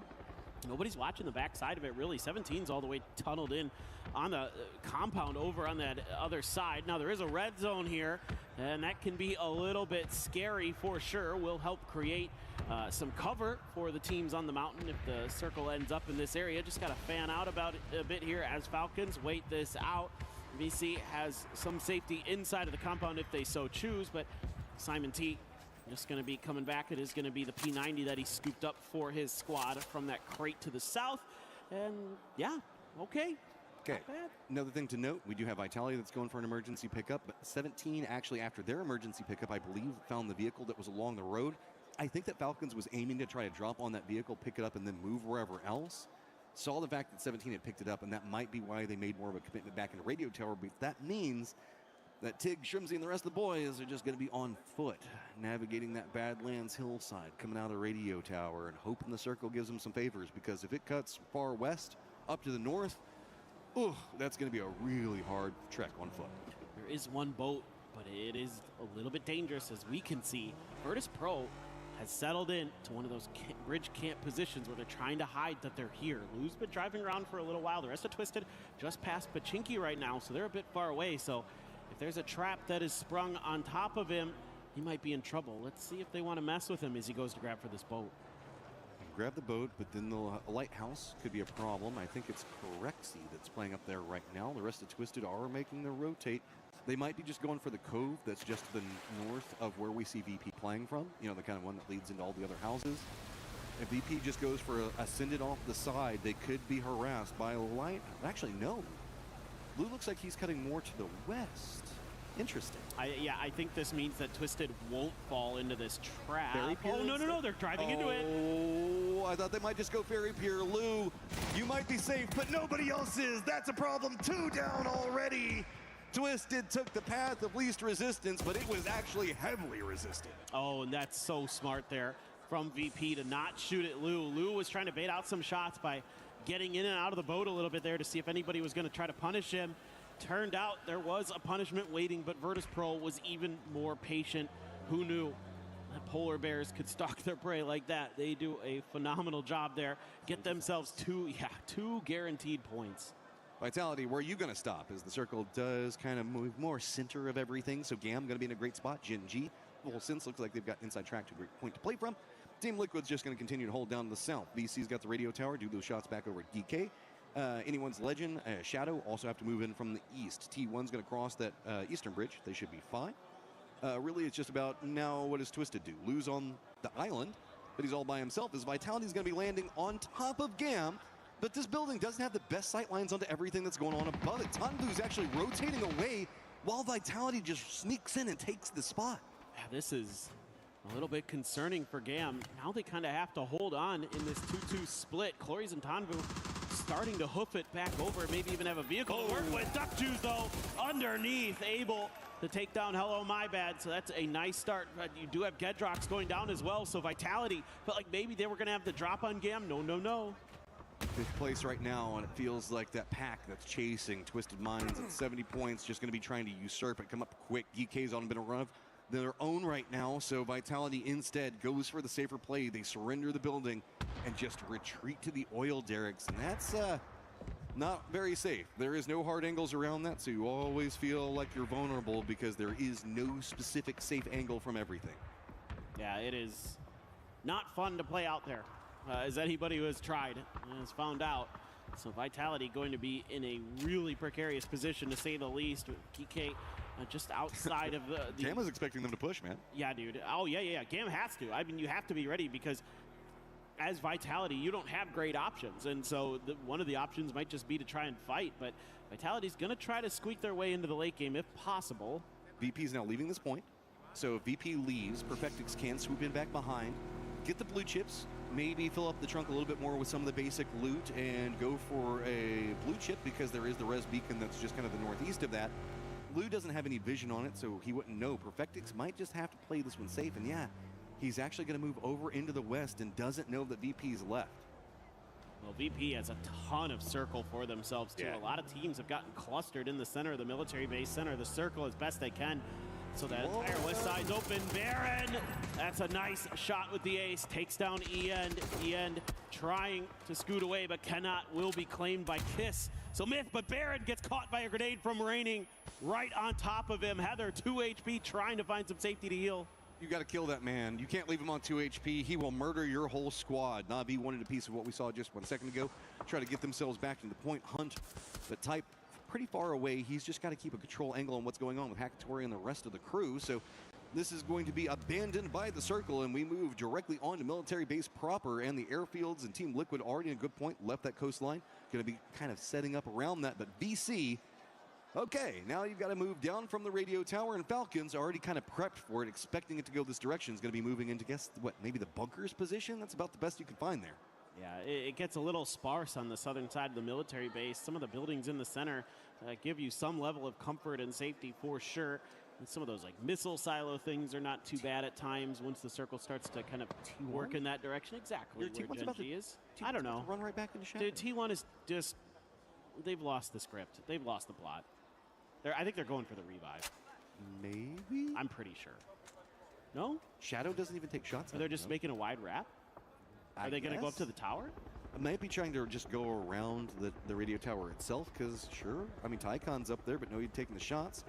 Na'Vi doesn't really like playing into the north, so they might just go ahead and jump back down to the south. That's going to be the field area that we can see the Team Liquid's got mostly under control, but no, instead it's just going to be a cut and run right down into the center. But Gen G is too separated to really do too much about this unless they get a knock right here. Nope. It's going to be mostly Full Sense again that's going to try to get something out of it. Belmont gets knocked onto Hackatory. Yeah, from those garage houses, Full Sense able to connect a ton of damage. Now, Boostic does have the M249. Finds a knock to try to relieve some of this pressure that Full Sense was able to create, but Tigger can find a good grenade here. Could spell the doom of Na'Vi, and it's perfect! Oh! Okay, Full Sense. More control over the center would be good. Getting rid of Na'Vi would be magnificent. Na'Vi still holding on to 4th place, but just by 1 point. Vitality has to be loving watching this happen. The kill feed is now Ferris, the last one up. He's just going to be hiding in crates. There's nothing else that he can really do over here. Maybe he can sneak over and get these reses, but you can see everybody's just trying to chain crawl toward him. Hackatory should be resable. I don't know about the other side of it, as Gen G is going to lose a player on the other side of this. Yeah, I mean, again, Gen G really loves these widespread formations, and they just don't work in a lobby like this. There's just too many good players, and there isn't enough cover from the positions that the other players had taken to bail out anybody who gets under pressure. They just have to kind of sacrifice players left and right. Duckmai, ooh, he's got a knock there on the Handsy, I believe, so yep, it's going a little bit awkward for Yep, there you go. It's awkward for Shadow is what I should say. Yeah, Shadow followed T1, and Vicious was just watching that the whole time. So this does cost Vicious placement in the circle, but there is some open areas down in the southeast that they can play around. Shadow, you can see, just kind of trapped out here right now with Duck Mine out down. Jexy does get that knock. Tycon, though, is not going to let that go quietly. I think he wants some vengeance back. Blue Zone going to be putting in some work, and it just takes a couple of taps to Jexy down. Yeah, but you're kind of seeing the results of what you were talking about earlier, Matt, where coming down off this mountain sucks. Like, and like to VC's credit, they're trying to wait this out long enough that they don't have to deal with teams when they're coming down those slopes. But because Shadow took so long over in Novo, they got involved with a fight with AGAL, I think, early on that it's kind of getting a little bit tricky for them. Seeing some mortars come into play, Scappy doing some damage, Na'Vi losing their lives, and they are done for the day. Currently in fourth. Feels safe-ish, but then to even scoop up a point potentially here and claim a lot of control over this eastern edge at the very least temporarily. You'll have the safety of these shelters. Gustav knows that there's a player in there, so thinking about the grenade, but Cessna dug in the back. Gustav better be careful on the peak. They also don't want to do too much damage to the car, so wouldn't be surprised if they try to avoid going for the tires. Actually, they don't care. Just throw the nade right back behind it. Setsuna in some trouble. He has to run forward, runs right out, does get the knock. Full play, does at least get 1 point before he goes down, and it's on to Shrimzy of all people. Yeah, he had to go for something crazy, and he knew it, and almost converted with more than just one, but opted to just stick for the point. Try to keep themselves out of that bottom position. In fact, it's a three-way tie at the very bottom of the leaderboard with AGAL and 17. So keeping things a little bit interesting down there. Of course, every placement matters. You want to get a little bit more money. There is Tycon, one of the two survivors for Vicious, just taking a peek, seeing what's going on with Falcons, seeing if maybe there's a free point available, but none will be offered up to him, and he is going to have to find his way in. Now, there's options for him for sure. He has either like the side of the hill if Falcons abandon it, but because they're on the top of it, he's not going to have that available to him right now. There's some stuff to the west that he could drive to that has a little bit of cover. So there's things here that Tycon can work with at least in the next circle, it looks like. Pal's playing over into the east as well. Looks like they're just trying to find something. Luke 12 is going to go down on the rotate from Team Liquid. I think that they had managed to call back in one of their players, and it instantly gets punished. Cowboy, yep.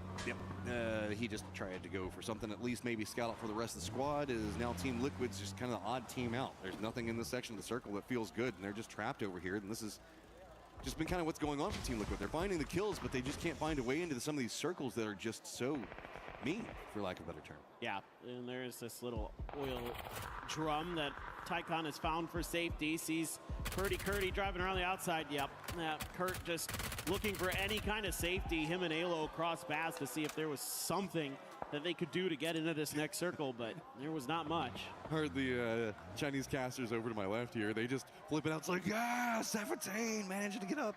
Now tied up with Team Liquid, get that distance away from Shadow and AGAL. If they can find it, Team Liquid now going to get eliminated. 17's got control over the south in that, I guess, more open territory, but VP is going to move to the crates to the west of them that they're taking shots. Is now PAL. I mean, what do you do, man? You've got Vitality. Remember, we saw them go to those oil derricks earlier. They're going to be gatekeeping you one side, and you still have to get where we've seen the compound that everybody keeps trying to just emergency pick up to, that GAM's got control over, the most eastern section of the circle. Yeah, things get really uncomfortable for anybody not in this current circle, because trying to get through should be relatively challenging. VP's actually sending it pretty deep towards the center. I love the way VP has played this game from start to finish. Controlling that western bridge not only gave them points, but it also gave them so much space on the western side that they've opened up a lot of the circle for themselves here in the mid game. Look at this weird thing they've got going on. Falcons got to run to the circle. They get a knock on a Tycon, but now Tycon feeds the information over to Pal. So Pal's going to try to sneak over here. It looks like he was maybe trying to backstab onto the Falcons. Remember, Falcons trying to see if they can catch up to VP. VP's in a pretty decent spot in the circle, while Falcons just got to chase. Gustav not going to let it happen, though. So Falcons getting both players of Vicious on opposite sides of the circle. Oh, phenomenal reactions here by Gustav. Even though he's down to 1 HP, he's able to hold on just barely. But speaking of holding on, it's now just Quizzy for Vitality. He is looking to find some entry into this circle, but again, there aren't great options. Maybe you can get some kills, has the AK at the ready. Oh, switches over to Mark 12. Falcons trying to make the smoke bridge. This doesn't feel good. I think they spotted. Nade's going to roll forward. There you go. Tig going to find another one. That's really about pathing, though. But guys, remember, Vitality tried to leave. they didn't like it that direction. They had to retreat back here. Falcons, you're about to just have to fight your way against Gam or Geek, who's been hearing this firefighting and is now sitting up around the oil derricks waiting to catch. Remember, we talked. There's no safe angles around these things. Geek is going to have one side of it, Gam on the other. Falcons are walking into a death trap and they don't know it. And that was Tig's last smoke. So there just isn't any other ways to create extra cover and angles for yourself as Falcons. You have to do it just with your feet and your wits. And we'll see if Gustav has that available. Geek, I don't know how aware they're going to be of this. Gustav might catch. Oh, Khan's playing the wall. Khan is kind of watching it there, but there's some smokes over here. Some noise being made, though. And now it's danger close. Geek on guard. Go! Big round, but exchanged. It's going to be Park Pro that gets the knock onto Gustav. Gustav at least takes down a Khan. Now, Falcons, where do you go? Crossfire now being set up. Gam taking shots at Kickstart. He's just trying to cover any movement for the rest of Falcons to see if they get next to Gustav. But great shot comes out from Songjong. Hits it, and now Falcons in a lot of trouble. Yeah, the links there for Songjong. Spelling doom. Tiggleton trying to heal through this blue and get into that 8th place spot if possible. Oh! He gets the knock on to Songjong. They lose track of possibilities. Is Tig going to be able to get the heal off in time? No, they aren't able to get any placement points. VP jumping on the other side of what's going on with 17 and Gen G. Now just fighting to see how much distance that they can get away from Falcons. VC down behind them. Na'Vi down. Vitality down. Twisted down. So Falcons going to hold down that 2nd place position. It's just about how much more can VP get. 4 kills right now, and it's going to be moving into a very foot push friendly section of the map. Yeah, this is still looking okay-ish for VP. I mean, again, they're going to have some opportunities with these barrels and other things that are in the way of the military base proper that they can work with to at least keep themselves somewhat safe, but it requires smokes to get there, and they're going to be sending it deep into the crates. Okay, squeeze by there. Full Sense is going to be alerted to it, but they don't have the angles on anything going. AGAL is getting picked apart on the other side of this as they're trying to make their push next to Gam. Gam still just holding down the compound that they've held for so long, but it's not really inside the circle anymore. Gen G is going to be regrouping just in front of them. It's really just about how much more VP can get, and they've got center control in phase number 6 based off of this move. Uh-oh. That's all I can say for this lobby. Whoa, there we go. I'm very curious as well about Full Sense's frag grenade situation, because we saw that they were able to really destroy Na'Vi with those in that moment when they dropped in there. So right now it doesn't seem like they're going to commit those just yet. Maybe trying to get a better idea of where Virtus Pro players are, or maybe just ran out. Hard to say which it is. Geek going to come through with 3 still alive, so not the end of the world for them. You do get Songjong with that Lynx back on his feet for them, so some heavy firepower still in the mix. Big thing for me is AGAL, Gam. They've got to get in the circle. Gen G is still holding them out.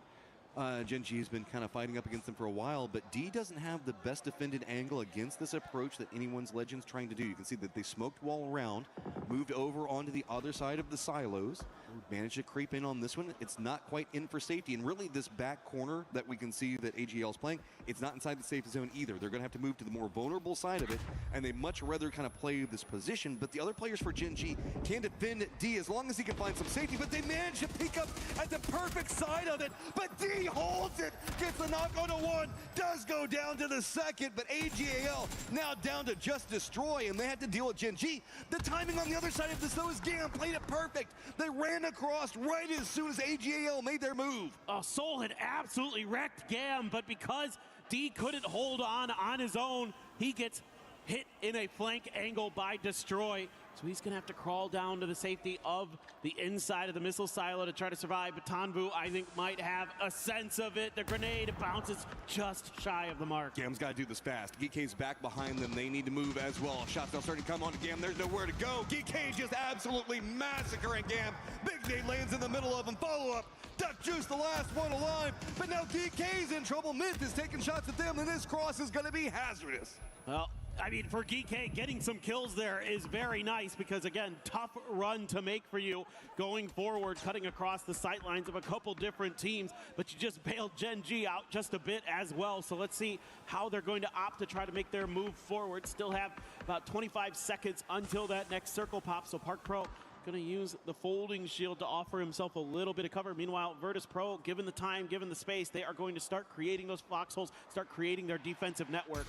Getting scarier and scarier for the lobby by the second. Geek's got to move. Gen G's position in the silo to the north, not going to be too good. Destroy still alive for AGL to the south of it. Nothing good happening in the middle of it, as hey, in the middle of all of VP is going to be some mortars coming out. Kiss and the rest of the crew from Myth have got control of North, but DK has the exact same idea that Myth had not Myth, I'm sorry, but we had Gam had a moment ago. They're going to push to the other side of the silo, and can they get any knocks? Nah, Jacob's going to go ahead and spot out EJ to start it off. That was just short of Corexy. Hit the top of the crate. Couldn't quite get far enough to do any damage to him, so Scappy not really connecting with the mortars, but very, very close with a few of them. But close is not good enough in a game like this where you need to be doing damage to VP to keep them from continuing to extend that lead that they have right now up to 114. GK looking for the res and then probably going to try to take this fight. Can't really go for too much of a peek because of Destroy's positioning, but Gen G can't move because of where we see GK at. So Park Pro at least finishing one of those problems. Maybe be able to solve the second one here in just a second. Is no Myth still getting involved. Songjong gonna get knocked again, and it's just go time. GK's got to jump down right into the waiting arms of Gen G. That's one. Can they get the last shots on Park Pro? No, trying to step up and around it. But the silo's providing some level of safety. Myth actually aggressively moving into this position as well. And Park Pro just getting cooked. Beautiful coordination there from Soul and Bean. Just a perfect timing on the double molly. That was a thing of beauty. That looked like synchronized swimming for a second. Absolutely stunning work from them to keep GK out of their real threat range and problems. As now you have Corexy down, and problems starting to mount a bit for VP. However, Beamy able to respond, take Bean down from Gen G. More explosions rain in. If VP can just outweight what's going on with Gen G, they'll have so much more control and safety to play from. Full Sense making in the later stages yet again, trying to see if they can touch that 70s pack that everybody's been hanging out at, but you can see that VP has to be cautious. Myth still getting more maneuverability over into the northeast, trying to get that space away from Full Sense. It's going to be Tigger that's really trying to hold them out. Gen G is the linchpin for everything that's happening right now. Myth can't move to the south because of Gen G's positioning, and VP can't focus on the circle because of Gen G. Yeah, Gen G is left up a creek without a paddle, man. There is not a lot without a ton of smokes that they're going to be able to do in this scenario, or some unbelievably good frag grenades. Some kind of utility going to be necessary to cross this space, it feels like. So there's one. Do we see two? There is a frag here from Soul. It is going to be up and over. Doesn't matter. He gets immediately taken down, and the grenade does not connect. What do you do, Gen G? You're just, as you said, pretty much without a paddle over here. Spray's going to connect. More points to VP, though. That makes it even scarier for everybody else. It's going to be a squad down. 6 kills now, sitting at trying to touch that 120-point line. Myth, so few options. Kiss does at least manage to get a knock, but it's going to be Tigger that comes alive on the other side of it. This is Full Sense finding a great flank onto this. Tigger's been playing aggressively, but he goes down. That means that the whole push coming out from Full Sense on the side has collapsed, and the aggressive play coming up from Myth is punished. And now it feels like this may just be a Virtus Pro win by nature of the fact that Myth and Full Sense have done so much damage to each other. Scappy going to take a moment to try to regroup or look at Corexy. He doesn't want to give them the opportunity if possible. There's still a lot of those emergency covers on the ground between Corexy and Myth, so he's having a tough time maybe finding the angle, but Lucarux immediately finds the re-knock, and there's the finish. It's Flash with the double. More kills, more placement. VP is absolutely feasting right now. Full Sense, they managed to creep up just 2 points back behind Twisted Minds. That really it's going to be about that center dot. Lucarux going to be very close to it one side. Lots of compounds and Full Sense playing off, I guess, buildings the way they can really maneuver around them. VP's got the crates. Yeah, that's kind of good, but trying to bounce from one to the other feels so punishable, especially when you got VP playing mostly down into the southeast. I like that our observers are showing us Belmoth right now because he's the key guy in this situation for Full Sense because he has a Lynx. That can be an instant difference maker for them. Meanwhile, Beamy has a Panzer, so two of the big key weapons that could be involved in this fight, that could turn the tide one way or another, are going to be big points of focus potentially. So Beamy, Belmoth, are you going to be able to do anything? Here's my question. How superstitious are you? VP, if they manage to take the last round right before moving into the Smash rules, means the fact that they're pretty much going to have to double it up to follow out of everything. So VP, though, they want points. They want distance. They want everybody to be chasing after them. They want to be in charge to start punishing everybody else that could try to take the position. Nixie does get down Flash. That's going to open up Lucarux to get more aggressive on positioning above it all. BB cross side of the entirety of the circle, trying to make sure that nobody goes for a push after the down player. Gonna get a great line right onto Full Sense, walking through the smokes, and right in the face, Lucarux, no fear! VP comes up big last game, and they are setting the pace in a big way. This is a huge moment for Virtus Pro. They are going to set that point threshold that much higher because of it and give themselves that many more opportunities to be your champions here at EWC 26 coming into tomorrow. A big win, a big statement game, and the threshold will be 136 points tomorrow. Oh man, Falcons, you're gonna have your work cut out for you. 15 points back behind you is gonna be VC, who's been having a crazy day. Let's just be honest on that. They have just been charging up the leaderboards, but Virtus Pro, cold as ice, just locking it down at the end. It's been a bit quiet until it wasn't. Right, and then that game essentially sets the leaderboard back to where it was at the beginning of today in terms of the distance between them and Falcons. It's almost the exact same point spread that we had at the start. So even though Falcons felt like they were maybe going to be able to catch up a little bit to Virtus Pro here, this last game just undid those first 5 games. It breaks the mental of everybody back behind them, because now Falcons have to know that VP are going to be trying to hold them back. They can play 6 games. They're confident in that. They're comfy with it. They don't have to worry about it. These guys get points every single time. Everybody else, we've been talking about how close that pack of points is, leading down into everybody. What, Na'Vi at 78, Vitality at 77. Those guys can't go for big, huge plays because they don't want to lose the money. They don't want to lose the standings on the club championship. Everybody's going to have to start playing leaderboard positioning and eyes on their own individual futures, rather than going after VP in that first place position. Exactly that. Yeah, you can see Nixie as always the most excited out of the bunch. But another thing that we should point out is that if anybody wants to hit that smash where they win via chicken dinner, Falcons needs almost 40 points just to hit the threshold, and that's before even needing to then get the chicken dinner to get the win. And we talked about this is a change up for IGLs for Falcons. Yes, it's been going great, but it is not the nigh immaculate VP that we've been seeing. Just what, one game where they didn't manage to find something off of it. And you can see the guys talking right now.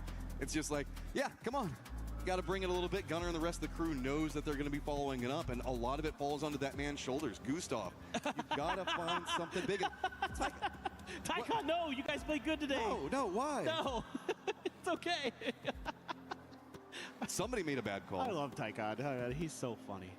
I mean, Vitality also having a very decent day for themselves. They've managed to touch up into that top 4 with a little bit of a slide here or there down into 5th place, but it's just 1 point. Yep. VC just a little bit ahead of them. And most of where we saw like Na'Vi and Vitality losing their points was off of VC having those big come-up games just back to back to back. Oh, what a day for VC. I love that, man. I just love when those APAC teams just kind of find their groove and just start hitting everything they're looking at. We know that their mechanics are cracked. We know that APAC stands for all players are cracked. There is so much looming in the horizon that we have eyes on to tomorrow, and if there's one guy that knows how to fight your way through a desperate situation, it is going to be Batulins. Let's go ahead and throw it down to Barney to get some insights. Okay, climbing the leaderboard, gradually but steadily. Twisted Minds, I've got Batulins here. One of the guys who's possibly, got the most reps on the stage. Doing an incredible job so far, but like I said, it's been a steady day for you guys. Tell us how it's been from your point of view. Definitely for a team who is defending the title, and it's not the best day for us still. The beginning was amazing. Yeah, we really felt like we could manage to come back and get back there somewhere around 1st place. Unfortunately, we didn't, and that's only our mistake. But that's life. We have to learn on our mistakes and try to be better tomorrow. Starting the day knowing that you obviously have a pretty large hill to climb, as Virtus Pro obviously soaked up all those points yesterday. Starting off with the chicken dinner, was that a nice morale boost for you guys? Did you guys feel a lot more positive after that? Yeah, definitely. Every time you win a game in PUBG esports, it's amazing feeling. And after that, we managed to get even a bigger game without a win, but with many kills. And we felt we can do that. But just as you have seen, it was not enough for today, and very unfortunate. Won the game, And last game, VP killed us and then won a game. That's very unfortunate. We're sad about it, but that's how it is. That's how it is. I mean, even saying that, you know, I think if you take just today's points into consideration, I believe you're still top 5 on the day. I think 45 points on the day alone. So, like we've said, a little bit better each and every time. But, you know, what do you feel like needs to change coming into tomorrow, possibly? Because tomorrow, everyone knows you've got to have a big day, like most of the other teams here. For tomorrow, we have to come and be better than before, basically, yeah? Just do better in every single aspect of the game, individually, being aggressive as we've been today, and yeah, do less mistakes. That's how it is. Like, luck is luck. I don't know, like, if we're gonna get it tomorrow or not. We just have to try to do by ourselves. Yep. So do better in every aspect of the game. Okay, no pressure then. Also, of course, we need VP to play very bad, Falcons to play bad, and other teams to play bad. So quite a lot of variables going into tomorrow. Batulins, I really appreciate you joining me in this interview. Best of luck going into tomorrow, because it is going to be our last day of the grand finals. And of course, Smash Rule comes into play as well. But before you go anywhere, we've got another interview across the stage with Kalaris. Yes, we do. Thank you very much, Barney and Batulins. I thought I'd change things up a little bit. I talked to Quizzy at the beginning of the day, and the VP fans are out in force. The Vitality fans are out in force, of course. I've got Quizzy once again to have a second check-in with him and see how things have gone throughout the day. Currently, Vitality is in 5th place at the moment. Talk to me about your games overall throughout the day, as well as the win that you guys got on Rondo. I would say it was a pretty good day, like pretty solid until the last 2 games. Last 3 games we kind of rolled, because like for the first 3 games it's a win, 2nd place, 3rd place. We did everything we could. But I think last 3 games we had some mistakes, and it cost us a little bit of points that we could have get. But overall, I would say it was a pretty good day still, because we finally won the game. Yeah, center spot on Rondo was able to keep you kind of nicely defended overall, I think is fair to say. A difficult scenario coming into day 2, though. We've not really had to deal with Smash Rule really ever before here properly in international PUBG. So kind of, what is the outlook now for day number 3 here for Vitality? Surely it's 2nd place is the direction. What are we thinking here? I would say the highest we can get, because as you know, I did even ask you what place are we, because we don't count points, we don't count places before the games, we don't even know what place we ended. So basically we're just gonna play our maximal games and see in the end how far did we get. All right, well, thank you very much, Quizzy, for joining me here. That is, of course, Quizzy from Vitality. Also, of course, Vitality very much in the race for the club championships. That does it here. Let's head on back to the studio. Boys, VP just wanted to shut us up. That's exactly what ended up happening. They pretty much just laid out a goose egg the whole day. Yeah. Until we got to the final game, and they're like, watch this. That's right. We're going to be able to get that chicken dinner. By the way, at the start of the day, VP had a 28-point lead to 2nd place, Falcons. Ending day 2, VP has a 27-point lead to Falcons. They were able to close the game like points. Yes. That's a tough end. It was a tough last game, because everybody did what they had to do throughout that entire day today until the last game. And Virtus Pro just got a good shift. They really, I'm not saying they won because of the shift. They filled really effectively. They found their way through planes, 2 barrels, locked up a good spot. Like they earned that every step of the way. And not because other teams weren't trying, man. Falcons did everything they could, but they just ran into a wall after wall after wall of defenders. And it just is what it is, right? Like Virtus Pro, I think maybe let us hope. They gave us hope. That's why the first couple games were bad. They were like, we don't want you guys to give up early.